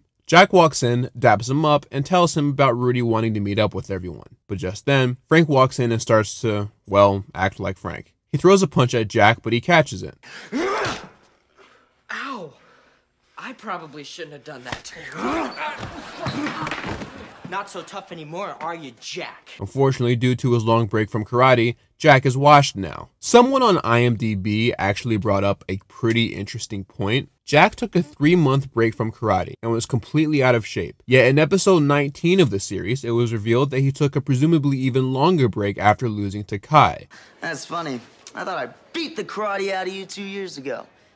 I'm a lot better fighter than I was 2 years ago. Despite that, he was still able to take down a bunch of black dragons in the first episode. So I guess it's possible that during his break he was still practicing karate on the side, just not as his main hobby since he had taken up skateboarding by then. Meanwhile, Kim is practicing her cheerleading because, oh yeah, I forgot she also does that. Jack walks in and asks if Kim got his message about meeting Rudy, but she starts acting rather cold to him. She blames him for the group splitting up, but Jack says it wasn't just him. They all went their separate ways. And then, a dude named Brett Flavors? Anyway, this dude named Brett walks in and it gets revealed that he is in fact Kim's new boyfriend, and Jack leaves at the sight of this. Later at Falafel Phil's, Jack is the only one to show up for Rudy's meeting, but then little by little the rest of the Wasabis start trickling in, and eventually so does Rudy. He tells them that the big news he wanted to tell them is that he got a huge job promotion, and so as a result, he is moving to Taiwan. After laughing it up for a bit, they all start to leave, but not before Rudy gives them one last message. Guys, this was great. And you know, you might not have me, but you still got the dojo and more importantly, each other. Yeah. I'll always love you guys. They all hug it out and once again go their separate ways. After paying the bill, Rudy heads to the former Wasabi dojo, which is now represented by the Black Dragons. And we get this great scene of Rudy remembering all of the good times that they had at the dojo. You don't walk away from your friends when they need you. You're a great sensei and you mean everything to your students. So you know what? We're gonna stay right here and do the best we can. Tai walks in and points out Rudy's waxed eyebrows, and not the fact that he gained a bunch of weight. Rudy thanks Tai for keeping the dojo going since the kids consider it to be their home, but Tai says that that can't be true because they don't even go there anymore. So Rudy lines them all up and asks why they lied to him about keeping in touch with each other and staying at the dojo. So they explain to him the circumstances that led to them leaving, and Rudy asks if he was still the sensei in that dojo, would they still be enrolled in it? And they all collectively say yes. So Rudy challenges Tai and his students to a match to get his dojo back. Tai agrees, however, they must first get back into shape since they are all a bit rusty. Fortunately for them, Milton's aunt is Jillian Michaels from The Biggest Loser. I wish I could say that was a joke. She trains Rudy and everyone else, and they all end up getting back into shape. During the match, Kim manages to take down her opponent, which leaves Jack to take on some random dude. But he gets distracted at the sight of Kim talking to her new boyfriend, and the match ends in a draw. This now means that Rudy is going to have to put the team on his back and get the W himself. However, that might be a bit difficult, because instead of Ty fighting Rudy himself, Ty hired a new sensei to take on Rudy, WWE superstar Kofi Kingston. The match starts and Rudy immediately gets a shot to the stomach, and we get this really cool slow-mo shot of all of the characters reacting to it, like it's some sort of anime or something. The production for this episode is abnormally high, and I love it. Sometimes the show legitimately has some really creative scenes. Rudy goes at him again, and yeah, nothing he's doing is working. He gets lifted up in the air, and we get another slow-mo shot, but this time with a reaction from the Black Dragons. Rudy goes down, and Kim tells him to end the fight, but Rudy says that he simply can't. It's not just a building, it's their building, and he wants to get it back. So Rudy remembers he's actually an extremely skilled fighter, and alright, I get it, slow motion is cool, wrap it up. He manages to do this weird slow-mo kick where he's like standing on Kofi's chest and pushes him against the wall, and he gets a W. Turns out Uncle Blake was there and saw the whole thing. Rudy tries to explain everything to Blake, but Joan already told him everything apparently. He tells Rudy that he's proud of him and leaves with Joan because I guess they're dating now. In the final scene of the episode, Kim breaks up with her boyfriend, claiming that she kinda has feelings for someone else, and the dude just walks off without even saying anything. It's kinda funny. Just then though, Jack comes up behind Kim after hearing the whole thing. It's awkward at first, but Jack plays it off very cool, claiming that he's glad he heard that. He then offers to take Kim out on their first official date, and Kim agrees. The two walk off to grab a burger, and the episode ends. Wow. These two episodes had a lot of stuff happening in them, especially that last one. I mean, good grief. It's so weird because like I had no memory of these two episodes existing prior to watching them for the first time, so like they kind of felt like weird fever dreams in a way. But with that being said, both episodes were pretty solid, especially the second one. That might end up as an all-timer. It had a perfect blend of legitimately good karate moments, accompanied by some solid humor and pretty high stakes for a children's show. We all know they were going to get the dojo back anyway, but seeing it all unfold was actually really entertaining. This is peak Kickin' It storytelling, not gonna lie. All it was missing was a Falafel Phil cameo. The jokes aside, it is really odd how this episode gave serious season or series finale vibes, but it's not either of those. It's just a classic, everything is going to change episode, and then of course, nothing actually changes. But it's still really solid. Plus, it had some random guest star cameos. Who doesn't love those? But it is unfortunately time that we wrap up season 2 of Kickin' It. This next episode is actually the highest rated episode of the series on IMDb, and it's the season 2 finale. It has to be a great episode, especially since season 2 has been really good. So, let's see what this episode is all about. In this episode, Jack is attempting to break the record for bricks broken under the age of 15. So Kim gives him a bracelet that he assumes is for good luck, but Kim says that is also something else. So Jack asks if it's a friendship bracelet, and Kim says, Jack, you know I think of us as more than just... More than just what? Uh-oh. But wait, didn't they literally go on a date in the episode before this? And remember, I'm going by production order, so technically this was intended to take place after the last episode. Whatever. Jack goes to chase Kim, but slips on a bunch of bow staffs laid across the floor, causing him to hit his head. Kim rushes over to ask if he's okay, and he says yes. The only issue is, he doesn't remember who anyone is. That's right, Jack has seemingly lost his memory. This is not good. He's gonna die. What? My pin light, his batteries are shot. That's one of the funniest jokes in the entire show, not gonna lie. I'm actually a bit surprised that they did that. The doctor said that Jack has a mild concussion, but he's going to be alright. Unfortunately, Jack's parents are out of town, so the gang is now tasked with helping Jack remember who he is by talking about the things he's forgotten. Hey, Jack, do you remember last week when you loaned me 20 bucks? No. He's fine. That's another solid joke. This is definitely the funniest season of Kickin' It. Jack doesn't remember anything about the dojo, so the gang tries to jog his memory back by telling him stories. Oh wait, this is a clip show episode, isn't it? Are you kidding me?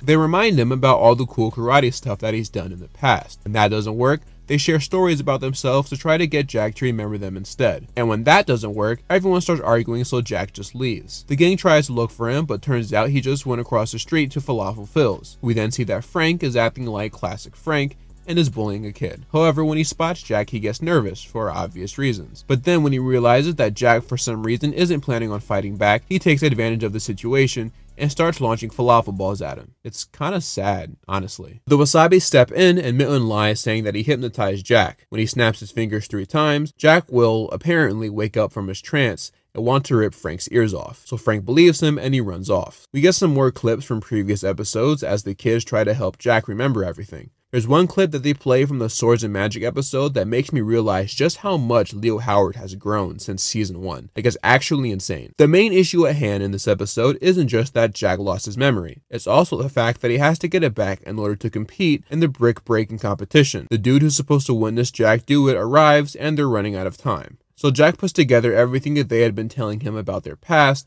and realizes that he isn't supposed to give up. He also doesn't want to let anyone down. So he gets on stage anyway. As he's getting ready to break the bricks, he looks to everyone one last time. And then, just like the slogan for Boomerang, it all comes back to him.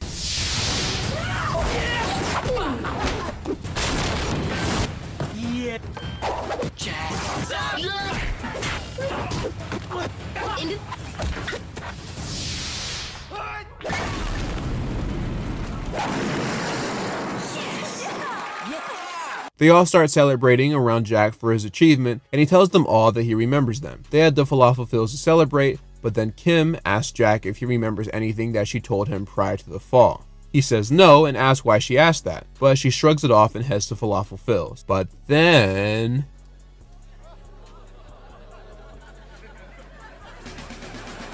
And then the final part of the episode, they just show some bloopers from the series that are actually pretty funny, but I'm not going to bother showing them. So this episode, although it is pretty decent, is also really weird, because most season finales of shows like this don't actually do anything special, unless it's something like Lab Rats that had an ongoing storyline. The way they recount old episodes, the way they shoehorn characters like Bobby and Jonah into it, and the fact that the episode ends with bloopers from previous episodes almost makes me think that this was written to be the series finale of the show if season 3 was not picked up. Now, one of the reasons I'm pretty sure this might have been written to end the show in case it didn't get picked up is because sitcoms ending with clip shows isn't something that is super uncommon. Leave It to Beaver, one of the oldest and greatest sitcoms ever, ended with one as well. Matter of fact, that was actually the first TV sitcom finale ever. To back up my claim that this episode might have been intended to be the finale of the series, Kickin' It didn't officially get renewed until November 2012, but this episode didn't premiere on Disney XD until December 2012, which means they filmed it months earlier, before they found out it got renewed. So it would not surprise me at all if the creators and writers met in a room and said, hey, this might be the final season, let's end it with a fun little clip show that doesn't make things too final of an ending just in case we do come back, but does serve as somewhat of a finale. And I mean, I get it, it makes a lot of sense. I wish more TV shows did this, honestly. Too bad the iCarly revival didn't do this. But with that being said, the episode is fine, had some pretty clever jokes, and was a good way to wrap up season 2. And really, seeing all of the characters on stage like that and celebrating Jack's win was a nice sight. Season 2 in general is definitely an improvement from season 1, and spoiler alert, it's the best season of the show in general. The Kim and Jack stuff is really starting to ramp up, with them going on an official date and the Kicking It on Our Own 2-parter. We know for a fact that these two characters like each other, although apparently they aren't officially dating yet, which I guess we'll have to leave until season 3. This season fixed just about every issue that I had with the first one. The episodes were better, the scripts were tighter, the characters improved, the jokes were funnier. I mean, man, this season was peak Kicking It. My favorite episode is definitely New Jack City, although Kicking It on Our Own Part 2 and Kim of Kong aren't too far behind it. By the time season 2 ended, Kicking It was without a doubt Disney XD's best show. Zeke and Luther was over with by then, Lab Rats wasn't even a year old yet, Pair of Kings was in its Adam Hicks era, so you know what that means, and Crash and Bernstein. Yeah, nah, Kicking It was definitely the best show on the channel. But wow, what a great season. I can't wait to see what Jack, Kim, Jerry, Rudy, Milton, and of course Eddie are up to in season 3. Now, if you excuse me, I'm going to go take a nap because I am tired. Oh, yeah. I forgot. You see, discourse around Kicking It, when it's not about Jack and Kim's relationship, is usually centered around the fact that Eddie Jones, played by Alex Christian Jones, never appears in an episode of the show again. And no, they never acknowledge what exactly happens to him. Now, there's been a lot of rumors as to what happened with Alex Christian Jones in real life that led to his departure from the show. Some say that he got kicked off for whatever reason. Others have said that he moved to England to take care of his grandmother. And I've seen some other ones as well. Truth is, there's been a lot of different stories out there. And I needed to know the actual answer. I've waited long enough. So, I decided to contact Alex Christian Jones and ask the man himself what happened to Eddie Jones. But I couldn't find bro's contact information, so instead I'm just going to play this clip from an episode of The Boys podcast featuring Alex Christian Jones, because apparently somehow this dude was able to contact him and I have no idea how. Okay. For the viewers at home and me, Yes. What happened to Eddie, slash Alex in regards to... Actually, so I'm glad you brought that up because there were a lot of rumors as to what happened. Honestly, man, I just kind of went back to living what was a semi-normal life. Just kind of went back home to Birmingham and Alabama, not England, not like the UK. Just went back to school and just kind of did whatever, honestly. So that was kind of it. So, yeah, it seems like he just didn't want to pursue acting anymore, at least not full time. I'm not here to make stories about this dude or anything, but we have heard in the past how much of a struggle it is to be a child actor, especially on Disney. So, it's definitely possible that he just didn't want to do the show anymore, so he left. My issue, though, is that according to Dylan Riley Snyder, aka Milton, originally, the plan was to reveal that Eddie moved to Australia sometime between Season 2 and Season 3. But the episode was cut out before the episode aired for whatever reason. I meant to say that the line was cut out. Which to me kind of feels disrespectful. Eddie isn't the only character from a children's show to leave during production, though. It's not that rare of an occurrence. But for a main character, someone whose name shows up in the intro, to disappear and to have none of the characters acknowledge it is really weird. And the unfortunate part is that even though none of the episodes that air after Season 2 feature Eddie, to me, his presence isn't really missed. Eddie always felt like an afterthought in this show. He didn't really have a set role in the friend group. In every kid's sitcom that features a group of friends, you only really need 4 characters. The smart one, the dumb one, the main character, and the girl. Obviously, depending on the character situation, it can change, but for the most part, that's all you need. Milton was the smart one, Jerry was the dumb funny one, Jack was the main character, and Kim was the girl. Lab Rats had this same setup. Smart one, dumb one, main character, girl. Other characters have different versions though, like Big Time Rush, smart one, dumb funny one, main character, and James, I guess. The point is, throughout the show, I was struggling to find what exactly Eddie's role was. He wasn't cool enough to be considered cool, and he wasn't nerdy enough to be considered a nerd. He wasn't really the dumb character, but he wasn't really a genius either. Wasn't super positive, wasn't super negative.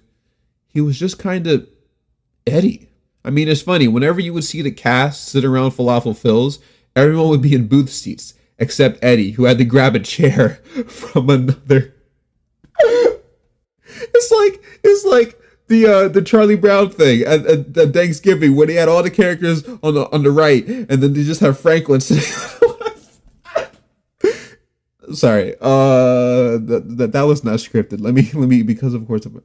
Besides, of course, diversifying the cast, on a story standpoint, he didn't really change anything. And when you look at how he was written compared to the other characters, he easily got the least amount of development. I actually have a theory that Eddie wasn't even a part of the original pitch of the show. And if he was, I have a feeling he was the last character that they came up with. Think about it. Everyone else in the show, with the exception of Rudy, I guess, had catchphrases. Okay, you probably shouldn't have done that. Oh, really, Jerry? Really? Holy Christmas nuts! Boom goes the dynamite! Boom! I said boom! All of them had really strong personality traits, and Eddie just doesn't. And so now, moving forward with the second half of the series, I kinda don't miss him because he wasn't that strong of a character. And this has nothing to do with Alex Christian Jones. He did a good job. But tell me I'm wrong in saying that they did nothing to develop his character. Guys, tell me, what is your favorite Eddie moment from Kicking It? What is your favorite Eddie quote from Kickin' It? They could write in anything about Eddie's character, and I wouldn't go, hey, that's out of character for him, because he barely has a character. There's even a funny line in New Jack City, where Rudy says that the dojo is like a bird, and all of the students are different parts of it. Everyone except Eddie. I guess I'm kind of like a feather. You're not part of the bird at all. It honestly felt like a foreshadowing moment. But I mean, hey, it is what it is. It happens, I guess. Eddie Jones, I'm sure there are people out there that miss you, my man. Wherever you went. This is the end of the classic Kickin' It era. Obviously, a big reason for this has to do with Eddie no longer being with the group, but also has to do with the fact that the characters are all kind of written a bit differently in the last couple of seasons. They begin to be written a lot more like teens instead of kids, which is only natural considering the aging of both the actors and characters. Season 3 of Kickin' It starts off with one of the series' only big event episodes, Spyfall, an obvious parody of The Game Plan. Spyfall is an episode that, at least originally, was supposed to set up the entire future of the Kickin' It franchise and is highly regarded to be one of the show's best episodes. It starts off with the Prince of Hakmakistan arriving at Falafel Phil's.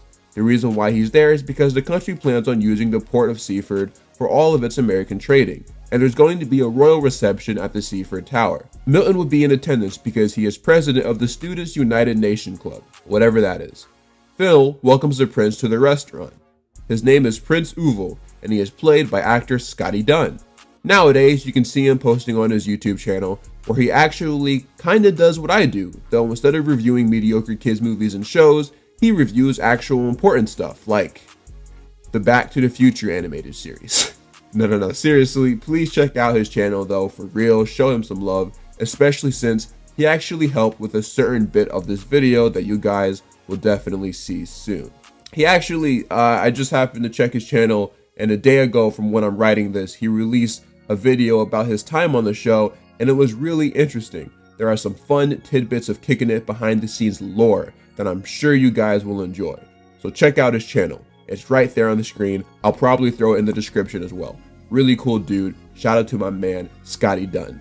Anywho, back to the episode. Jack feels disrespected that Prince Uval offers to pay for the meal he and his friends just shared, since he wanted to use the money that he received from his new job at the dojo.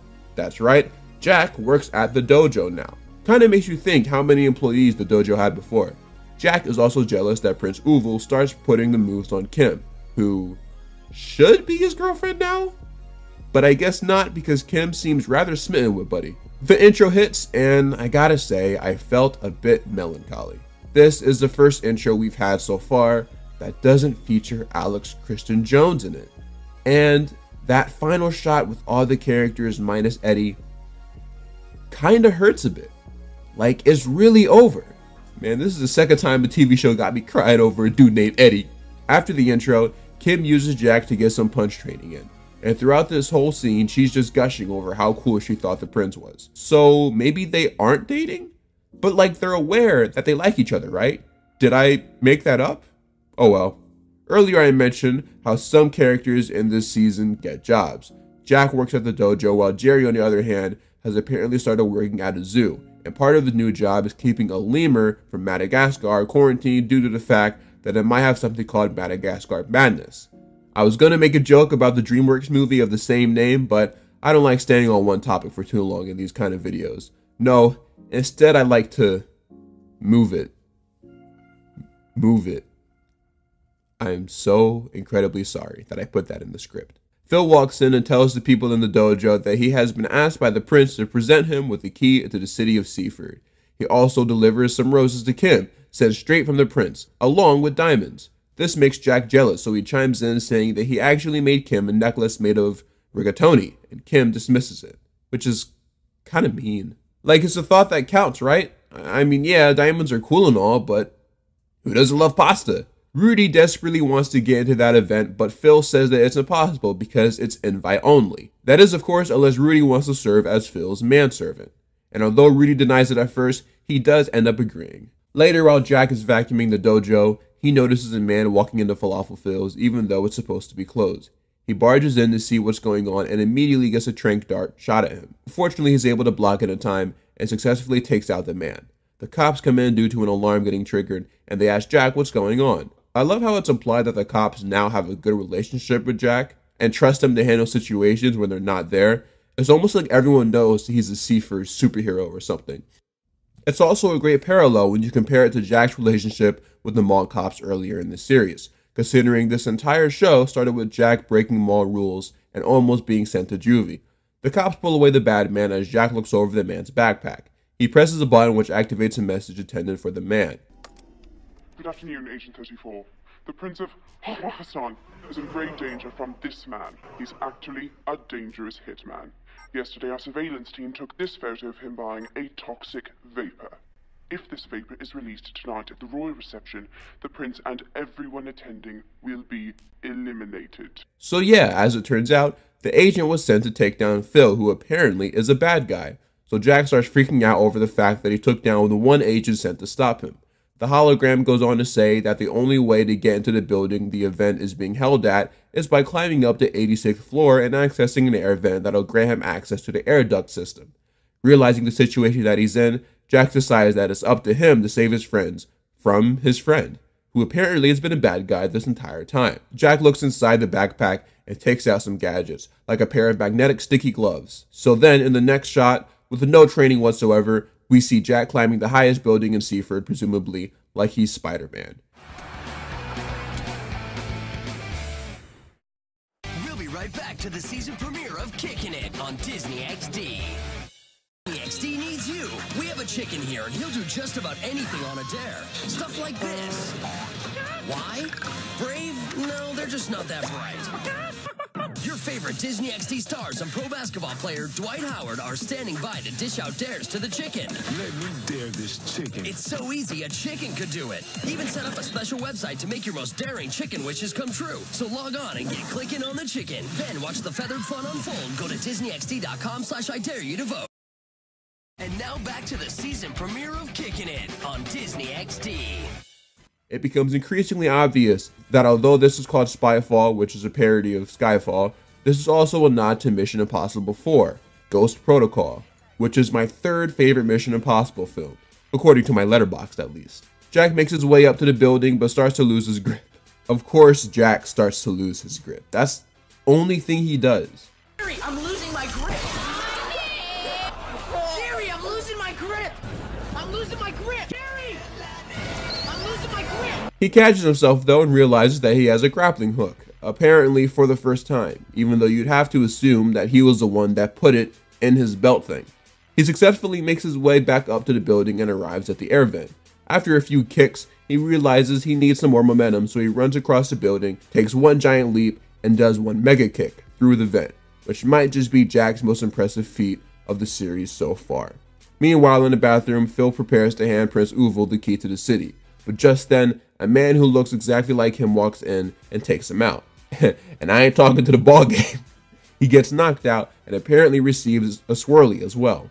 It's revealed that someone is wearing a very Mission Impossible style mask and plans on taking Phil's place and handing the prince the key, but he swaps the real key for the fake one, which presumably has the toxic vapor inside. Later, Jack makes his entrance coincidentally into the bathroom at the same time that Phil walks out of the stall, and the audience cheers for whatever reason. Jack corners Phil and gives him one chance to tell him what's going on, and Phil explains that a man that was wearing a mask with his face on it shoved him in the stall, though he added a few false details that includes Phil actually getting in some punches.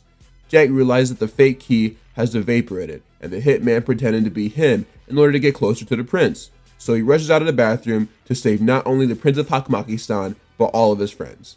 Except Jerry, who is currently helping Joan get over a case of mad lemur disease, and Eddie, who apparently doesn't exist anymore. Rudy introduces Phil on stage and Jack immediately catches up with him. Imposter Phil starts to activate the vapor, and Jack kicks it out of his hand, and Kim impressively catches it. Good hands, Kim. So, in a sentence I never thought I'd say in my life, Jack and Falafel Phil start throwing hands, and Jack instructs Kim to throw the key out the window, and that thing explodes. Kim came in clutch, for real. Jack and Imposter Phil start throwing hands with each other, and this really is one of the best fight scenes of the entire show. Dan Adut and of course whoever is playing a stunt double is actually keeping up really well with Leo Howard. Jack ultimately ends up flipping him over a table, which I feel like happens a lot in the show, and successfully takes him down. I love how Milton is barely concerned that Jack just absolutely destroyed one of his good friends. From Milton's perspective, it must be so weird seeing Jack just go ape on a simple falafel salesman. He does explain though that it isn't actually Phil, and when fake Phil asks who Jack is, he simply responds with, Brewer. Jack Brewer. Huh, I guess this episode is back to being a James Bond parody. I would have gotten away with it if it wasn't for those meddling kids. And now it's a Scooby-Doo parody. Uval thanks Jack for saving his life and asks Kim if she wants to come with him back to Hakmakistan. Kim quickly denies him though and returns the necklace he gave her to him. Uval says his goodbyes and we never see him again. Or do we? Kim tells Jack that despite the fact that every girl loves getting attention from a handsome prince every now and then, she doesn't feel safer around anyone else in the entire world than him. And the episode ends with the two slow dancing to some slow music. Are these two a couple or not, bruh?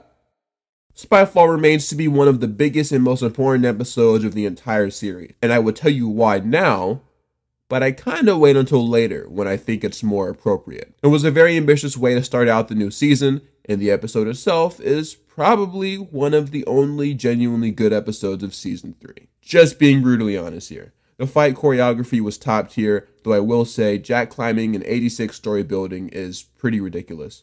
But it is a Disney XD show, so whatever. Finding episodes worth talking about in season 3 was really hard. I am trying my best though with this one, guys. It's just, this season is really bad. It's almost like they ran out of ideas after the second season. But yeah, season 3, we're here. And Eddie is not. Spyfall was a great way to start. Time to dive in further with season 3. Get ready to ride. Disney XD's non-stop summer ramps up. Strap on your helmets for brand new Crash and Bernstein, new Lab Rats, and new Kickin' It. I gotta go call my mother! You've seen too much. Well, that was rude. Learn new tricks. Sometimes I hear music in my eyes. Chomp into the new show, Pac-Man and the Ghostly Adventures. My favorite show. Scary. Power to the pedal. This is gonna be a breeze. Non-stop summer starts Monday, June 17th on Disney XD. Season 3, Episode 2 is called Dueling Dojos, and in this one, Rudy is tasked with finding a home for Sam, a little boy who used to live with a group of monks at a monastery. Sam is played by Rio Mangini, who you might recognize as Ace McFumbles from Bella and the Bulldogs. Fun fact, I'm pretty sure this was like one of the last TV shows that I watched from Nickelodeon, and I actually kind of liked it, even though I was outside of its demographic. I actually, stumbled across the Bella and the Bulldogs Google Plus roleplay community once. I don't know what else to say after that, honestly, but I did in fact stumble across it. Anyway, although Sam on the surface seemed to be a pretty well-mannered kid, he's actually quite the opposite, and immediately starts terrorizing the Wasabis. Rudy says that his main reason for watching this kid for the Grand Master is so he could use his condo at the beach club. He tries to dump the child watching responsibilities on the kid since he has to run the dojo, but then Jack and Jerry tell him that they can watch the dojo for him, so he can look after Sam himself. So the rest of the A-plot is spent showing the after effect of this decision. Jack and Jerry both have their own ideas on how the dojo should be ran. Jack has been pretty dismissive over Jerry's ideas because he thinks they're dumb. And yeah, they kinda are. Jack wants his dojo to be honorable and respectful, whereas Jerry just wants to have fun. So this leads to Jerry leaving and starting his own dojo inside of the Falafel Phil restaurant, Judo Jerry's. People from the Wasabi Dojo start to flock over to Jerry's dojo after revealing some of the new cool food related perks. Plus they have fun little dancing breaks every now and then, reminiscent of iCarly.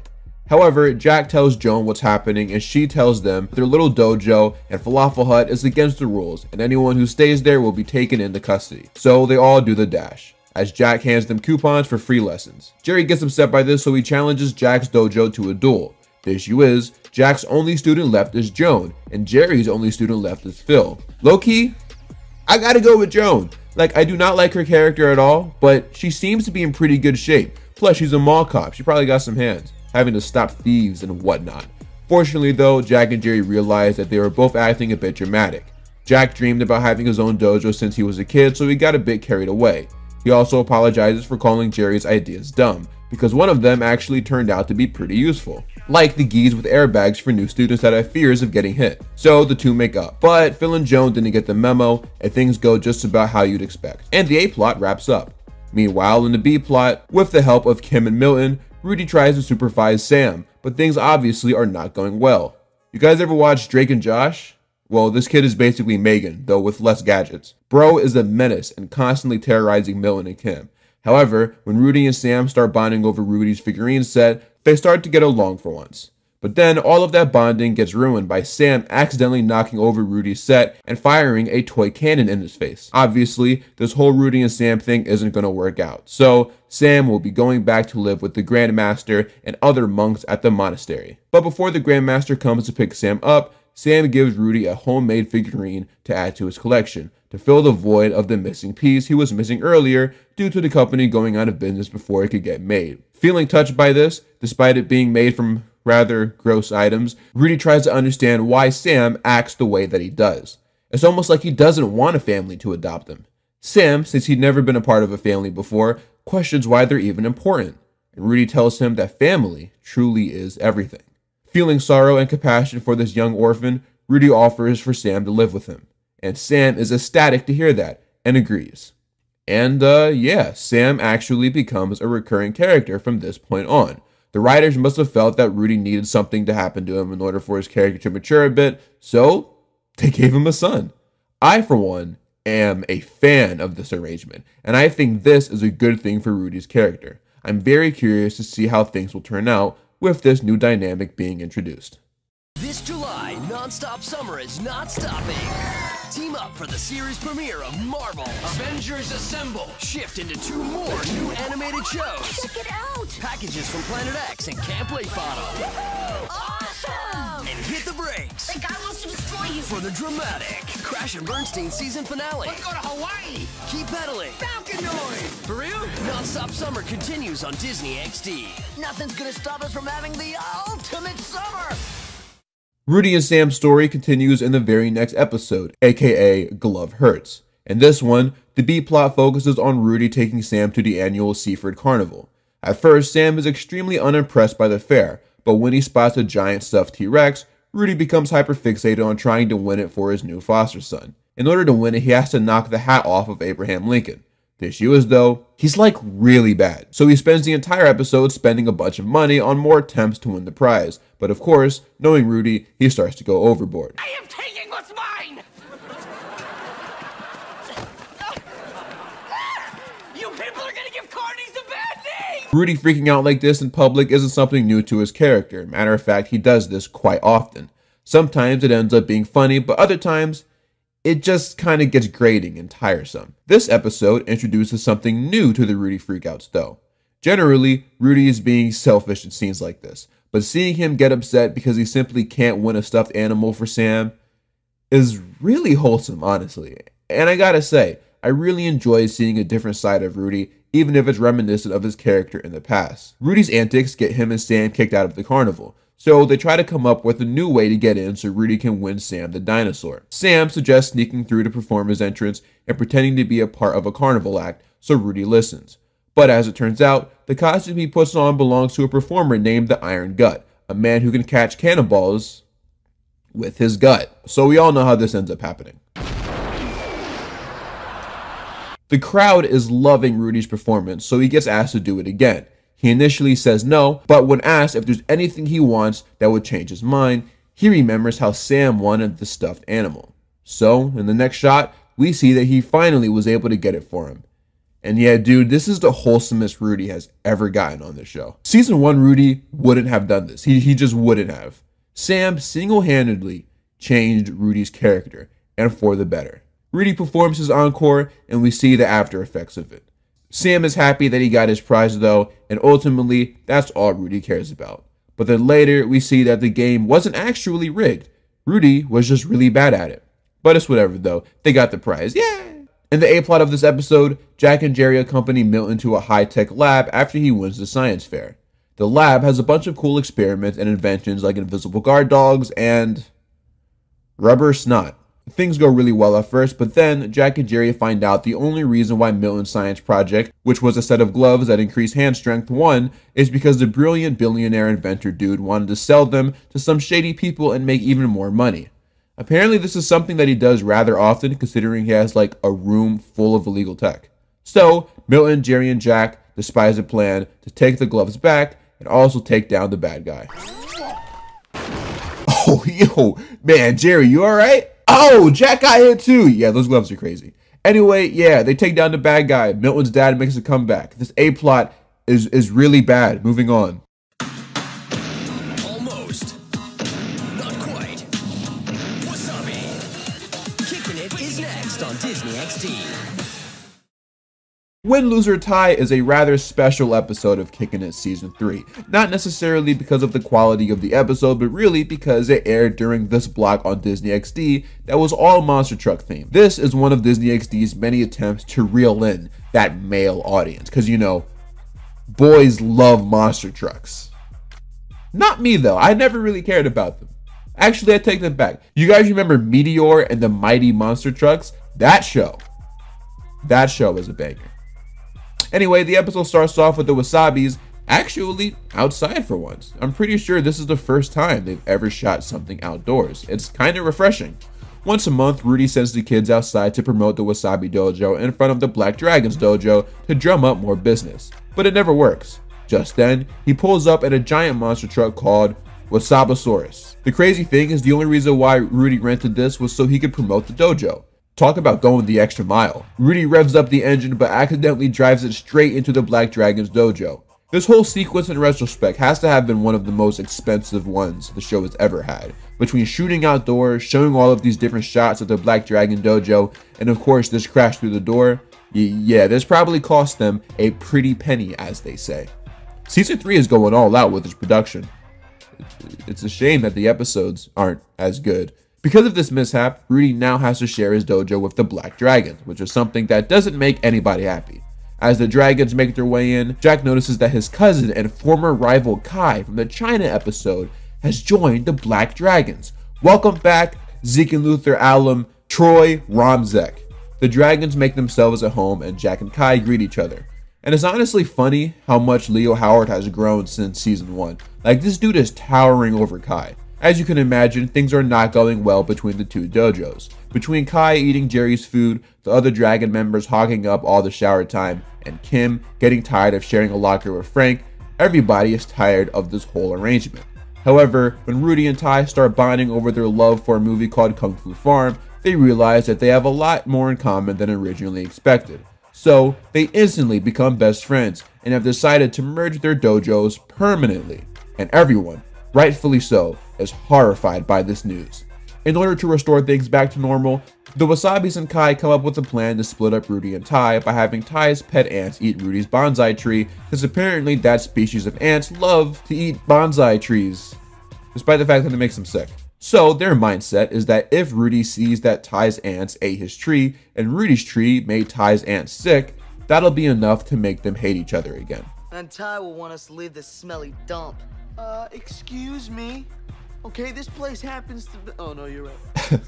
That's funny. So the ants get to work and eat Rudy's tree, which Rudy notices when he and Ty get back from square dancing with each other. And Ty notices how sick his ants are now. Things get heated at first, but then... You have suffered an unimaginable loss! Huh? As have you. It appears that their newfound appreciation for each other is too deep now. They're actually starting to forgive each other. What are the Wasabis going to do? Rudy and Ty call for a dinner meeting to celebrate their first week together as a joint dojo. They leave to grab a cake, but then Milton accidentally launches a crab leg at Kai's face, which somehow starts an all-out brawl between both dojos.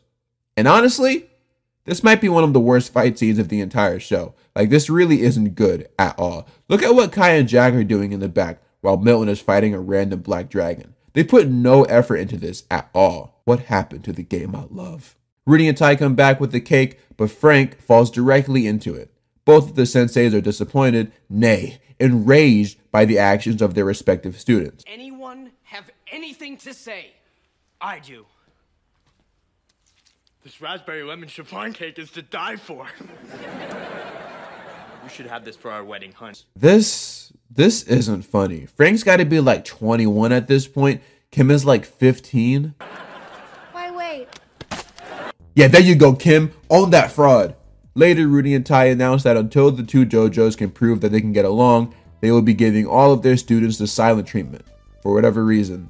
But Jack, Kai, and Kim tell their senseis that they were right. They should have reacted better to the merge of the dojos and learned from their example of letting go of grudges from the past. In honor of that message, the students got them both a gift to share. It's called a ranking board, which is something where members of a martial arts school have their names displayed on wooden slats in order of seniority and divided by rank. So you can imagine that Tai felt a bit disrespected when Rudy put his name over his. So he takes Rudy's name off and places his own name in the top spot.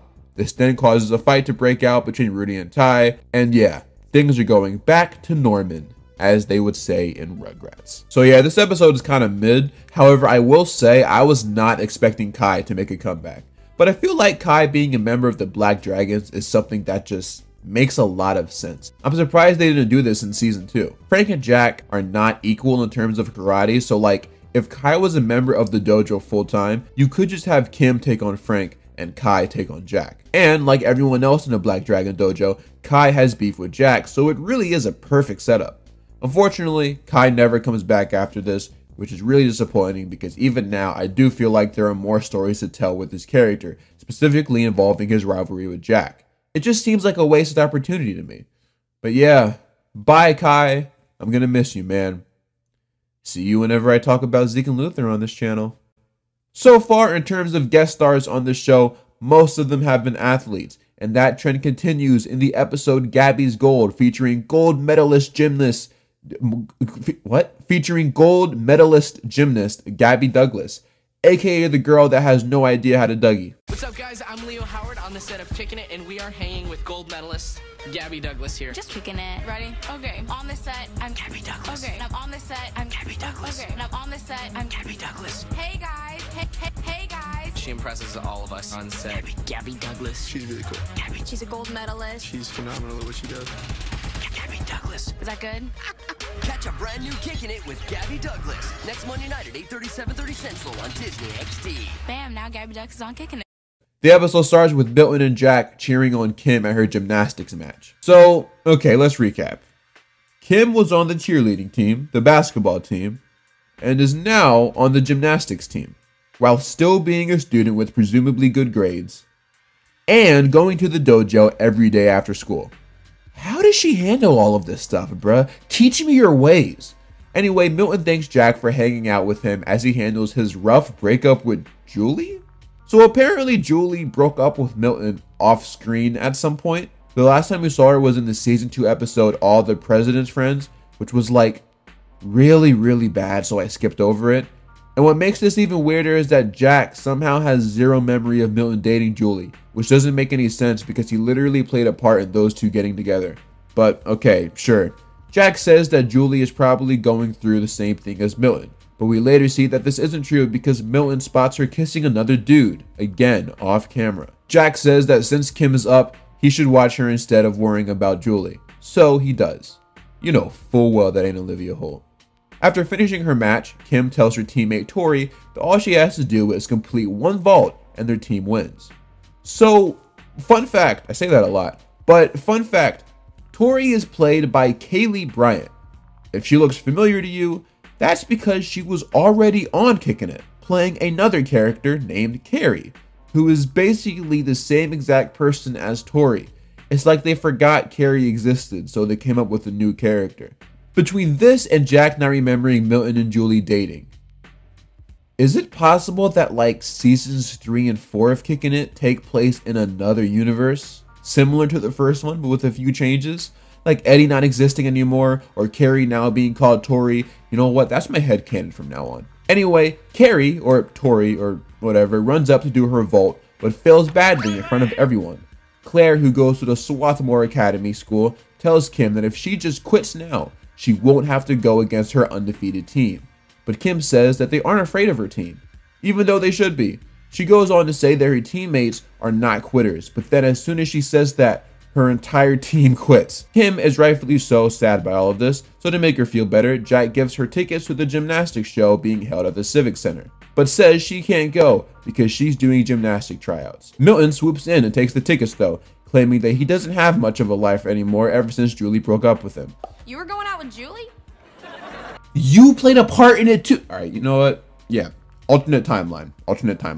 After an unsuccessful tryout session, Kim heads back to the dojo where Milton informs her that while he was at the Civic Center, he informed a girl there about her situation and she agreed to coach Kim's team. But Kim is quick to deny her help, saying that she doesn't want to be coached by some pimply-faced wannabe gymnast. Which is kind of mean. But then, Milton explains that she'll actually be coached by Olympic gold medalist Gabby Douglas, and Kim starts geeking.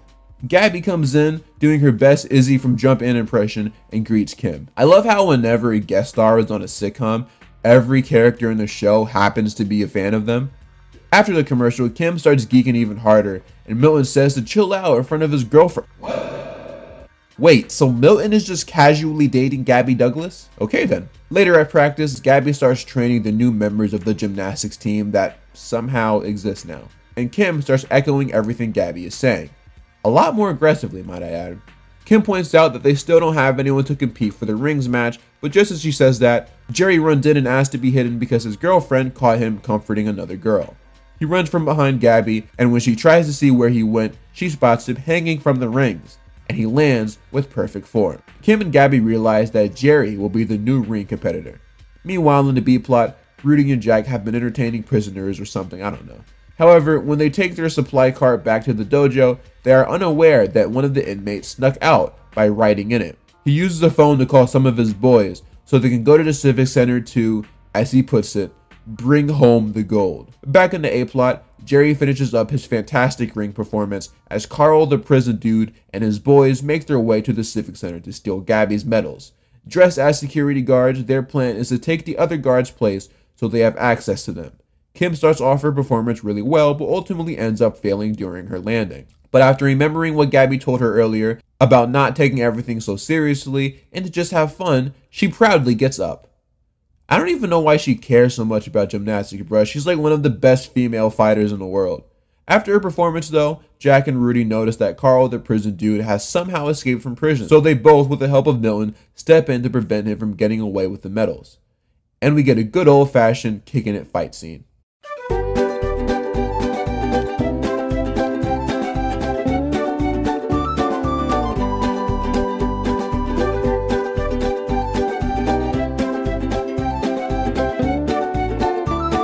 They get the medals back and celebrate a job well done. Claire pulls up and asks if Gabby wants to take a picture with the real winning team, aka them, but she instead takes a picture with the Wasabi Warriors. And the episode ends with Milton and Gabby realizing that their relationship won't work long distance, so they agree to break it off. And Gabby flips away and waves goodbye for the final time. I don't even know why Milton is so sad, bro. Like, he literally dated Gabby Douglas. He has all the street cred in the world now. Who cares if it was for like one day? Rudy pulls up and says that he shouldn't be too upset because she'll be coming back soon. Milton asks if it's because true love conquers all, but nah, it's because this idiot still has her medals. That's stealing, Rudy. Come on, bro. You're better than that. Or maybe you aren't. I don't know. You'd think having a son now would make him come to his senses, but I guess not. So after seeing this average episode of Kicking It, my only real note or question, should I say, is where does Gabby Douglas rank on the scale of athletes that have appeared on kids sitcoms? She's certainly better than Devin Williams on Sweet Life, Carmelo Anthony on Ned's Declassified, and Dwayne Wade on Austin and Ally. But is she better than Karl Anthony Towns on Gamer's Guide to Pretty Much Everything? I don't know, man. That's kind of tough. I'm just kidding, guys. They're all really bad. But they don't need to be good because they're athletes for a reason. 2 Dates and a Funeral is probably one of the most important Kicking It episodes to date. Is my mic in? My mic was, in fact, in. 2 Dates and a Funeral is probably one of the most important Kicking It episodes to date, as it's the episode that'll change Kicking It forever, at least until the season 3 finale. The episode starts off with, I kid you not, a human trafficking event at the school. So yeah, Seaford High holds a charity day auction to raise money for the instruments used by the school marching band. This is like really weird. Basically, you're supposed to purchase the rights to a female student and go out with her. A girl named Carol Thompson gets purchased by Jerry for $75. Then later, Kim gets announced and she tells Milton that she doesn't feel comfortable doing this since it's not really her thing. But then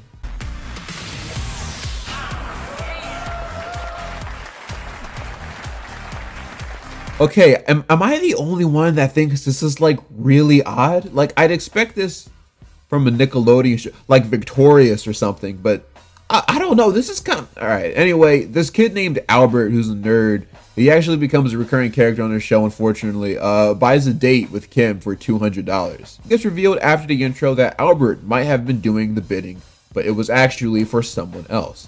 That someone else being Jack. So Jack spent $200 to go on a date with the girl that he's already been on like 2 dates with. I mean, technically 2 of them happened before they found out they had feelings for each other, but the one in the season 2 finale was definitely a date. Kim even says, Jack, you know I think of us as more than just... like, are we pretending like the events of season 2 did not happen? Oh wait, you know what? This is another reason why my theory of this taking place in an alternate timeline makes sense, dude. Maybe this is really their first time admitting their feelings for each other in this timeline. That makes perfectly good sense. Jack says he didn't want to bid for her himself because he didn't want it to weird their friends out. I don't think this would have happened though, because ever since episode 1, most of the gang already believed that Kim had a crush on Jack. Man, all of them are probably just patiently waiting for them to date already, but whatever. Jack and Kim agree to go on their first official date. Jack says that for their date, he was able to book a reservation for a restaurant called Portocini's, and their date is officially set for tomorrow night at 7:30. Kim is ecstatic by this and reminds Jack not to say a word about this to anyone. However, things get a bit complicated when Jack goes into the bathroom and Jerry walks in talking to his current girlfriend on the phone. He throws it in his locker and starts complaining to Kim, and Kim tells him that the perfect girl for him might be closer than you'd think. She then walks away, but unfortunately forgets a bracelet that she made that says J plus K. Jerry puts 2 and 2 together and realizes that Jack and Kim are going out, but then Kim says that it's not meant for Jack, it's actually meant for another J person. And then Jerry starts to believe that since his name starts with J, and since earlier Kim said that the perfect person may be closer than he realizes, that the J actually stands for Jerry. Having no choice, Kim says that it does stand for Jerry. So Jerry says that their first date will be tomorrow night, the same day and time that she's supposed to be going out with Jack. And then later, as if things couldn't get any worse, Jack tries to buy a corsage for Kim, but then Milton comes in and asks him what's in the box. Not able to tell him what it really was, he resorted to telling him it was a bird, his dead bird. So Milton says that he wants to have a funeral for it in the dojo, citing that since he never got a chance to say a proper goodbye to his goldfish from 9 years ago, he wants to give Jack the opportunity to have the closure he never had. So it's settled. Jack is going to have a funeral for a bird that doesn't exist, and Kim is going to go on a date with Jerry due to her having a crush on him that also doesn't exist. I'm sure this is going to go very well. During Kim and Jerry's date, Kim is not having a good time, which makes a lot of sense. Then she remembers what Jerry said earlier about not liking clingy girls and decides to start acting like one in an attempt to freak out Jerry. But once she calls, literally from the bathroom, he dumps his phone in a glass of water. It looks like she succeeded. That is, until we see them later at Falafel Phil's, and Jerry says that ever since they've been dating, every single girl in the school has been interested in him. Jerry says that because of Kim, he's now in a whole new league. So if he has to put up with her being clingy, he will. And he doesn't plan on breaking up with her for a long time. Meanwhile, Milton somehow actually managed to get people to attend Jack Bird's fake funeral. Sounds like an Adam Sandler movie or something. Jack is peer pressured into giving a speech for the bird, and he does as good a job as anyone could in this situation. Bye-bye, birdie. After Milton and Jack took a 4-mile funeral march to Mount Seaford, Milton explains that when his goldfish died, his dad got him a bird. So he gives that same bird to Jack. Change me. I'm not changing your... I said change me! Hey bro, what kind of bird is that? Later, Jack and Kim finally get a chance to meet up with each other, but quickly get interrupted by Jerry and Milton. Jack and Kim finally come clean about their relationship. Jerry asks if Kim ever really wanted to date him, and she obviously says no. Okay, so I personally do not buy that Jerry would ever see Kim in a romantic sense. just because I feel like, with the exception of Jack, all of the Wasabis kind of viewed Kim as a sister. I think a better way they could have done this episode is by simply saying that Jerry knew the whole time that it was for Jack, but wanted to get Kim to say it out loud, because he was tired of her and Jack never officially tying the knot. Wait, that means marriage. What I mean is, Jerry is capable of having random smart moments every now and then, and since he already felt like Kim had a huge crush on Jack since the very first episode, I find it hard to believe that he genuinely thought Kim liked him. Doing the plot that I mentioned instead would have been better in my opinion, because it would have been a funny way of poking fun of the fandom at the time, who desperately wanted Kim and Jack to get together, but were tired of the long wait and seemingly frequent retcons. But it's cool. Jack and Kim are officially dating. Kim hands Jack the bracelet she made, and the two finally go on their first date, apparently. Whatever. Alright, so this episode did not need to be this complicated. We didn't have to go through all of these hoops just to find out what we've already known since the pilot. It would have been so funny if in the end, the characters had like zero reaction to Kim and Jack dating. Isn't there a comic book where Clark finally tells Lois that he's Superman and Lois is just like, yeah, I know. That's what I felt like this should have been. Because truly, it's not a big deal. What's interesting about this episode is that, let's say Eddie was still in season 3. Where exactly would he fit? The A plot of the episode only really called for the 4 people involved, whereas the B plot was really a fun Rudy and Sam centric story that I feel would have been, well, ruined if Eddie was shoehorned into it. Now you could argue that Sam's existence only came about because of Eddie's season 3 absence, which is likely true. That would have meant that while Jack, Milton, Kim, and Jerry are all playing key roles in one of the most important episodes to date, Eddie, who was supposed to be a part of this crew, has to miss out on it because he's too busy doing whatever with Rudy. And to me, this just proves even more that on a story standpoint, unfortunately Eddie just wasn't needed in this show, despite him being a solid character. But I'm sure I'll have more opportunities to talk about this in the future. The tournament of senseis. Everything has been leading. I'm gonna be competing. You can't compete, it's only for senseis. To this. Wait, not that. This. I am a sensei at Karate King. You're a who at where now? It's time for the teacher to get schooled. Fancy geese, matching wristbands. Bet you're even wearing Karate King underpants. Yes, unfortunately I am. Jack versus Rudy on a brand new Kickin' It next Monday night at 8:30, 7:30 Central on Disney XD. In the episode Sensei and Sensibility, the Sensei vs. Sensei tournament is in town, and Jack asks Rudy if he can compete in it as a sensei. Rudy says that he's simply not ready to be a sensei, even though Jack argues that he's more than ready now since he's a second-degree black belt and never loses his tournaments. But Rudy believes that there's still more that he needs to teach Jack before he's ready to make that jump, one of which being maturity, which is absolutely hilarious coming from Rudy. Later, Jack meets Chuck Banner, aka the Karate King, the head sensei from a rivaling dojo. Chuck recognizes Jack from the Wasabi Dojo commercial that we saw earlier in the episode and says that he was the only good thing about it. He tells him a story of a Chinese sensei named Young Mi, who managed to become a sensei at the young age of 16. He goes on to say that if he joins the Karate King dojo, he will not only become a sensei instantly, but will also be able to compete in the Sensei Karate tournament. Jack thinks long and hard about this offer, but when Rudy decides to promote him to be his corner man, aka the dude who carries around a spit bucket, instead of competing in the tournament as a sensei, Jack decides to take the Karate King up on his offer and join his dojo, much to the dismay of Rudy. This is an interesting dynamic because you could easily write this off as Rudy being a man-child like usual, but even though his actions don't show it most of the time, at the end of the day, Rudy is still an expert at karate. So when he's explaining to Jack that he wants what's best for him and believes he's truly not ready to be a sensei yet, I do think he is being 100% genuine. Jack, although portrayed to be pretty mature, at least for a 16-year-old and a second-degree black belt, is still a kid. So although I do understand where Jack is coming from, you almost have to side with Rudy on this one. He's still Jack's OG, his vet even, for my basketball fans out there. But I mean, I'm sure Jack knows this. I mean, he can't be that far gone. Oh snap. Yeah, never mind, that boy might have lost it. So the match begins and Rudy and Jack successfully take down all of their opponents, meaning that they will be matched up against each other. Oh dude, this is gonna be so sick. It's like if Batman and Nightwing fought.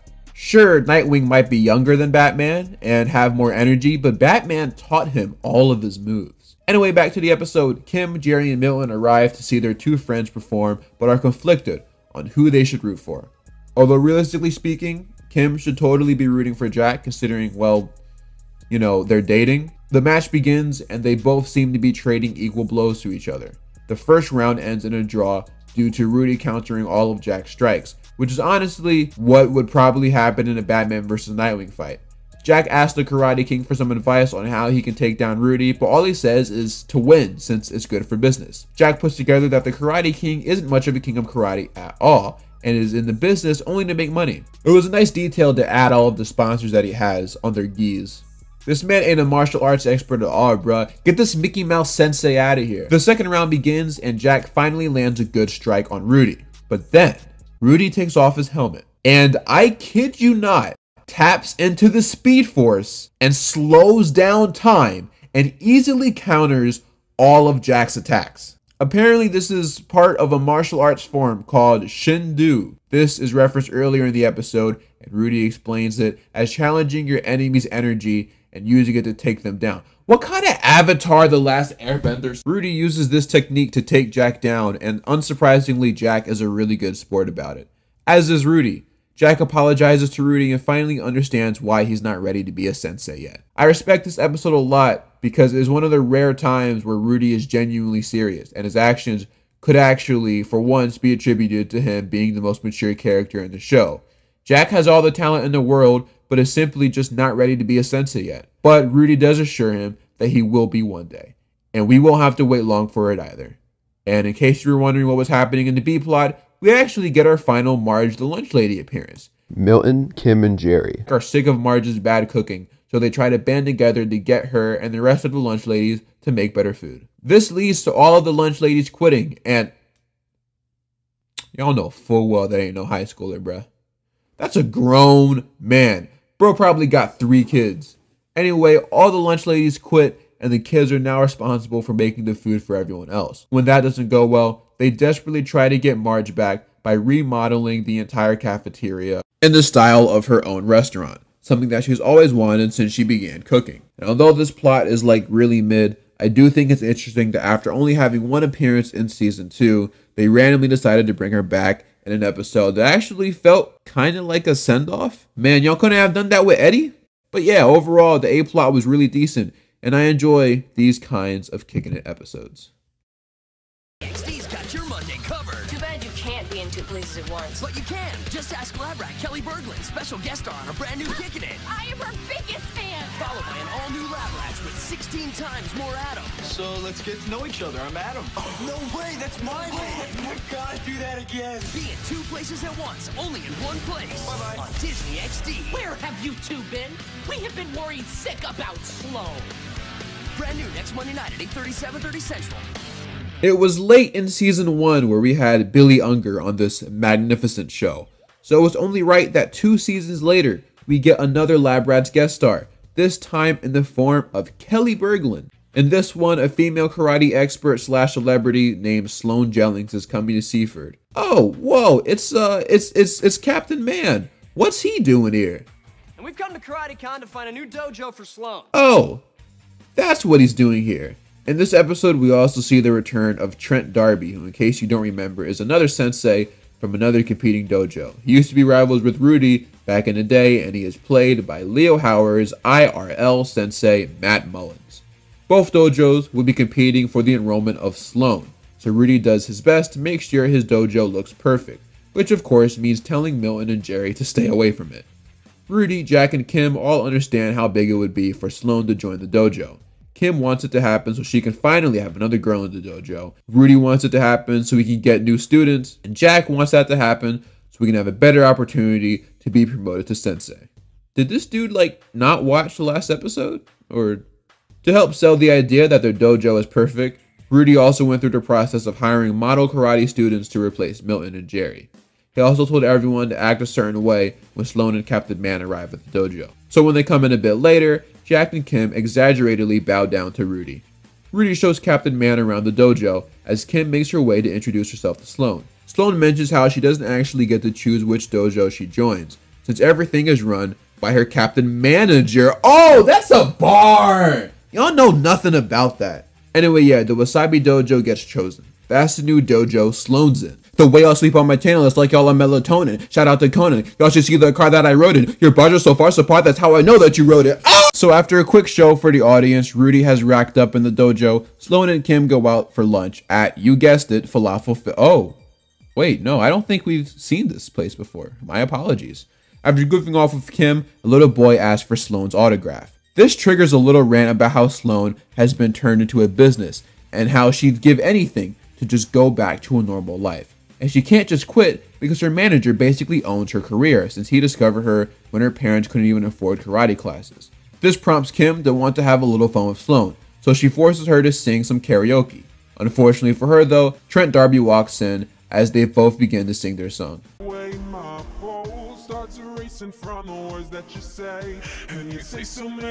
Look for the Olivia Holt album in stores November 13th. Now for real though, it's actually crazy how they just be shamelessly plugging Olivia Holt's music career. This song was actually featured in Holt's Disney movie, Girl vs. Monster. Again, I'm not reviewing it. Go watch Kean Carlisle's video. Or Lula Loopsies. Jack, Rudy, and Captain Manager are both upset over Kim and Sloan arriving late to the dojo. You want Sloan here? Kim's gonna have to go. Excuse me, Kim is a wonderful student with a bright future. Fine, Sloan, come on, we're leaving. Oh, this Kim, she's out. Whoa! Whatever happened to staying loyal? Ain't that in the Wasabi code? This dude Rudy is crazy. Kim tries to tell him what Sloan told her about how she's actually been miserable this whole time, but Sloan chooses not to speak up, which ultimately leads to Kim getting kicked out of the dojo. The next day at the match, Sloan feels horrible about what happened and just wants to get everything over with. Rudy says that if she doesn't want to do this, she doesn't have to. And Jack adds on, asking if she could be anywhere that she wants right now, where would it be? And we get a quick little transition to the karaoke restaurant where Kim is watching the karaoke competition go down. Sloan greets Kim and thanks her for giving her the confidence to speak up about how she really feels about karate. And the two head up to perform the Girl vs. Monster song again. And I'm already getting sick of this song. Trent and Captain Manager walk in as the two get started though and demand that she gets off that stage so she can compete in the tournament. But Rudy and Jack step in. And then somehow a fight breaks out in this coffee shop. The most unrealistic thing about the kicking it fight scenes is like, nobody ever gets billed for the damages. Somebody is gonna have to pay for that door, that mug, that plate, and that chair. What's even more unrealistic though is the fact that none of the workers intervene or call their managers. But anyway, Trent and Captain Manager run away, and the episode ends with Sloan deciding to take a break from karate. And we never see any of these characters again. And the B-plot, Millen tries to help Jerry with his lying problem. Yup. I feel like this episode was just kind of mid, honestly. It didn't move me in the slightest. I think, in retrospect though, my original thoughts on Season 3 were a bit too harsh. And I think that is mainly because of the fact that for months straight, I was consuming nothing but kicking it content. Maybe an episode of Ben 10 every now and then, but we saw how that turned out. Haha. So I started to feel kicking it fatigue.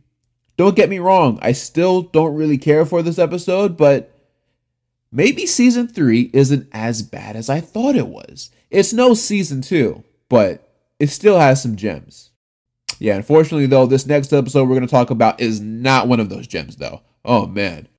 In one of the worst episodes of Kicking It, aka Seaford, We Have a Problem, Milton graduates from the Junior Astronauts program, but his speech gets interrupted by an army general who states that the US president just received word that Russia will be sending a 17-year-old boy into space, which would break the record for youngest person to do so. So to keep that record going, they have decided that Milton will be going into space. What does that have to do with karate? Later, fellow astronaut Gunnar Nelson shows Milton how different his life will be now that he is an astronaut. One of the perks he shows him is how easy it is for him to get girls because apparently girls love astronauts. Is this true? I feel like this isn't true. Whatever. After Milton tries it out for himself, Jerry realizes that there might actually be something to this astronaut thing. So he asks Milton if he can get a job at the Space Center so he can get a badge. And even though he's the least qualified applicant for any job really, Milton was actually able to get Jerry a job. The general has appointed him as the sitter for his wife's cat. This actually does make a lot of sense though, considering Jerry does work at the zoo. So he should, theoretically, know how to take care of a cat. Everyone leaves to go to a party, that they're throwing in honor of Milton going into space, but Gunnar tells Milton that Jerry can't go since he's not an astronaut. He then tells Milton that if anyone is going to break the news to him, it should be him since they're best friends. So Milton has to sadly deny Jerry access to the party, which of course makes Jerry upset. He then coughs up a hairball, which is absolutely disgusting. Later, Jerry misplaces the cat but finds it aboard a space shuttle. Neither of them should be in there since neither of them are astronauts. One of them isn't even human, so that goes without saying. But of course, this is a comedic children's show where funny stuff has to happen. So what's better than a boring old astronaut going to space, an idiot, and a cat going to space? So after Jerry pushes a bunch of buttons, he presses one in particular that initiates the launch sequence.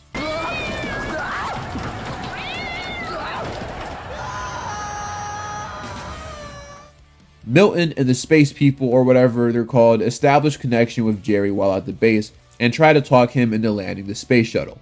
After pressing a button that he shouldn't have, again, I'm just going to let Milton explain it. Oh, he short-circuited the electrical system, blew the fuel cells, and caused a giant hole in the heat shields. So now it is apparently impossible for Jerry to get back home. Seafern, we have a problem! Milton explains to Jerry that since the shuttle he's in is too damaged, there is no possible way to get him back. Then Gunnar chimes in and says his head will explode. Nice aircraft side manner you got there, man. The general says that if word were to get out about this, it would be an international embarrassment. But of course, as soon as he says that, Chappie Chapman, a Gilroy news reporter who's first introduced in season 3, comes in and starts reporting on the event. But like, there's literally no cameraman with him. This dude is talking to absolutely no one. Even the general looks at a camera that I suppose is supposed to be the news camera, but it's literally just a regular angle that we've seen the entire episode. And given how we already know what the area looks like, there is no way a camera could fit there. Anyway, Chappie Chapman is a recurring character who's actually played by the series creator, Jim O'Doherty. I still don't know how to pronounce it. Yeah, this character isn't funny. The way he talks kind of reminds me of how adults will try to talk to babies to make them laugh, which goes hard if you're like an infant and still dropping bombs in your diapers. But even for the 8-year-olds that this was intended for, there's no way this was making any of them laugh. Anyway, Milton eventually gets the idea that the only way Jerry gets back down to earth is if he literally jumps. Remember when the show was about karate? Meanwhile, in the B-plot, Jack, Kim, and Rudy get tasked with helping an old man at the bingo center, which is actually just Seaford High. Basically, he believes that a woman is cheating during matches, and the gang has to figure out what she's doing. So they disguise themselves as a bunch of old farts and investigate. They figure out how she's been cheating, a fight sequence breaks out, this episode is really bad, they win. Yay! After all this unfolds though, Kim gets a text saying that Jerry is all over the news. So they turn on the TV, and oh wow, they finally got Chappie Chapman a camera crew. Bro, this dude trying to be Chechu Betcha so bad. Milton tells Jerry that all he has to do is fall from space to Earth. Jerry says that he's scared, but Milton tells him that he doesn't need to be. Dog, he's literally free falling from space to Earth. Come on. So we get this shot of Jerry walking out of the shuttle, and it's clear that they received a higher budget for this episode than usual because you almost rarely see shots like this in the show. Jerry then leans forward to start his journey as the entire city of Seaford patiently watches on TV. He starts falling down, and you'll never guess where he lands. Jerry! Dude, we're so glad to have you back. No, don't cheer for this nonsense. What happened to the game I love? They've done some pretty crazy stuff on Kicking It before, right? And you know, somehow this is the hardest thing to believe. Jerry goes to space and crashes down coincidentally right into Seaford. Can we acknowledge how insane that is for a show that has nothing to do with science fiction? And the crazy part is, they never talk about this again. Jerry goes to space, guys. This episode is just so bad. This is to me a sign that a show is starting to lose ideas when they start doing stuff like this. This is ridiculous even for the show standards. Anyway, they all celebrate. Turns out Jerry grabbed the cat too. Everyone goes to Falafel Phil's. Episode over. What's crazy is that if you follow the airing order and not production order, there's an episode called A Home Alone at School where Rudy and Milton believe that they've been sent to space, but as it turns out, it's actually just a simulator. So somebody on the Kicking It team thought it would be a good idea to have 2 episodes in the same season that almost have the same exact plot. And having them air so close together makes this even worse in my opinion. Come on, bro. What are we doing? We'll be right back to the show. On Disney XD. And now, back to the show. Show Me the Monday on Disney XD. Anyways, it's been a little bit since we've talked about Jack and Kim's relationship, and fortunately for us, the next episode we will be going over is Faulty Temples. Now, the A-plot of this episode was Rudy, Jerry, and Milton turning the Shaolin Temple into a resort hotel. The Shaolin warriors are the best martial artists in the world, and first get introduced in an episode called The Chosen One. In that episode, the Wasabis befriend them and get invited to their temple. Jerry gets mistaken as the Chosen One, but when everyone finds out he wasn't legit, the warriors ban him and everyone else from the temple. Well, maybe it's because you misled everybody and made them think that you were the Grand High Mystic Exalted One. Hey, I only believed it because that Chinese Santa Claus said I was. Yeesh. That's... yikes. But Jerry figures out that one of the warriors wanted to kill the Grandmaster. Well, not kill, because the show is rated TVY7 and that's a no-no word, but he wanted to extinguish his flame. So Jerry gained supernatural abilities from the Grandmaster, literally flies, and takes down the bad dude. Because of this, the Shaolin warriors are cool with the Wasabis now and are no longer banished. So that takes us back to this episode, where the Wasabis are tasked with watching their temple while the Shaolins are out of town. While Rudy, Milton, and Jerry decide to turn it into a resort, Jack and Kim are spending their time together. Kim realizes that since they've been dating for a little bit now, it's time that he officially met her dad. Jack thinks it'll be easy peasy since he has something called the Jack Factor that makes everyone like him. You really think you have something called the Jack Factor? Hey, where'd you get that? So they set something up at Falafel Phil's for the two to meet. Nice to meet you. Should I call you Chuck? Mr. Crawford would be fine. Why would you lead with that? Out of all the possible things to say to your girlfriend's dad, you went with that? Jack starts fumbling really hard. He tries to tell a couple jokes but fails miserably, and then he does this. Why don't we order? Oh. You just spilled water in my lap. I'm so sorry. Yo, this man was about to... Later, Kim and her dad go into the dojo, and Jack is still putting up Tony Snell numbers during this whole thing. Thanks. Hey, it's the tie I saw Bergdorf's. How'd you know? Well, I saw you go into Bergdorf, so I kind of followed you in. Although Jack is acting a bit out of character here, I think this is actually a bit realistic. Like, not the whole stalking thing, that's weird, but to be so nervous around your girlfriend's dad for the first time, to the point where you start making mistakes that you normally wouldn't make, I guess adds up. This dude really does care about dating Kim, and rightfully so wants to make a good impression with her dad. I respect it. Just stop stalking people, please. Kim, you gotta set me up on a second date with your dad. Anyway, during Kim and her dad's laser tag match, Kim twists her ankle. Chuck says that in light of this, he'll have to forfeit, but Jack offers to step in and take her place. So despite Chuck's original disliking of Jack, he lets him play. Jack does some special maneuvers to get right in front of his two opponents, but quickly jumps away as his opponents shoot his own teammate. The only players left are Jack, Chuck, and their opponent Riley. So while Chuck fumbles to take out his own gun in time, Jack takes a bullet, or laser, for him. Chuck then promptly eliminates Riley, which gives them the W. They all celebrate their win, and Chuck begins to like Jack thanks to his bravery on the battlefield. Chuck suggests that they all go out for pizza, and he heads out to his car. Kim follows suit and starts to skip away, showing that she never actually hurt her ankle. She was expecting to get a reaction from Jack, but he tells her that he knew the entire time that she faked it, because being an intellectual human being is apparently also part of the Jack Factor. Part of all this is this. In the last scene of the episode, Jack and Chuck go on a date of their own without Kim being present. This, for whatever reason, makes Kim upset. Wasn't the whole point of the episode to have them bond?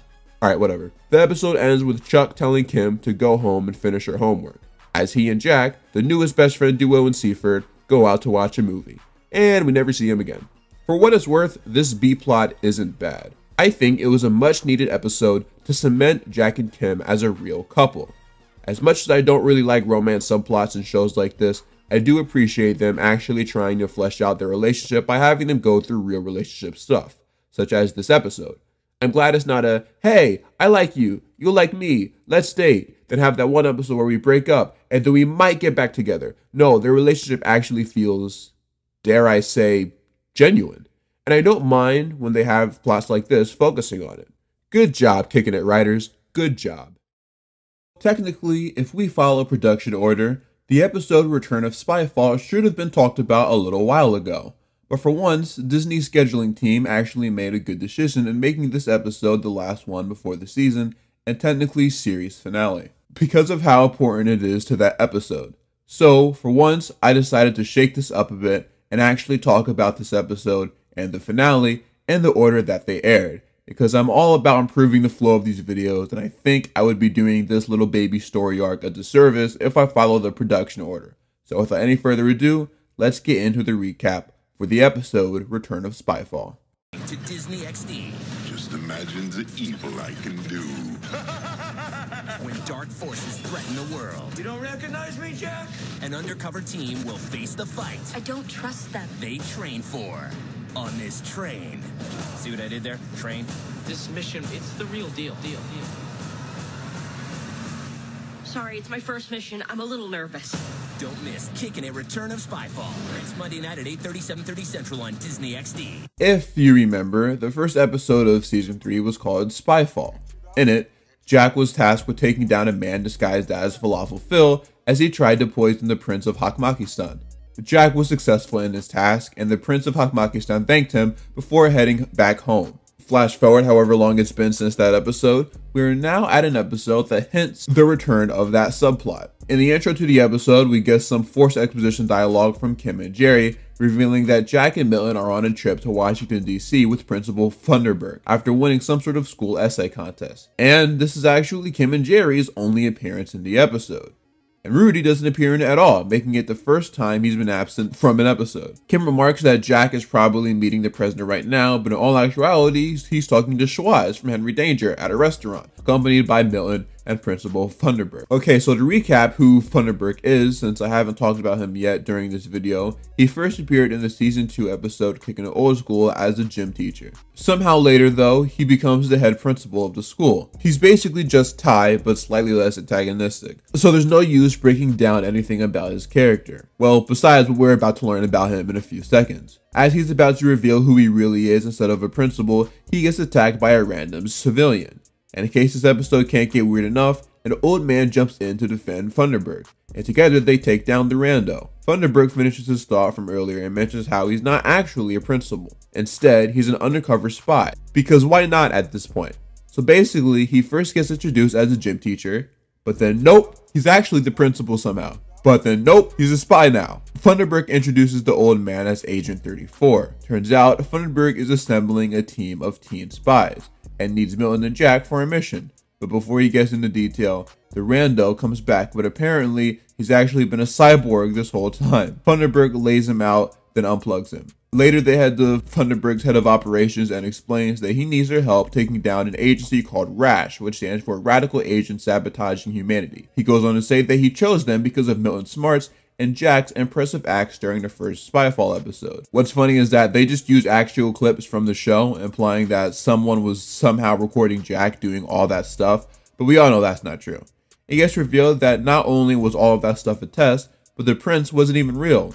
Instead, we see that Agent 34 was both the prince and the old man from earlier. His real name is Shane Peters, and his father is apparently the greatest spy to ever live. We then meet Gray, played by Lulu and Tarixa. You might know her from the short-lived Nickelodeon series How to Rock. Gray's father was a street magician. She inherited some of her father's talents, but instead of pulling rabbits out of hats, she pulls wallets out of pockets, and she ended up in juvie because of it. But she also has hyper-observant skills, which are also useful in the spying game. She can also summon apples. That's nice.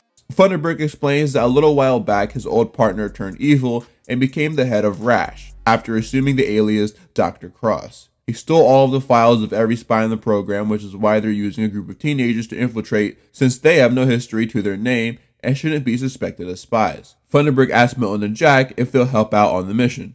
Jack is rather hesitant, but then Milton speaks up for both of them, saying that they'd love to. Jack tells Milton that he doesn't trust these guys and isn't sure about helping them out. But Milton says that he's never been asked for anyone's help before. He's not like Jack, where everyone relies on him. He sees this as an opportunity to help people out, for once. So after hearing that explanation, Jack agrees to help, and the two boys are officially on the team. The next day, the team has a debriefing about the mission. The goal is to stop Dr. Cross from receiving something called liquidtonium, which has very dangerous capabilities. Neither Gray or Shane are thrilled about working with them, but Thunderbird emphasizes how important it will be for these two to unite as a group for this mission. Whoa! I don't do roommates. Okay then, it's settled. We'll bunk with Gray. Let's go. What? That night while bunking with Shane, Jack and Milton overhear a phone message meant for him from his father. The duo deduce that Shane's negative father might be the reason why Shane tries so hard at everything, which could possibly add up. Shane so far has been portrayed to be a stuck-up dude who only really worries about himself. He's got talent as a spy, clearly, but also is a bit of a klutz, which balances out his try-hard attitude. Keep this random exposition drop in the back of your head, because I'm going to bring this up later in the video. Jack asks Milton if he's still interested in doing this mission, since it's a few tiers above fighting black dragons at the dojo. Milton says that this is finally a chance to prove himself, and show people what he's really capable of. So yeah, Milton and Jack become spies. Because why not, am I right? Thunderbird goes over the plan, which involves Shane, while in disguise, distracting the rash agent carrying the liquidonium. After that, Gray puts a descrambler on the case, which allows Milton to crack the code. After the case opens, Gray will swap the real canister with the fake one, and then later give said real one to Jack, who is riding a Segway. Shane questions if Jack even knows how to ride one. Jack assures him that he'll be fine. As the team ends their meeting and goes out to complete the mission, Milton grabs Gray to deliver an important, heartfelt message. If I don't make it back, I want you to forget me and move on. The team begins to execute their plan. While dressed as a cab driver, Shane starts waffling on to the man with the liquidonium about some random stuff. The car then overheats, which distracts the rash agent enough to allow Gray to put the descrambler onto the briefcase. But after she does that, Milton starts fumbling badly with opening the briefcase. Gray is pretty annoyed by this, so she goes in herself with a laser cutter to open the case, which actually works for like a few seconds. Then she accidentally lasers Shane's fat suit. This causes an all-out panic to happen with everyone. As if things couldn't get any worse, Jack is struggling hard with the Segway. Clearly this dude hasn't seen Paul Blart Mall Cop. Shane and Gray start arguing over the case, since Shane wants his dad to know that it was him that saved the day, whereas Gray just wants to get the job done. Literally everything is going wrong for them right now, and I gotta say, it makes for a pretty funny scene. Thunderbird reveals that after the mishaps during the mission, the government has decided to shut the team down. He then scoffs at the idea of teenage spies, realizing it was always far-fetched. Everyone is pretty bummed out by it too. Shane reveals that his dad doesn't want him to be a spy and instead thinks he's better suited as a florist. I wasn't quite sure why he hated the idea of being a florist until I looked it up, and apparently it's not someone that installs floors. It's a person who sells and arranges plants and cut flowers. I might actually be stupid, guys. Jack chimes in and saying that he is to blame for what happened. If he wasn't so proud of himself, he could have admitted he didn't know how to ride a Segway. Gray mentions that now that the spy program is ending, she will be forced to go back to juvie. And Milton gives up on his chances on moving up in the world and believes he'll just have to go back to being Milton Krupnik, the nerd. But Jack says that that's simply not true because he is the bravest kid that he knows. Stop the cap. Milton says that he wishes he could wipe that smug look off Dr. Cross's face after what he's done to all of them. But then, while looking at his image on the screen, he realized that there is something in his glasses. So he zooms in, and Gray realizes that it's an NYC subway schedule. Cross highlighted the last stop, which is at Freedom Island. And just like the giant penny that Cross eliminated using liquidonium, the Statue of Freedom is made of copper, which is likely why Cross wants to go there. The gang realizes that this is their final shot at stopping Cross once and for all. Only issue is, they have no way of getting to New York in 20 minutes. That is, until Gray announces that she stole the keys to Thunderbird's jetcopter. Are any of them even old enough to fly it? Who knows? But they got a statue to save and an evil dude to take down, so we don't care about them rules and laws. Jack tells the team to put their hands in the middle. After doing that, they shout wasabi and head off. It's obvious Jack and Milton do that out of habit, but since Gray and Shane aren't familiar with their lore together, they question why they just shout wasabi, which is a pretty good joke, honestly. Whoa, CGI jetcopter! Alright, so the gang arrives on the subway and Gray immediately realizes that something is up with the soccer players. For starters, they're wearing high tops, which nobody plays soccer in, and the soccer ball is a size 4, which makes it a kid's ball. So when everyone clears out, the gang corners the cyborg soccer players and challenges them to fight. And they said challenge accepted. Golly. Jack follows one of the cyborgs to the top of the train car as Milton tries to find a way to stop the train since earlier the brakes were damaged during the fight. Meanwhile, Jack and Cyborg Soccer Player are battling it out on top of the train, and wow, this is one of the best fighting sequences this show has ever had. Between the choreography, set design, and surprisingly decent Disney Channel green screening, it's obvious that they wanted this episode to be really special. And honestly, it is. Jack successfully grabs the Utonium or whatever it's called and kicks Buddy off the train. And as for Milton, he was able to use one of the cyborgs as a power source to slow down the train. Is that backed up by science? Probably not. But it sure was convenient. My favorite part about this scene is when Milton plugged the cords from the bricks into the cyborg. There's a brief moment where you can see where it obviously changed from having a real person to a dummy. Like, to me, it's something that easily could have just been cut and trimmed to make it look like one cohesive thing, but nah, they left it in there, and I think that is hilarious. Anyway, the team goes back to Washington, and Thunderbird starts gushing over the job the kids did. Like, he literally goes in the back to cry about it. The team, meanwhile, starts to say their goodbyes. Shane gives Jack some flowers and says it was an honor to be his leader, even though we all know that's not what actually happened. Gray hugs Milton goodbye as the two wrap up a one-sided love storyline that lasted one episode. Seriously, like, Milton has been trying to get with Gray the whole episode, and for the most part, it's pretty funny. Guys, we're waiting for you. You know what I'm waiting for, honey? Okay. However, before Gray leaves, Milton says that he knows that she only hugged him so she could take his watch. So he smiles, gives it back to him, and disappears. And right when Jack and Milton are about to follow suit, Thunderbird asks a very interesting question. You guys sure there's no way you would consider becoming permanent members of the team?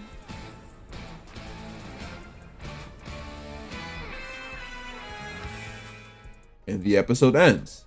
Very open-endedly, might I add. Hot diggity dog, what an episode, am I right? I mean, it really took the show into a different direction. Real quick, before I dive into what I liked about this episode, I like to point out that, well, like I said earlier, Rudy is not in this episode. It's the only episode of the series without him, actually. However, what is interesting is that in the credits of this episode, you do actually see Jason Earls, as well as a lot of footage of Olivia Holt and Mateo Arias. A popular rumor that could, I suppose, be the case is originally a B-plot was planned involving those characters, but ended up getting scrapped for whatever reason. While I do think it is possible that happened, I've personally never heard of that happening on a TV show, especially a children's show, so I'm not sure how accurate that is. I'm not really sure where this footage came from, honestly, so maybe it is from a canceled B-plot, just thought I would acknowledge that. Going back to the episode, this is a really good one. Not only is it the best episode of Season 3, but it's honestly one of the best episodes the show has ever had. This right here is what a Disney XD show should be, if you really want to commit to the action-based live-action sitcoms. Plenty of humor, but some hard-hitting fighting sequences and relatively high stakes. As high as the TVY7 rating would allow, at least. Now see, oddly enough, this episode was produced as episode 15, but it would air as episode 21, aka the episode right before the finale. This was a really good choice, as the season 3 finale would tie into the storyline a bit, and it was a lot better to have this episode air right before the finale so kids would have it fresh in their heads. And so since these episodes, in a strange way, are connected, I'm going to wait until after I talk about the next episode to dive into why this one was so important in setting up the future of the franchise. Because technically, the story isn't complete. So like I said, great episode, and I'll leave it at that for now. It is time now, though, to dive into Wasabi Forever, aka the season finale, and technically the series finale as well. Kicking It says goodbye to one of their own. Please let it be me. No, it's Olivia. So we say au revoir to the alluring. Hence the highlights. Bon voyage to the bold. Sweet cheese, that is I. And toodaloo to the team player. I follow no man. It's time to say farewell to Olivia. Oh my gosh, The dojo just won't be the same without you. We'll always be connected. Say sayonara to Olivia on the season finale of Kicking It. Brand new next Monday night at 8:30, 7:30 Central on Disney XD. I'm not entirely sure why they called her Olivia in the promo when her name is Kim, but okay. The episode starts off with Milton and Jack signing each other's yearbooks, implying that this episode takes place towards the end of the school year. I think they're in the 10th grade now. Kim runs in excitedly, claiming that she just got a letter back from the Otai Academy. For those who don't remember, the Otai Academy was featured in the Season 2 episode Hit the Road, Jack. In that episode, Jack was accepted into the Otai Academy, the best martial arts school in the world. Thing is, though, it's in Japan. And after remembering the great relationship that he has with everyone in the dojo, he decided to stay. So then, fast forward a year, apparently off camera, Kim had submitted an application to that same academy. And what's hilarious is that she breaks what the academy is down to Jack like he doesn't already know. I guess that was for the kids at home, perhaps. Milton grabs a letter from Kim's hand and reads it for her. But instead of reading it out loud, all he does is read it in his head, which only frustrates Kim. So she snatches the letter back and reveals to them that she did in fact get accepted into the academy. And everyone celebrates. Kim is officially moving to Japan. Milton then states that it's crazy how both Kim and Jerry are leaving, and Jack and Kim somehow do not know this? Alright, this is kind of my thing with characters having to explain stuff that they already should know for the audience's sake. The Wasabi Warriors are one of the tightest friend groups that I have ever seen from any kid sitcom. It makes absolutely zero sense that Jerry would be moving away and he would simply just not tell Kim and Jack. I've always gotten the vibe that Jerry is closer to Jack than he is Milton, so why would he just tell Milton instead of anyone else? So again, I know they have to explain stuff for exposition's sake, but I feel like these two instances that I just mentioned were done really poorly. And it doesn't help that neither of these plots were introduced in the show earlier. Anyway, to actually explain where Jerry is going, Milton says that the zoo that he works at is sending him to Kenya for a research project. He's going to live with a family of baboons. And when Kim questions why they picked him, Jerry jumps down from the tree that he's been on this entire time, apparently, while eating a banana. When everyone walks away, Milton and Jack reveal to the audience that they actually accepted Thunderbrick's offer to go to Washington, D.C. to become spies full-time. But the thing is, they can't tell anyone because it's still a top-secret organization. It appears that the Wasabi gang will all be going their separate ways. Some departures were to be expected, while others do come to a bit of a surprise. After the intro, Rudy claims that despite the fact that they are all going their separate ways, they will always be connected by the Wasabi Code. And after saying that, Rudy decides to tell them all the story of the first Wasabi Warriors and how the code came to be.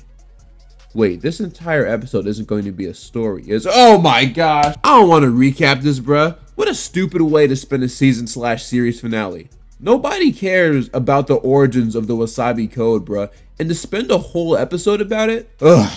Rudy explains long ago in a distant land stood the revered Wasabi Temple, where the peaceful martial art known as the Wasabi Method was developed by great masters. The village flourished under the watchful gaze of the Dragon's Eye, which brought peace to the land. However, this tranquility was shattered when the nefarious Black Dragons led by an evil master invaded the temple and stole the Dragon's Eye, plunging the village into darkness and fear. So what this implies is that the Black Dragons were purposely named after the Black Dragons of old. I don't think it's ever revealed which dojo came first, but it is rather important lore that the Wasabis and Black Dragons have been feuding for years. Rudy goes on to say that in the midst of the turmoil, a mysterious stranger named Jack High arrived in the village. Jack High's introduction mirrors Jack's introduction in the pilot, with him riding on a skateboard and getting stopped by a mall cop. Though this time around, Joan is the one that stops him, since she wasn't in the show at the time of the pilot. Meanwhile, the oppressive rule of the Black Dragons enforces strict laws prohibiting any form of fun or joy in the village. Despite the oppressive atmosphere, the villagers, including Jack High and Kim Yi, continue to resist and defy the Black Dragons' rule. They engage in acts of rebellion such as skateboarding and standing up against unjust taxes imposed by the Black Dragons. I don't think skateboards existed back then. Jack High's martial arts skills catches the attention of the villagers, especially when he defends them against the enforcers of the Black Dragons. It's revealed that Jack High has a personal vendetta against the dragons, as they destroyed his village and banished his family. As Jack High becomes entwined with the lives of the villagers, particularly Kim Yi and her friends, together they form a bond and a sense of family, united in their quest to overthrow the tyranny of the Black Dragons. However, their efforts attract the attention of the dragons, who intensify their pursuit of Jack High and his allies. We're getting crushed out there. The Dragon's Eye makes him too powerful. Guys, there's only one thing that's stronger than the Dragon's Eye. Family. Despite facing overwhelming odds, Jack High and his allies refuse to back down, so they stand together against the forces of darkness, ultimately defeating the Black Dragons and restoring peace to the village. From this day forward, let's swear by the light of the Dragon's Eye to be loyal and honest and never say die. Wasabi! In the aftermath of their victory, Jack High and Kim Yi's blossoming romance culminates under the cherry blossom trees, symbolizing a love that will endure for eternity. The villagers celebrate their newfound freedom and unity honoring the legacy of the first Wasabi warriors who brought peace to their land. This is the dumbest way to end a TV show season, bruh. Y'all stop saying the Wasabi Code like an early season 2 anyway. I don't care about its origins. And to spend an entire episode on this? I'm sorry, I struggled with coming up with stuff to say because I really don't care. These are my least favorite kinds of episodes, honestly. Like, you know those ones where they try to tell a story, but they use the same actors to play those characters in the story? Like, y'all remember that Boston Tea Party episode of Sweet Life? Those kind of episodes. Like, no disrespect to the writers or whatever, but I might speak for most of the community when I say that the first 17 minutes of this episode truly do not matter in the grand scheme of things. That's why I kind of just ran through it, because, like, I know the real interesting bits about this episode come from the final 3 minutes or so. So, let's talk about it. Once he's done with the story, Rudy reiterates that no matter where life takes them, they will always be connected by the Wasabi Code. So in light of this, the gang does this. One final wasabi?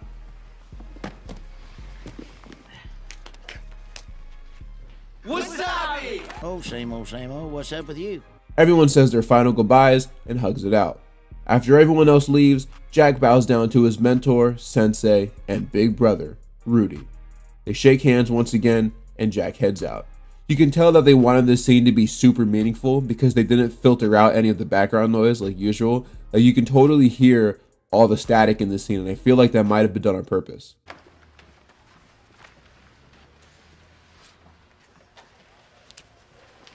See you, Jack. See you. My favorite part of this episode is this cool shot of Jack leaving the dojo as 4 new kids run in to presumably take their place. That's a hard shot right there. That's like one of the only cool things about this episode. Jack questions if Rudy will be okay without them, but as they glance over to see him training the new students, Kim realizes that he'll be just fine. Looks like my ride's here. I love you guys.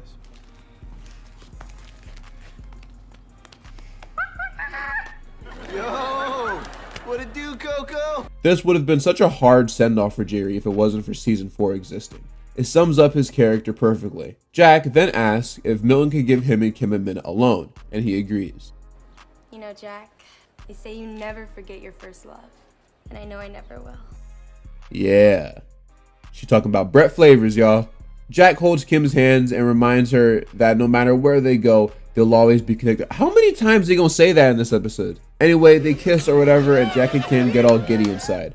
I'm pretty sure it's implied that this is their first kiss, too. You know, it's interesting, the difference between Nickelodeon and Disney relationships. Because, like, for instance, Jack and Kim have been dating almost all season, yet this is their first kiss, despite the fact that they've known each other for like 3 years. Carly, on the other hand, will meet a dude and immediately start making out with him off rip, to the point where it's almost uncomfortable. I mean, Carly kissed Freddie while they were home alone and while on his bed. That would never happen in a Disney show, ever. Disney uses kissing scenes a lot more sparingly, and I think some of it is due to the fact that obviously Disney tries to keep things cleaner, and I think iCarly leaned more towards teen show territory than kids show, but it is still interesting nonetheless. And to make the scene even more impactful, cherry blossom petals began to fall from the sky, to reference something that happened in the story from earlier. I don't know. When you look at it, think of me. You know full well Jack ain't keeping that, bruh. Kim walks away as the two seemingly commit to a long-distance relationship. They never officially break up, but they are in fact leaving each other, so it was a bit open-ended. Milton goes up to Jack and daps him up. Then Principal Thunderbird pulls up out of nowhere and asks if they're ready to leave. A helicopter flies over them and drops those ladder thingies. I don't know what they're called. In classic Kicking It fashion, Milton falls off it though and tells Jack he'll just meet him there. And the episode, the season, and technically the series ends. Alright, so unless you're like, I don't know, stupid, this was obviously intended to be the series finale of Kicking It. I really don't have to spell this one out for you. No season finale of the series ends like this. They move out of the dojo, Kim moves to Japan, Jerry moves to Kenya, and Jack and Milton go to Washington to become spies. That was originally how the series was supposed to end, which leads me to the point that I have been talking about since the start of the video, when I recapped episode 1. Spyfall, or at least a version of it, was supposed to be the future of Kickin' It. At some point in time, a Kickin' It spinoff based off of those 2 episodes was supposed to happen, hence why they ended season 3 the way they did, and hence why Return of Spyfall was made. If you look back at Return of Spyfall, there are some things about it that makes it stick out more than other episodes. For instance, there is no B-plot. We spend the entire episode focusing on Milt, Jack, Funderburk, and new characters Shane and Gray. If you notice, Shane and Gray got a lot more exposition dumps than your average one-and-done characters. Shane's dad is the greatest spy ever, but he hates him or something. Gray's dad was a magician, but she used to be in juvie and whatnot. Return of Spyfall was definitely supposed to be a backdoor pilot to that spinoff. Now, let's try to gather as much information as we can to support this, yeah? In this Dylan Riley Snyder interview, he reveals that the cast of Kickin' It were in tears, hugging it out on set because they did not know season 3 would be the last season, or not. Probably our last day on set that we had. You know, we don't know anything about if we're going again or whatnot. So we all got in this nice group hug, and we were all just hanging there, and like nobody knew what to do. So they were like, do we like go and interrupt them? No, just let them have their moments. For like 10 minutes, we were just like hugging each other, like I love you guys, I love you so much, and we. Which means that when this episode was written, they didn't know either, obviously. So they wanted to spend some time together because although Leo and Dylan potentially had a spinoff worked out, they weren't going to be on set with each other ever again. Potentially, at least. Now, as for confirmation on if Spyfall was going to become a series, as far as I could find, there was no article saying that one was in development. However, remember when I said I had reached out to Scotty Dunn, aka Shane, for some information? Well, I had asked him on if he had heard anything about a Kickin' It spinoff. And he responded back saying, "Hi, Mr. Nostalgia. I can confirm that there was talk of expanding Kickin' It into a spin-off as a spy series. Obviously, it never happened, but there was a time where it almost did. And Return of Spyfall was sort of like a backdoor pilot for that idea." Scotty, if you're watching this, shout out to you, man. Thank you so much for giving me closure on this story. Check out his channel, guys. So yeah, there you go. I think the vibe on set during the filming of this episode was, hey guys, regardless if the spinoff happens or not, this will probably be the end. So they went in with that mindset. I have more to add about this topic, but I kind of want to wait until I talk about season 4 before I dive deeper into it. I got to get back on track to talk about this episode. So anyway, yeah, I don't like it at all. I think it's stupid. Forgetting about the whole Wasabi Warrior flashback thing, it does not make sense to me that Kim would want to engage in a relationship with Jack, knowing that she was also contemplating going to the Otai Academy in Japan. Kim trying to choose between Jack or going to the academy should have been a subplot throughout season 3. To just shoehorn it in out of nowhere isn't a good choice in my opinion. Don't tell me it's impossible either. I remember Good Luck Charlie doing that with Teddy when she was thinking about going to college.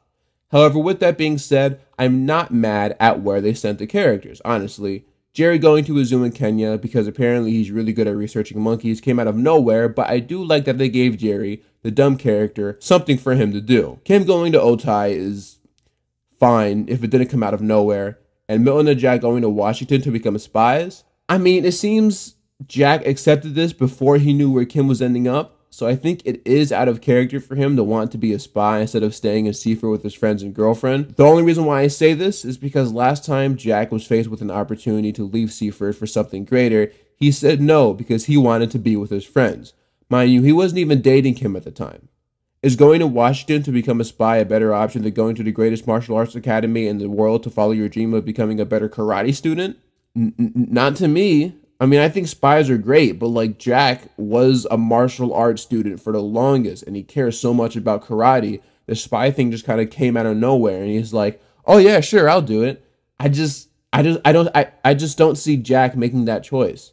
The ending isn't bad. I just think it's rushed and really came out of nowhere. That goes for all of the characters. Now, it is also important to bring up how Rudy basically stays the same, only this time he has new kids to teach and a foster son now, which is cool.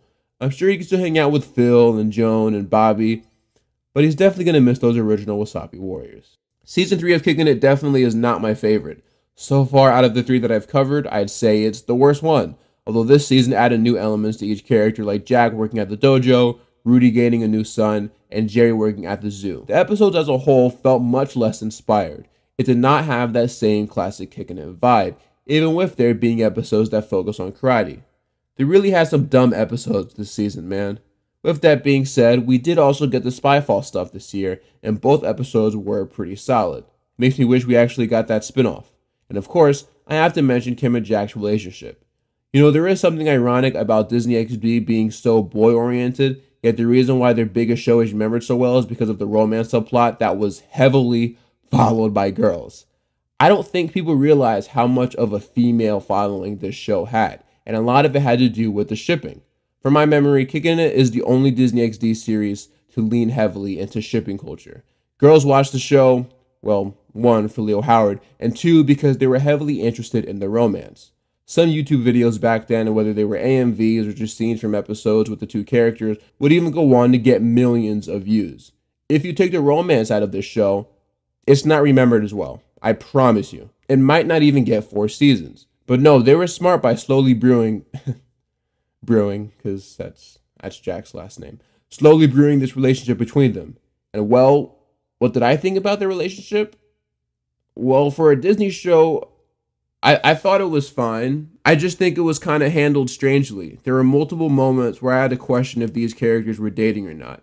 It seemed like they just kept retconning stuff over and over again just to postpone their eventual relationship. If you follow production order, the two characters first started dating in episode 11 of season 3. The next 3 episodes, if my memory serves me correctly, don't even mention them being a couple. Matter of fact, they hardly even interact in those 3 episodes. They finally spend time together in Seaford We Have a Problem, but the plot wasn't really focused on them. In Mama Mima, they spend most of the episode apart. In Temple of Doom, they spend time together, but it's really more so of a Jerry-centric storyline. Faulty Temple actually focuses on their relationship heavy, but then in the very next episode, Jack and Kim share about maybe 30 seconds of screen time together. Queen of Carts is a pretty normal episode in the sense that they do spend their time together, and they talk about their relationship, so that's nice, I guess. And then in the next one after, they interact for like the first minute, and that's it. And then there's the finale, which we just talked about. So I say all of this to say that there are maybe 4 episodes this season, out of 22, that actually show them as a couple. Now see, I don't care about these two dating, so it doesn't bother me. Matter of fact, I'm happy if they didn't make it a huge part of the series. But like, was it really worth the wait? Are they really one of Disney's best couples? I don't know. Y'all gotta let me know how you feel about that. And so they did all of that just to have them leave each other in the season 3 finale. I know at the time they thought they'd probably end the series there, so they did what they felt they had to do, but still, y'all gotta let me know how you feel about that. But yeah, season 3 of Kickin' It was a bit of a tough watch at times. It did have a few gems, but overall, nah, it gets a no from me. Welcome to the state of martial arts. Even when you're outnumbered, outmatched, or just out of town on business, you always have the element of surprise. Kickin' It, the new season premiere, Monday, February 17th, only on Disney XD. Here we are, folks, the final season of Kickin' It. Boy, oh boy, where do I begin? Well, remember when I said that they were not quite sure if season 3 of Kickin' It would be the last one or not? Well, obviously the planned spinoff ended up getting canceled, and we did get another season of Kickin' It. Oftentimes, there is a large gap of nothing when the cast and crew members are waiting to find out if their show got picked up or not. And I think Disney XD, and others as well, were really confident that season 3 would be the last of the show.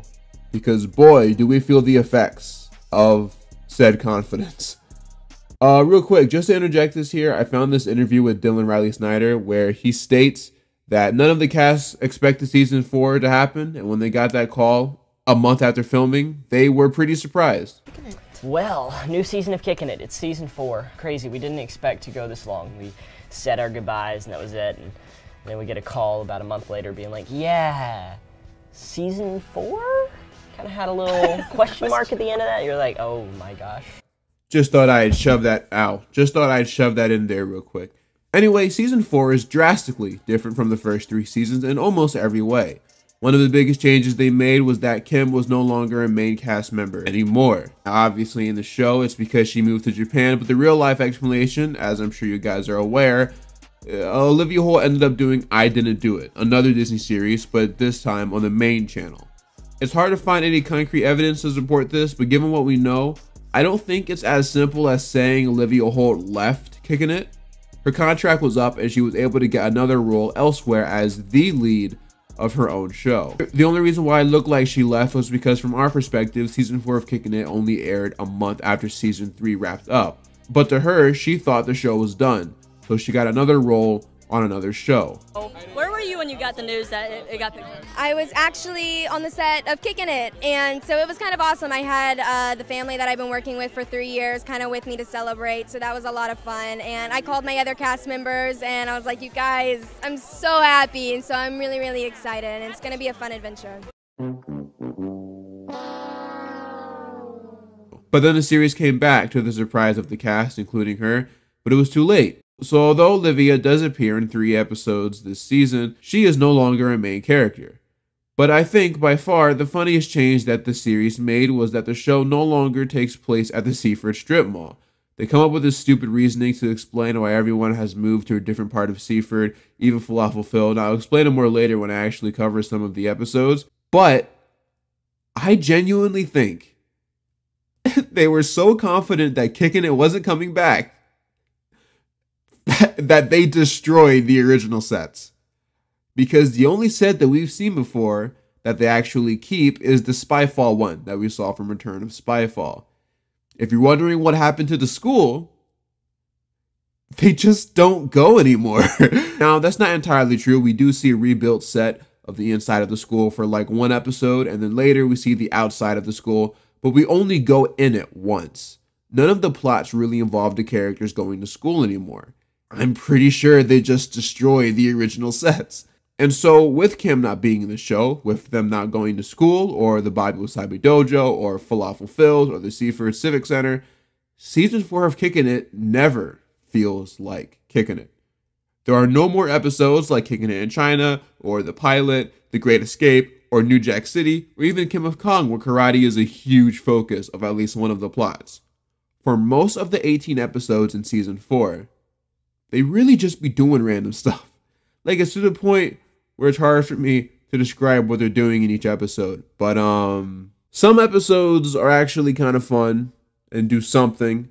Other episodes are the most slice of life pieces of media that you will ever see. So there are very few episodes this season where I can actually go in depth in. So I mean, I don't know. Like always, we're gonna go by production order. You know how it be. And, you know, let's see what we can get cooking. On a special edition of Show Me the Monday! 2 highly trained teams will be joining forces when the intensity of martial arts collides with the power of Bionics. It will show you the Monday like never before. The new season of Kickin' It. The new season of Lab Rats. With this much premiere in one night, your butt's gonna kick itself. A Show Me the Monday special edition premieres Monday, February 17th, only on Disney XD. In season 4, episode 1, aka The Boys Are Back in Town, it is revealed through a scene with Rudy and Joan that Rudy has opened up his own dojo called the Wasabi Warrior Academy, which is found at the Seaford Pier. This is the place I was telling you about earlier, the place where the entirety of season 4 takes place. Because like I said, I'm pretty sure they destroyed the original set, so this is what we're working with now. A little later, we see that Jerry is back from Kenya, apparently, with much longer hair, might I add. Rudy goes to him and says that he just received an email from Kim, but the whole thing is in Japanese. Oh wait, no, Rudy is just stupid. Kim says that she both loves him and misses him. She also congratulates him on opening the new dojo. Jerry says he understands Kim going to Otay, but can't quite understand Milton and Jack doing extra schoolwork during the summer in Washington. Yeah, so Milton and Jack are still spies, in case you forgot about that, but their cover is that they're actually just studying in Washington at an academy since they can't tell anyone about their spy adventures. We then go to the intro, and wow, this thing is depressing. Because of the fact that we are now down 2 cast members of this show, the Kickin' It intro has been shortened by like maybe 10 seconds. And then there's this super sad shot of the remaining characters. Like, dude, this is rough. The show fell off so bad. No Kim, no Eddie, just these 4 guys. I mean, hey, Disney XD was for the boys, right? Well, there you go. You got your boys show. Not a single girl in sight. Anyway, we head back to the spy lair and Funderburk reveals that with Rash no longer a threat, there's no need for the team. So he tells Shane, Jack, and Milton that they can head home. Funderburk says goodbye and is having a hard time with getting the words together, so he just hugs them. By the way, I forgot to mention this, but Jason Earls is the producer of the show now, so that's cool. Milton and Jack arrive back in Seaford and Rudy welcomes them. He explains that he and Phil went in on a lottery ticket together, hence how he was able to afford making his own dojo. But he later clarifies that while at a carnival scratching said lottery ticket, a Ferris wheel broke, which led to Phil and Rudy falling and injuring themselves badly. The company said they'd pay them a boatload of money if they didn't sue. He used half of the money to open up the dojo, while Phil opened up a shop of his own. Phil's Bowl and Burger. Are you kidding? His name was Falafel Phil for the longest. In no way is a bowl and burger place his dream, man. Stop it. That brother is a falafel man first, everything else last. Those sets definitely got destroyed, man. Ain't no way. Phil and Jerry are shocked to see Jack and Milton back from Washington. Jerry says that he missed them and points out that he is now the manager of Phil's Bowl and Burger. And I'm sure that is going swell. Funderburk sends a message to Milton claiming that he needs them both in Washington and it's an emergency. So the two head to the new dojo to watch the video message. I need your help. There was one Rash agent we didn't know about and he's recruiting new people. The jet copter is on the way to pick you up. It appears that this episode would have been more appropriately titled The Return of Spyfall, because this story still somehow is not done. Milton and Jack head back to Washington only to find out that Shane was the traitor. Because why not at this point, I guess. Shane says he's doing this because he wants everyone to finally see that he is better than them. And I'm like, who exactly is everyone? It's a secret organization, big dog. You're talking about 12, maybe 15 people tops. But you know what? This is kind of in line with Shane. I definitely see his character doing this. My one question though is, where is Gray during all of this? Like, she would have totally been on Jack and Milton's side. They kind of fumble too because I actually did like her character. I would have def preferred a Spyfall spinoff over this malarkey. The three get locked up by Shane in a big fat cage that they have in the lair for whatever reason. But thanks to a special magnet watch that coincidentally gets introduced earlier in this episode, they're able to grab a special laser pen that would allow them to escape. But before they get too far into the process, Shane interrupts them and claims that 20 seconds after he presses this big fat button, they will all blow up, along with the lair. Your baked potato will be ready in 20 seconds. That's the microwave button. The self-destruct button's the brown one. Funderburk. Shane presses the actual button and walks away. But just then though, the three are able to finish their sweet escape, which lasts for about 3 seconds before Shane and the other rogue agents come in to take them out. And well, you know what happens next.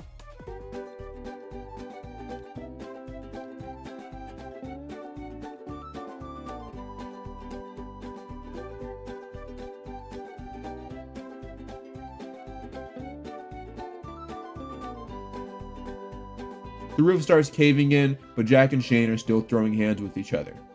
I ain't gonna lie, bro. My man Scotty Dunn is killing it with these action sequences. He's cooking, for real, for real. Milton helps Jack out and kicks Shane to the ground. Oh, snap! That man got knocked out. See, me personally, I would have left him. But you know how Jack is. He's the good guy, yada, yada, yada. So he grabs Shane before the building gets destroyed. Live to die another day, Shane. It just won't be on this show because we never see you again after this episode, unfortunately. And you know what, man? That's tough because I actually really like Shane's character. He's funny both intentionally and unintentionally. If it wasn't for the whole turning evil thing, I feel like he would have been a great addition to the cast. He has a nice dynamic with Milton and Jack that had a lot more potential. Funderburk thanks the duo for saving them and says that Shane and his boys will be locked up for a long time.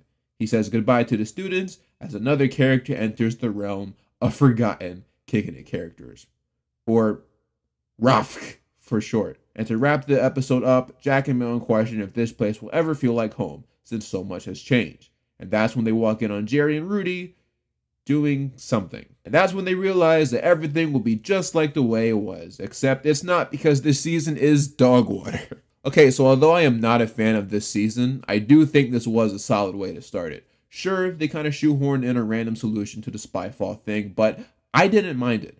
I understand that you can't always do the stories that you want to do on television for one reason or another. As for how this sets up the rest of the season, well, we now know why the entire show takes place in a different location now. Is it stupid? Yeah. What, did you think I was going to say something else after? Nah, it's just that. It's stupid. I don't know what to tell you. I will say, though, it seems like Rudy no longer has Sam with him anymore. He isn't referenced or shown in Season 4 at all. So, you know what that means. I wish I could tell you that the rest of Season 4 is like this, but it's not. You thought Season 3 had some mediocre plots, but they were really scraping the bottom of the barrel with this one. Season 4 of Kickin' It honestly takes away more than it adds, which is interesting. There are very few episodes of this season that genuinely matter, that are must-watches for this season. The characters don't advance much in karate anymore. The show in general isn't about karate much anymore. It's really just about the characters doing side quests. One of these episodes is Are We There Yet? The brand new season of Kickin' It smells like Cat vomit, sweat, and pickles. no. I'm gonna go with jetpacks. Close, but we actually meant brand new action. Oh, you're fighting a ficus. Brand new romance. Brand new nicknames. I'm the Pinhead, and this is Splits Malone. And a mystery. Bet it was Donovan. That's so mysterious. You know who it was? Kowalski. It will leave you mystified. Classic Kowalski. Who is Kowalski? You won't find out on Kickin' It. Brand new tonight at 8/7 Central on Disney XD. The episode revolves around Rudy's attempt to mend the strained relationship between Milton and Jack by taking them on a road trip in an old RV. Because this worked so well when Grandpa Max did it for Ben and Gwen, right? Thing is though, I'm a little surprised that it's Milton and Jack that are having these issues. They usually always got along in this show. If Jack would argue with anyone, it would be Jerry. I guess you could, however, make the argument that because of all the time the two have spent together as spies, they started to bond a little too much, which led to all of these issues. Despite Rudy's best efforts, tensions continue to rise between the two, which leads to a heated argument that makes Rudy leave them stranded in the wilderness overnight. While stranded, Milton and Jack realize the importance of their friendship and work together to come up with a plan to rescue Rudy, who is stuck in the RV dangling over a cliff. With the help of an inflatable nature napper, they manage to save Rudy and squash the beef. Hooray! They're friends again! Yippee even! Yippee even! And in case you were wondering what Jerry was up to, he and Jones stumble upon Babe Ruth's... He and Jones stumble across Babe Ruth's lucky jockstrap in a storage locker they purchased at an auction. They plan to sell it for a hefty sum, but end up breaking it in a scuffle. Babe Ruth is rolling in his grave right now. They too also realize the value of friendship and makeup or whatever. We have something that they can never take away from us. Our friendship? Forget that. My jelly bean pooping donkey. Alright, never mind then. The episode ends with Rudy getting punched by a bear. See what I mean? Nothing too crazy. Something light, if you will. I mean, yeah, the action sequence had a CGI RV, but you know what else had a CGI RV? The movie RV. And I don't want to talk about that movie either, so I think I'm just gonna forget this episode happened. I'm kind of scarred from movies and TV show episodes with CGI RVs. Monday's about to cut loose. Show me the Monday! Show off that sky-high kick. Hey, Black Falcon. Flash that nerd alert. Laser blade out! Dance that party animal out. Whoa, whoa, whoa! All new Mighty Men, kicking it and wander over yonder. Getting down with your bad Monday self.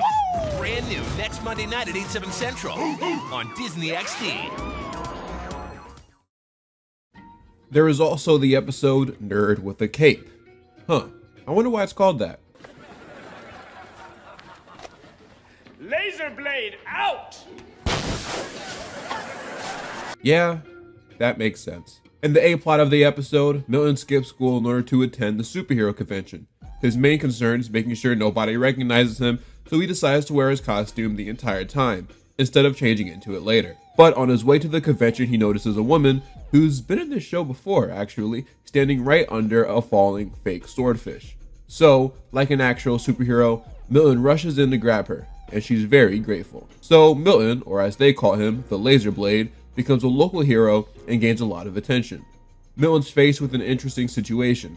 If he comes clean as the Laser Blade, he'll get $500 from the newspaper as a thanks. But at the same time, if he does come clean, it'll get revealed that he skipped school. Milton's such a nerd, man. You gotta chase the bag, always. So we have a bit of a Hatching Pete situation. Since Milton doesn't want to reveal himself, Jerry decides to take the credit instead. Milton gets mad at Jerry, but Disney XD shenanigans occur, which leads to Jerry almost dying and Milton attempting to save his life. Milton, hurry up, I'm slipping!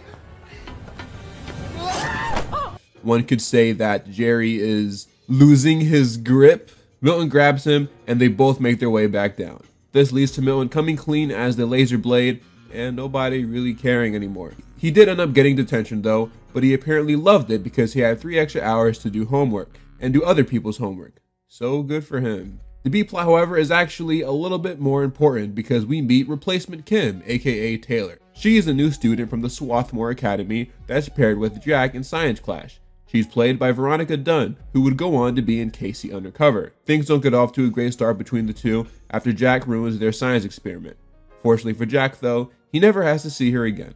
Just kidding, she starts working at the new smoothie bar in the dojo, and neither of them are happy about it. Later, when Jack accidentally sticks his hand in a cherry pie, he reaches for something to wipe his hands with. But the thing he actually grabs is Taylor's cashmere sweater. And when Taylor gets mad about it and confronts him, Jack says, Swarthmore, I'm pretty sure a rich girl like you can afford another stupid scarf. Whoa, whoa, whoa, whoa. Jack has never been this mean or careless. You guys remember how nice season 1 Jack was, even season 2? Another reason why I'm not a fan of the later seasons of Kicking It is that Jack's character starts to lean more towards handsome jock than thoughtful leader. He also starts to become more self-absorbed, and I'm really not a fan of it. I mean, look, if I looked like Leo Howard when I was 16, I'd probably be self-absorbed too, but it's very weird seeing Jack act like this. You think I'm a juice jockey because it's fun? My dad's company went out of business and I have to help my family out. Oh yeah? Well, I did not know that when I was being mean to you. Nah, that ain't it, y'all. Nope, this ain't Jack. Sorry, Jack will never be this mean, even if it's to a girl from a rivaling school. Now Kim, sure, I could totally see Kim doing this, but they really did fumble Jack's character in this season. But yeah, Taylor's broke now, so she has to work at the juice bar to help her parents. And I would say, from this point on, she becomes a main character in season 4, but she only really has 2 other appearances after this. I think at the time, they might have tried to use her as a Kim replacement, since now she's in the dojo, and she's blonde, but ultimately they realized no one can really take Olivia Holt's place, so they scrapped the character. I also think Casey Undercover probably went into production around this time, so yeah, that could also be another reason. Later, Jack feels really bad about what happened the previous day, so he gets her another cashmere sweater. He also says that because of the fact she is from Swarthmore, he misjudged her. And I want to let you know that it's not that I don't like you because you came from money. I don't like you because you're annoying. It's crazy because if you watch their first scene together again, she really isn't all that annoying. Matter of fact, it's Jack that was causing all of the issues.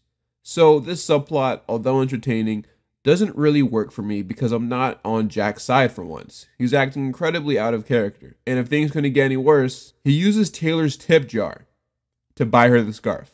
That is not Jack. And this is one of the reasons why season 4 is kind of doo-doo.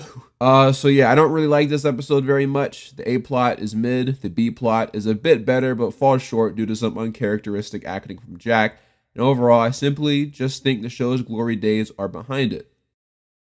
Show me a new Mighty Man, switching up the identities. Awesome! A new Lab Rats is amping up the zip power.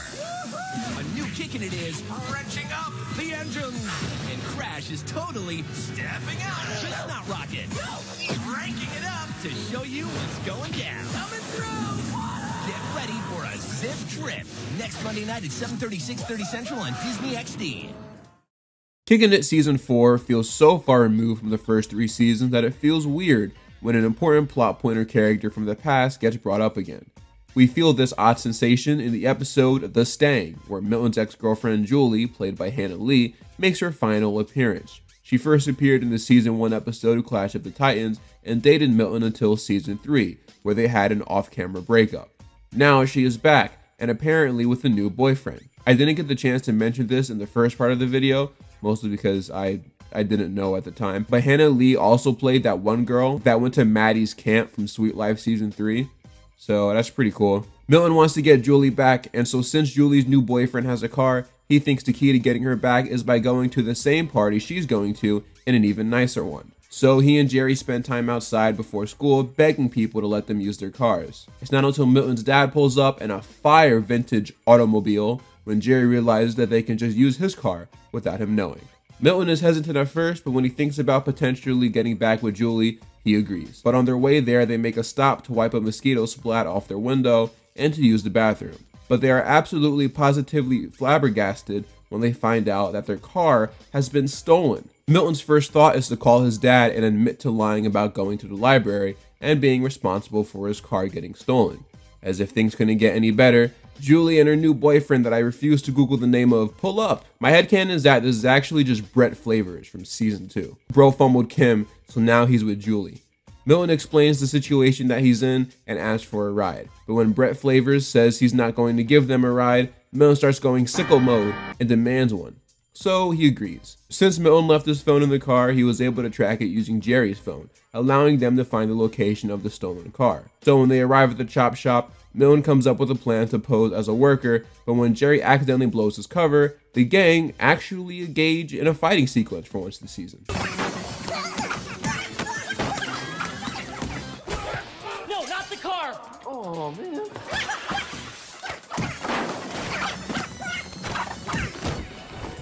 During the sequence, Julie asks Brett Flavors for help, but Brett don't know karate like that, so he runs away, and Milton comes in and saves her. This leads to Julie immediately falling for Milton again, but Milton says, Unfortunately for you, I don't date girls anymore.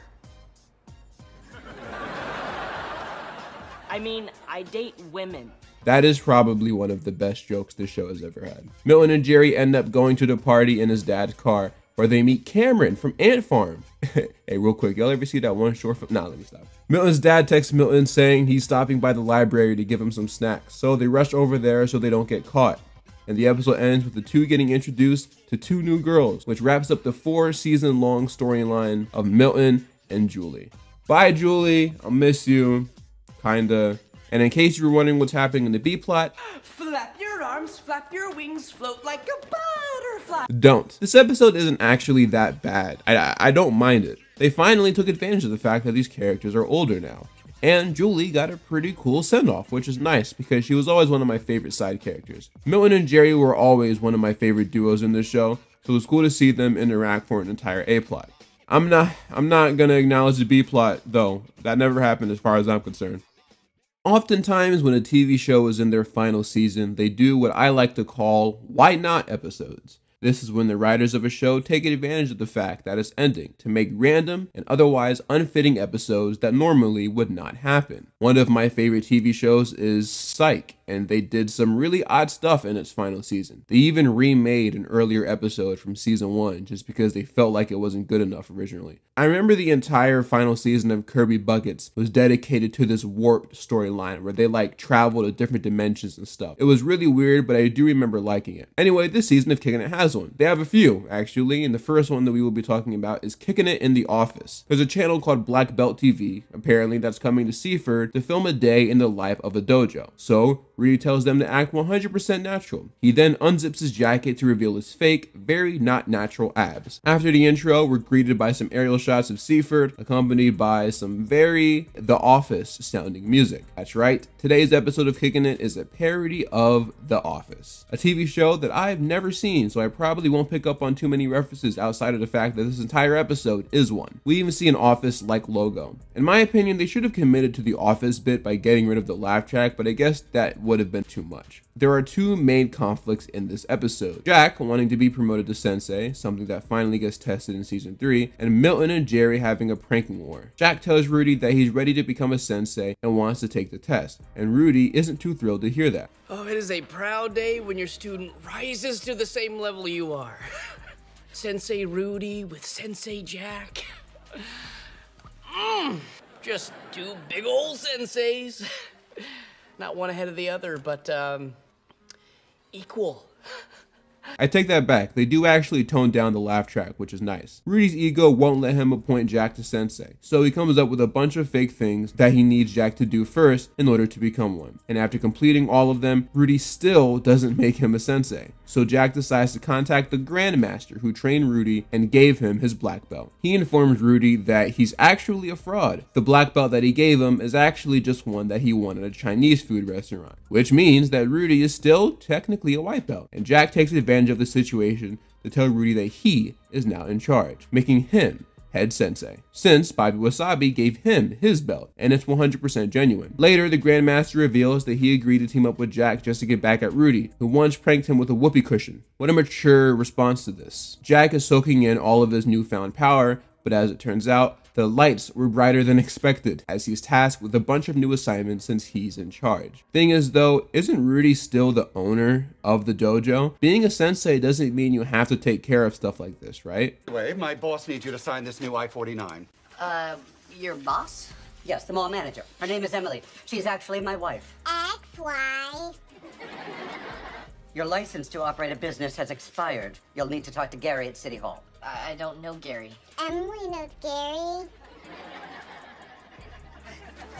Okay. This is probably one of the best stretches of jokes Kickin' It has ever had. Wasn't really expecting to hear that in this show. Good comedic moment. Things just get worse and worse for Jack as the time goes on in the episode, to the point where he stops Rudy from leaving the dojo and begs for his help. He comes clean and says that he told the Grandmaster to come to the dojo to pretend to be a fraud, meaning Rudy is 100% an actual black belt, and the ownership of the dojo should go back to him. Jack apologizes and says that any reasons he may have to hold him back from becoming a sensei will be respected by him. And then we actually get a surprisingly heartfelt scene. I do have my reasons.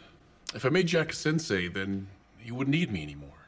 He'd try to fly out of the nest. That's what baby birds do. They think they can dig up their own worms. Well, I want to be the man to give Jack worms. Am I afraid I'll lose Jack? Sure. I mean, it's just that... You know what? I'm sorry, there's something I need to do.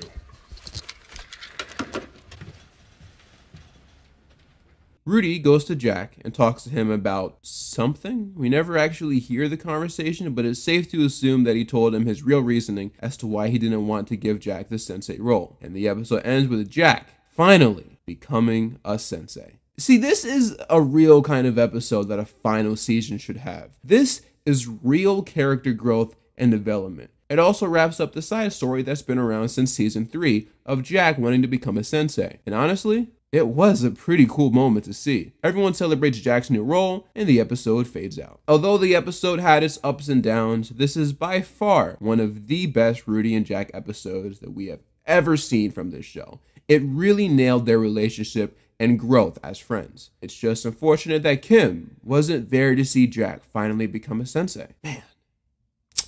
Well, it's a good thing she appears in the next episode, though.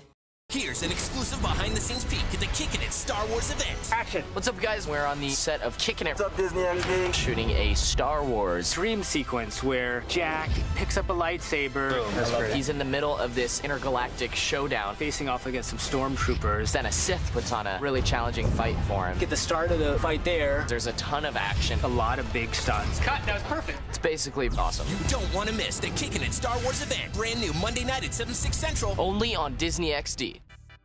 Alright, so in order to properly explain and I guess justify the existence of this episode, I feel like I have to briefly talk about something that happened a couple years prior and kinda has nothing to do with Kickin' It. In October 2012, Disney purchased the rights to Star Wars and wasted no time getting their greedy little hands all over the franchise. In 2014, we received 3 Star Wars projects on Disney XD. One was that silly little Phineas and Ferb crossover, another was Star Wars Rebels, which I actually quite enjoyed, and we got this weird episode of Kickin' It. All of this was to drum up kid enthusiasm for Star Wars as a franchise, since Force Awakens was right around the corner. Fun fact, but I actually broke my tooth while watching that movie. I'm not gonna tell you how though. And so, now we are here, the Kickin' It Star Wars special. It's a bit of a weird episode too, because like it's one of those episodes where it's not important until it is. Like Milton is trying to get into this college called Oxbridge, an obvious combination of the two schools.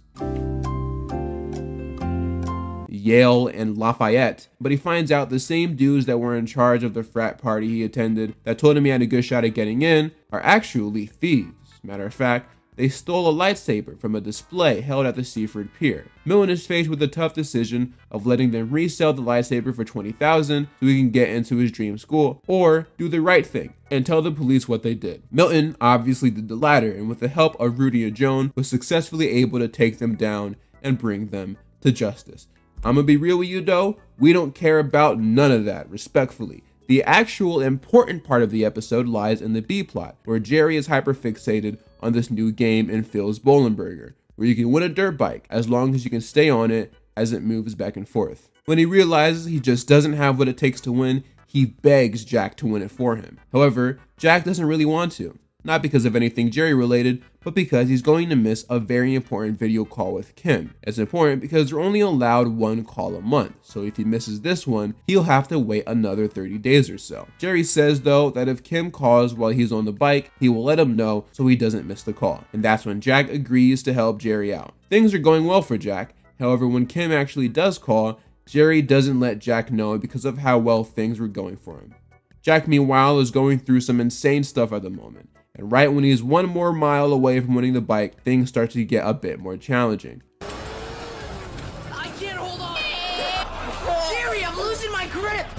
I'm losing my grip. Jerry! Anyway, Jack looks at some kids dressed in Star Wars attire and starts tweaking and sees Rudy talking to him, telling him to use the Force. And it kind of just works. I don't know. Jack wins the bike for Jerry, but their celebration is quickly ruined by Jack realizing Jerry fumbled the bag and didn't let him know about Kim calling. Yikes. And rightfully so, he's very mad. Jerry realized the mistake that he made though and tries to fix things. So he managed to arrange another face call meeting with Kim. But when Jack tries to turn on the computer, he realized that he can only hear Kim and not see her. Then, a surprise to us all, when Kim shows up in person and greets Goat Milk. Hold on, you telling me Tootsie's still alive? Where's she at? Man, I don't care about Kim. Get her off my screen. Tootsie, where you at? Not for real though. Kim shows up and everyone starts cheering. And I will say, it was really nice seeing her, because the show truly is not the same without her. Jack hugs her and Kim explains that Jerry sold his motorcycle and bought her a round-trip ticket from Japan. So I know things were probably different 10 years ago, but if you're wondering how much those tickets cost, we're looking at least $900. And this does add up because some dirt bikes are legitimately pretty expensive. So it works to some extent. Jerry sincerely apologizes for what he did, and Jack, of course, accepts it. So back to the A-plot for a second. The episode ends with the lightsaber being returned and Milton pulling up dressed as CP3. That's a joke, relax, it's CP3O, I know.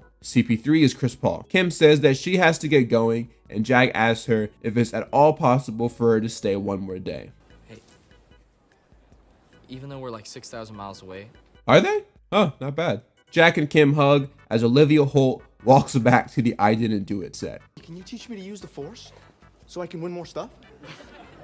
The Force isn't for winning stuff. It's a spiritual power you feel deep inside you when you've got... It does kind of make you think. Anyway, and probably the most random thing you will hear me say in this video, Jack starts remembering what Rudy said about using the Force when you have something to fight for. And we get an entire single camera Star Wars dream sequence with decent cinematography, fight choreography, and visual effects. Like, genuine time and effort was put into this thing, and it's kinda impressive for a Disney show. Jack uses the Force and other Star Wars stuff to take on some stormtroopers. But the craziest thing about this scene to me is how violent it truly gets. Like, Jack genuinely does kill the stormtroopers here. He even stabs one straight through the chest, which blew my mind because I didn't know the show was even allowed to do that. Maybe they got away with it because it's a dream sequence, but that was genuinely surprising. Anyway, I'll just play the rest of the scene.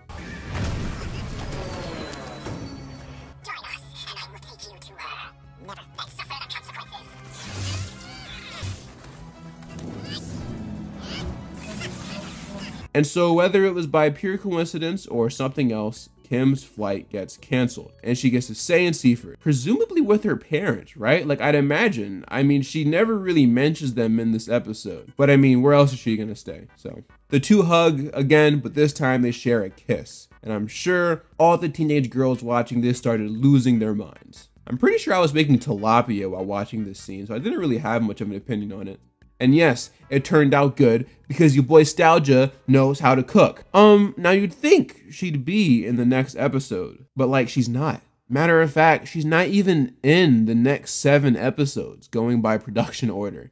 The next episode is Invasion of the Ghost Pirates, which aired during a special Disney XD block where weird stuff happened in Mighty Med, Lab Rats, and Kickin' It due to the same lunar eclipse. It's not even a bad episode, to be real with you, it's just the timing of it was weird. Very strange. The episode is kind of just okay. Most of it was average Kickin' It stuff. The pacing of it was kind of weird though, because they had to make room for that, 3-minute Star Wars sequence. And like I said, it was great seeing Kim again. By now though, I think we're all really tired of the Jerry does something stupid to his friend and apologizes, then they make a blah blah blah thing every episode. Surely the next episode we talk about won't have such a trope, right?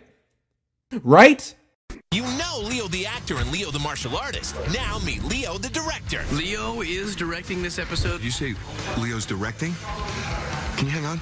A director can have many, many jobs. Action. Understand the story and then visualize how to shoot it. It's been really cool to watch him put all the pieces together. He's the guy who's in charge. Action, action, action. I did hours and hours of homework on this episode. He's comfortable. He's prepared. He knows what it's like to be the actor. See the hard work pay off on a brand new Kickin' It next Monday night at 8, 7 Central on Disney XD. One thing you'll notice about TV shows that star teenagers is that once they get older, some of them are allowed to do other things on set. Debbie Ryan at one point was a producer of Jessie. Nick Cannon wrote some episodes of All That. Karen Brar, I think that's how you say it, directed some episodes of Bunked, and Jace Norman even directed an episode of Danger Force. I bring this up because Kickin' It has their own example of this with the season 4 episode Fight at the Museum, directed by Leo Howard, not to be confused with the Ben 10 episode Fight at the Museum. This episode features the return of recurring character Sydney, who was one of Milton's nerd friends. It's revealed that he and Milton and some random kid are volunteers at the Seaford Museum because they're nerds. One of the other volunteers is named Chloe, and all the boys are pretty smitten with her. Unfortunately, so is Jerry. So much so that he applies to be a volunteer himself. Milton doesn't believe that Jerry is equipped to be one and knows that he's only interested so he can get closer to Chloe. So to prove his worth, Jerry engages in an ancient samurai quiz with Milton, and he somehow gets every answer correct. This leads Chloe to pick him to work with her as a tour guide. Milton's rather upset by this, so we ask Jerry how he managed to know all that stuff.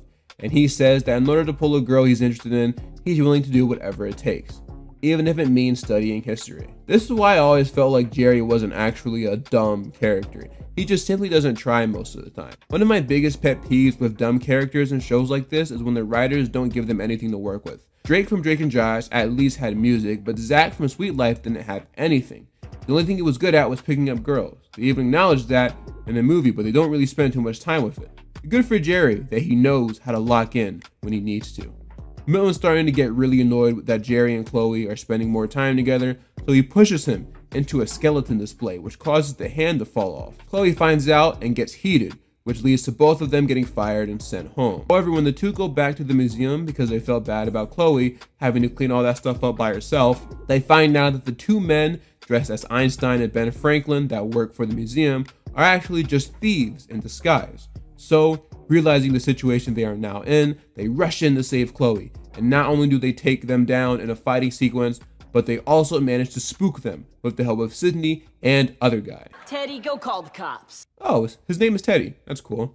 Oh, and Chloe ends up choosing Sydney over both Jerry and Milton. Hey man, at least Sydney gets a proper send-off. See ya, Sydney! Jerry and Milton apologize to each other, whatever, yada yada yada. We've seen this a bunch of times in the show. The B-plot, on the other hand, focuses on Rudy attempting to get on this TV show called What Did You Do?, where they use real people and actors to capture good deeds. So he starts faking scenarios, but doesn't get the attention that he craves. Jag actually does though, because of course he does. This episode isn't very good. It has nothing to do with Leo Howard though. I mean, he's cool, I got no issues with him. He did a good job directing it. It just wasn't very entertaining, respectfully. Sister, let's talk. I've been dying to chat. Me too. Ask me a question. What was that? Will I get invited to the sleepover? Anything's possible. Would you ever be the first one to start dancing at a party? Oh yeah.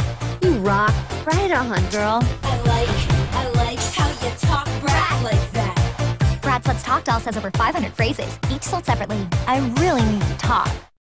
Y'all remember not too long ago when I was talking about why not episodes? Yeah, this episode right here is like the epitome of one. You know you've run out of ideas when you start parroting It's a Wonderful Life. The episode entitled You Don't Know Jack is centered around Jerry's upcoming black belt test and how unseriously he's taking the training for it. So to motivate him to get it done, Jack enlists one of the best karate students that he knows. Please be Brett Flavors, please be Brett Flavors. Oh, it's Kim. Yay, welcome back, Olivia Holt. And the audience goes crazy. And like, so do the other characters. Like Milton is all like, whoa, I can't believe you came here for the black belt test. Does this imply that Kim actually flew from Japan to Seaford just for this? When I first watched this episode, I was under the impression that she managed to just stay in town, like the ending of Seaford Hustle suggested. That's kind of OD, not gonna lie. Anyway, Kim shows Jerry the training he's going to be doing for the black belt test.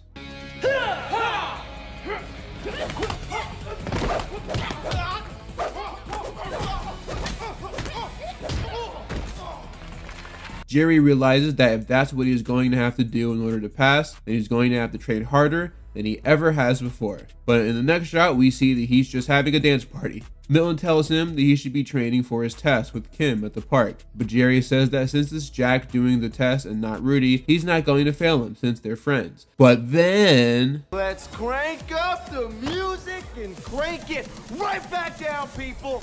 Jack scolds Jerry in front of everyone for not taking his test seriously, and for leaving Kim at the park waiting for 2 hours. Because of all this, Jack not only cancels Jerry's test, but also suspends him from the dojo, which makes Jerry upset. Hey, why is the Jerry sad? Is it because no girls like you, or because you're bad in the schoolyard, or because no girls like you? No!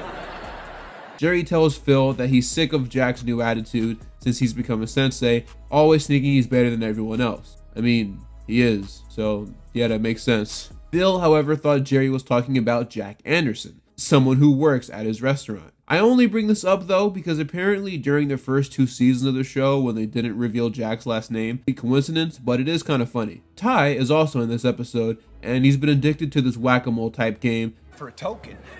Insert Dan Schneider joke here. Woo! Jerry begins playing the game himself to get his anger out and starts genuinely tweaking. He's imagining Jack on...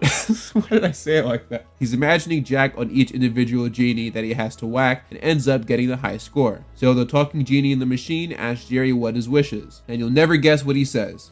Oh, you want to know my wish? I wish Jack had never come to the dojo. And Jerry dies. We fall down. And that's how the series ends. No, I'm kidding. Obviously, he wakes up in an alternate world where Rudy is no longer a sensei, since Jack never joined the dojo. If you remember, all the way back in episode 1, the main plot was Rudy getting Jack to join the dojo, since at the time it was really bad. So bad that if they didn't win the tournament that was approaching, the dojo was going to shut down. So now, in this new timeline, since Jerry wished Jack never joined the dojo, it actually ended up getting shut down. Meaning now, he and Rudy are masseuses. Fun fact, when I was a kid, I genuinely used to think that the name for people who give massages to other people were called misogynists. Alright, look, I understand now that obviously that's not what that means, but it did kind of make sense in my head back then. Just like how a florist should be the name of someone that installs floors, not someone that handles flowers. Or a candy striper should be the name of someone that puts the red lines on mints, not whatever an actual candy striper is. I don't make the rules, man, I just follow them. Also in this reality, Milton is a hippie and a school dropout, since he couldn't handle the bullying. Phil is basically the same, but Jack and Kim are unfortunately both on the Black Dragons now. They got a little super team over there, golly. Jerry realizes the only way to return to his world is by recreating the accident that sent him there in the first place. So with the help of hippie Milton, he comes up with a plan to distract the Black Dragons by giving them all massages so he can play the genie game that is now in the Black Dragon dojo. The dragons catch on to him though and try to put a stop to him. And the fight scene that breaks out involves Jerry taking on 3 people, aka Ty, Jack, and Kim, at the same time, which of course mirrors the training that he'd have to complete in order to pass the exam. After managing to fight them off for a while playing the game, he ends up getting the high score, which sends him back into our world. But of course, all of this was just one big dream. After Jack finds him knocked out in the restaurant, Jerry realizes how important Jack is to him, and everyone else for that matter. and agrees to take the black belt seriously. And in the next scene, we see all the hard work that Jerry put in while knocked out paid off.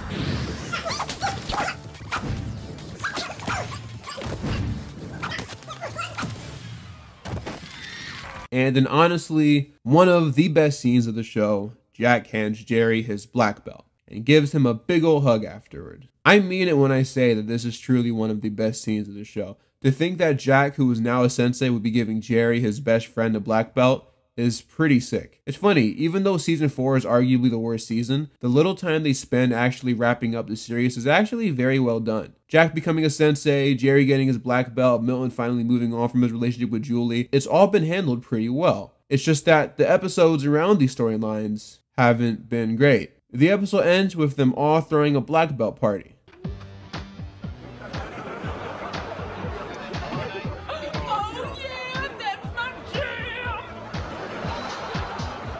I can't believe I'm actually saying this, but I even missed her dance.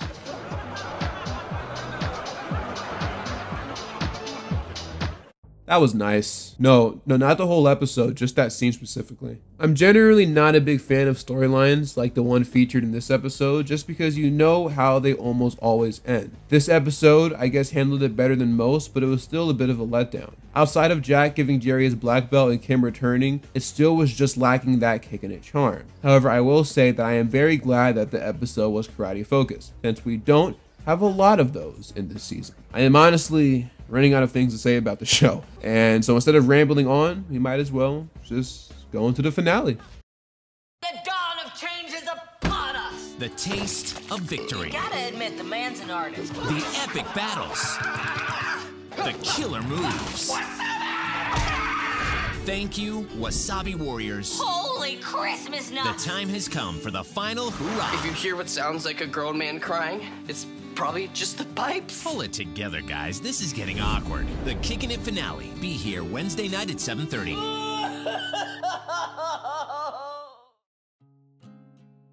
The real, actual, and final series finale of Kickin' It is called The Grandmaster, and it premiered on March 25th, 2015. The story centers around Kim finally moving back from Japan after spending, I don't know, a year at Otai. Funny thing is, I'm pretty sure when Otai first got introduced in this show, Jack was offered like a 3 or 4 year scholarship. So I'm not entirely sure what made Kim's situation different than Jack's, but alright. When Kim comes back, she brings Grandmaster Tomo with her, the head Grandmaster of the Otai Academy. He immediately greets Rudy and says that since 2 of the best karate students he's ever seen, aka Kim and Jack, have trained under him, he would like to offer Rudy the role of Grandmaster at the Otai Academy. And Rudy immediately accepts. He doesn't even think twice about it. That brother is a bag chaser. This is kind of funny though, because I remember in an episode earlier, Rudy was geeking out over the whole waffle bar thing that's in there. And that's probably, if you think about it, the only reason he's so eager to head over there. So basically, the Grandmaster will be interviewing Jack, Kim, Milton, and Jerry to see if Rudy has what it takes to be a true Grandmaster. Rudy assures him that they will share the honest truth about how he acts, but then later runs straight to them and demands that they lie like they've never lied before. He then tells them a list of things that they are not allowed to talk about. And, oh wait, is this another clip show? Oh, you gotta be kidding me, bruh. This show has zero creativity. I messed up the line. Creativity. This show has zero creativity sometimes, I swear. For those unaware, Season 2 also ended with the clip show, having Jack lose his memory and his friends try to help him remind him who he is. And so this episode basically follows suit. The Grandmaster interviews each individual student and asks about Rudy's best qualities. And right when they're about to give an answer, we see flashbacks that would negate any positive answer. What really doesn't make much sense though is that some of these are events that the specific character in question wasn't present for, so there's really no way that they know about them. Every time a character is tempted to tell the truth, Rudy appears in front of them, telling them that he wants them to lie for him. And in case you were wondering, no, Eddie does not appear in any of those flashbacks. He does, however, appear in the promo for this episode, so that's nice. Later on, the Grandmaster makes his way into the dojo to tell Rudy his final decision, and as it turns out, he actually knew the whole time that Rudy was spying. So because of his apparent lack of trust in his students, he decides not to give the Grandmaster role to him after all, which ruins Rudy.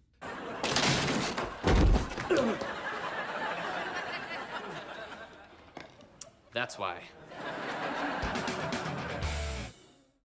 Train in the secret karate techniques of Oh, Dojo, you did it!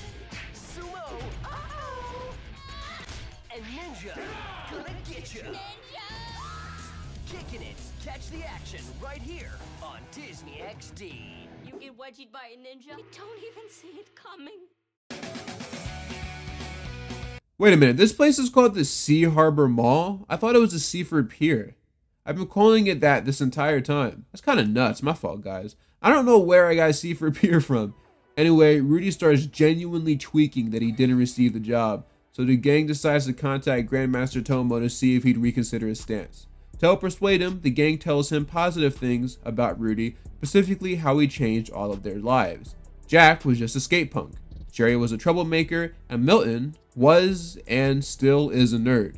You'd think they would use this opportunity to show positive flashbacks about Rudy, but no, they just transition into the next scene, and it's kind of abrupt.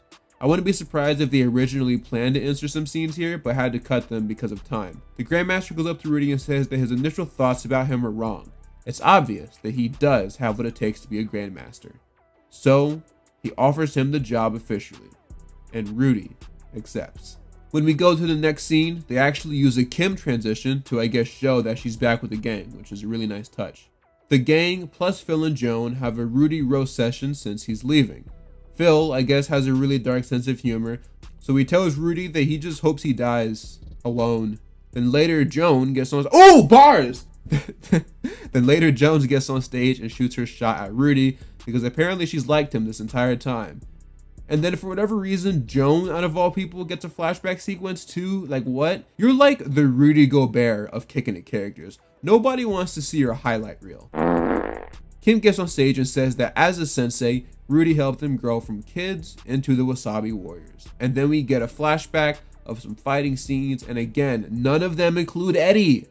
Lastly, Jack hands him a belt that has all of the gang's previous belts sewn or stitched together. I don't know the right term. And after explaining what it is, Rudy is appreciative. We then cut to arguably the most frustrating part of the episode. Grandmaster gives Rudy a folder containing the profiles of all of Rudy's new students, but... Wait, where are all the white belts? We have no white belts. You will be Grandmaster to students who are already champions. I wonder who the new head sensei will be.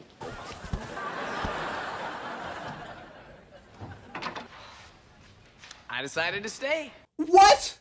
This man passed up on generational wealth and an unlimited supply of waffles just to stay in Seaford, California? That place ain't even real. I don't care how nostalgic. Nostalgic. That's not even for me. I don't care how nostalgic you are. Like, move on. I have a big issue with how this show handles characters. They're allergic to characters moving on and trying new things. Season 4 undid basically everything the Season 3 finale set up. Had endings. Season 4 came and undid all of that just to return everyone back to where they originally were.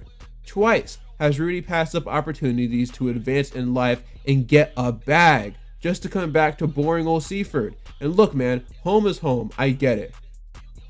But my brother, you live with your mom. Grow up.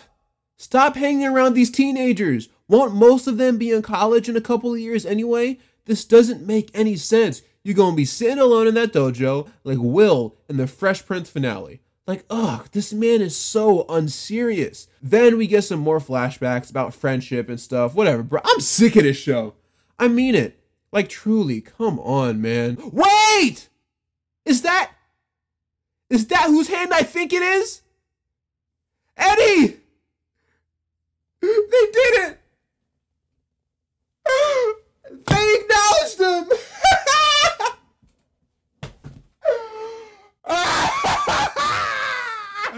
We finally made it!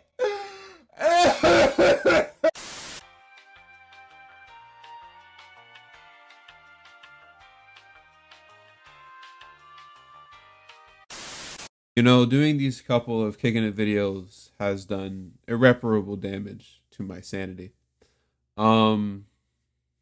Anyway, this is how the show ends. All right, now line up. Up, hot, hop, wasabi! Man, that is one of the sorriest endings I've ever seen in a kid's show. I know I'm supposed to be sentimental about it and stuff, like it's the end of an era or whatever, but they do not deserve it. They had a kind of rushed, but still okay ending in season 3 just to do this. Like, what are we doing? Had Jack and Milton becoming spies and stuff just to end the show with, wasabi! Y'all say that every episode. That ain't special. If you think about it, nobody went anywhere. Besides a little change of location, these characters are just in the same spot they were when the series started, except older and a lot less diverse. These dudes ain't even graduate, bro. Like, they're still in high school. I feel like people are forgetting about that.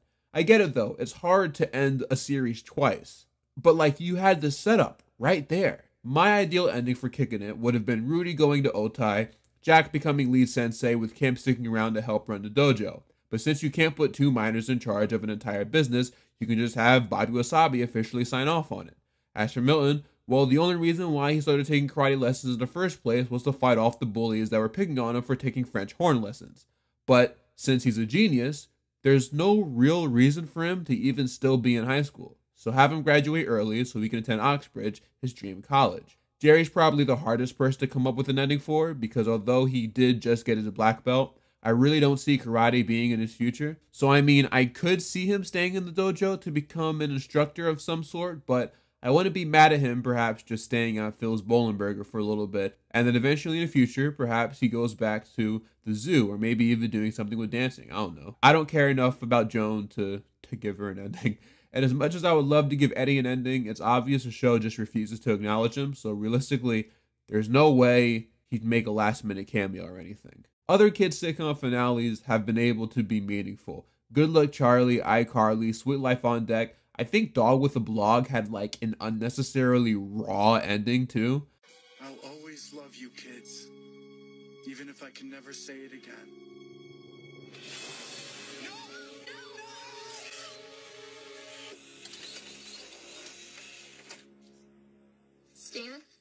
Stan, say something. I'm pretty disappointed that they chose to have this as an ending because I just know that something better was available. But as corny as it is, I guess it does kind of fit the show's theme song. No matter how much I chop and punch, it's not as cool as kicking it with you. So I guess the Kickin' It crew will continue to kick it with each other for all eternity. But all of that stuff will just have to happen off camera because we have officially reached the end of Kickin' It. Okay, before I wrap up the series as a whole, let's play a quick game of Where Are They Now? Where I go through each individual lead of the show and talk about where they are now. Okay, so first of all, let's start off with Leo Howard. Post Kickin' It, Leo Howard appeared in a movie called Andron the Black Labyrinth with Alec Baldwin and Danny Glover. He also guest starred in an episode of Lab Rats and directed an episode of Gamer's Guide. He was then in a show called Why Women Kill and eventually ended up on the CW show Legacies. Get this, he actually formed his own band with Troy Romzek, the dude who played his cousin, Kai. It's called Ask Jonesy and Company. Give them a listen. They haven't released anything in like 6 years. But yeah, man, shout out Leo Howard. Still my dream casting choice for Dick Grayson, aka Nightwing. Next, we got Olivia Holt. She's probably done the best out of anyone post Kickin' It, I would imagine. She had I Didn't Do It, of course. She booked a Marvel series called Cloak and Dagger based off of the characters from the comics of the same name. Then she booked another show called Cruel Summer, which apparently doesn't have anything to do with a Taylor Swift song of the same name. She also does music, so stream if you want to. She actually has a music video where Leo Howard played her ex or something, so that's kind of funny. Yeah, I mean, she just stays busy, man. Always doing something. Good for her. Shout out to Olivia Holt. Then we have Dylan Riley Snyder. He started dating and eventually married Allison Ashley Arm from So Random, and they eventually had a little YouTube series back in the day. I don't know what it's about, but they did in fact have one. He mainly does behind the scenes stuff nowadays with his wife. Doesn't do too much in the way of acting, but yeah, shout out Dylan Riley Snyder. Outside of a guest spot of Black Lightning, where they got his name wrong, Alex Christian Jones hasn't done too much post Kickin' It. Like I said in part 1, he's mainly just living a normal life now, not doing too much in the way of acting. Shout out to Alex Christian Jones, man. Hope you're watching, Brody. Mateo Arias has mainly switched to music nowadays, where he shortened his name to simply Teo. He's collabed with some pretty big names, and his music seems to be pretty well received. So shout out to Teo. Jason Earls has done some acting work every now and then, a lot of which is still in the Disney family, like Just Roll With It and the High School Musical series on Disney+. He's also done a little bit of directing work, most notably on this YouTube show called Welcome to Howler, which starred a bunch of Disney and Nickelodeon kids. And Matt Rife, for some reason, its main purpose was basically to ruin your childhood, I guess. So the jokes were very, how do I say, some of it was kind of funny, most of it was just kind of try hard in my opinion, but it does in fact exist, so I wanted to mention it.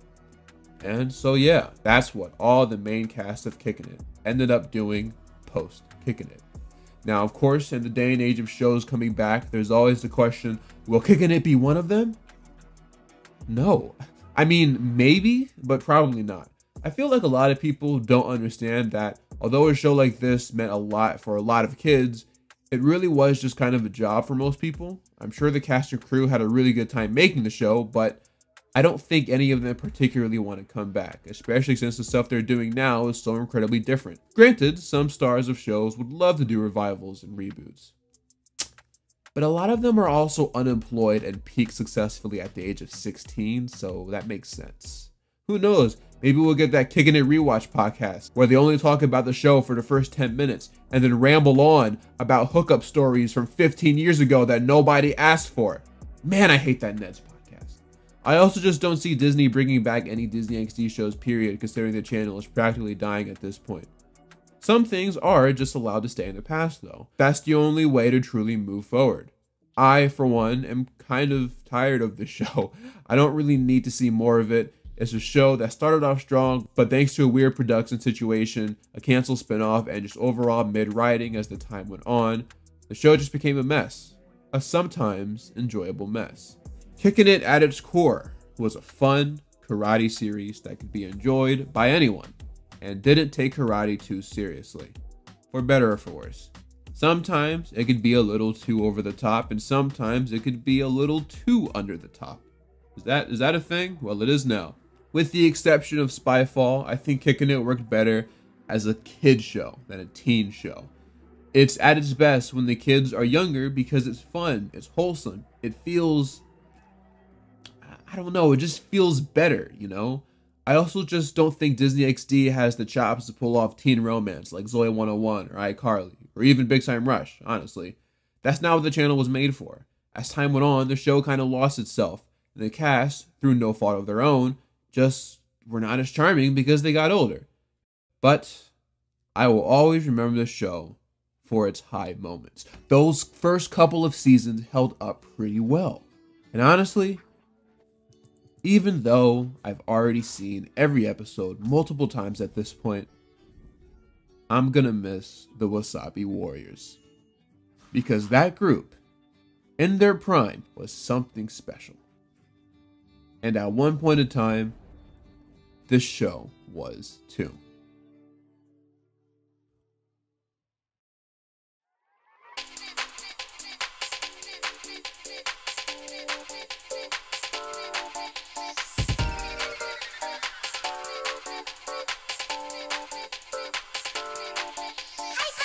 No matter where life takes us, we'll always be connected by the Wasabi Code. We swear by the light of the dragon's eye to be loyal, honest, and never say die. Wasabi? Wasabi! Wasabi! Wasabi! When the Wasabi Warriors are together, there is no greater power. When you mess with one of us, you mess with all of us.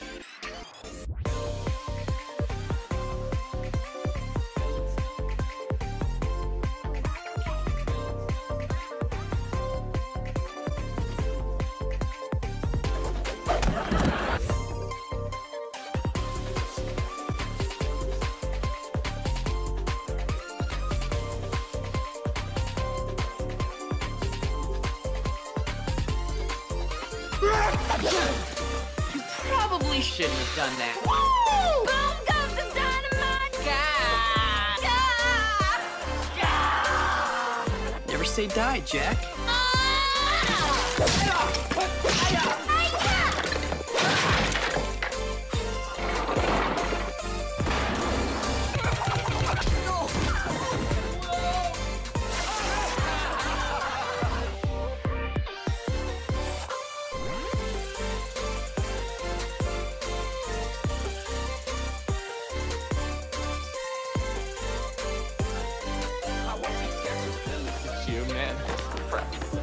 I don't think I will ever forget this moment.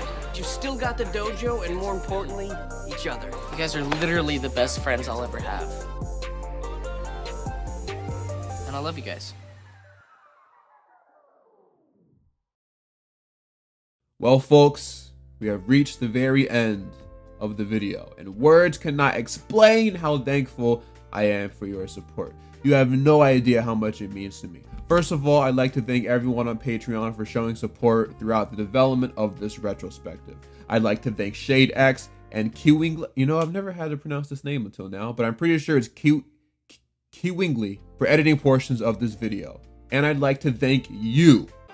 Who, me? Yes, you, for watching right now.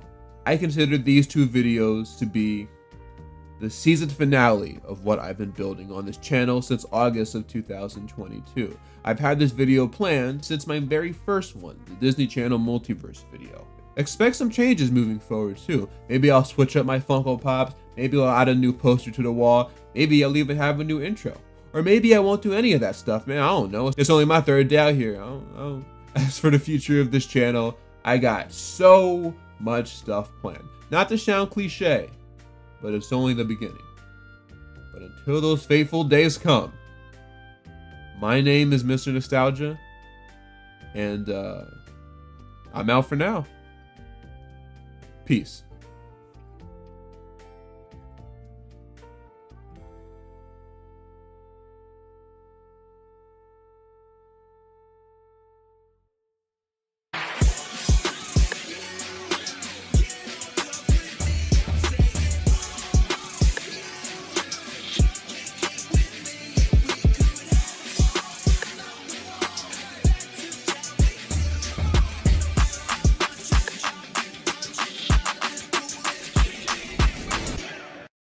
Poor soul.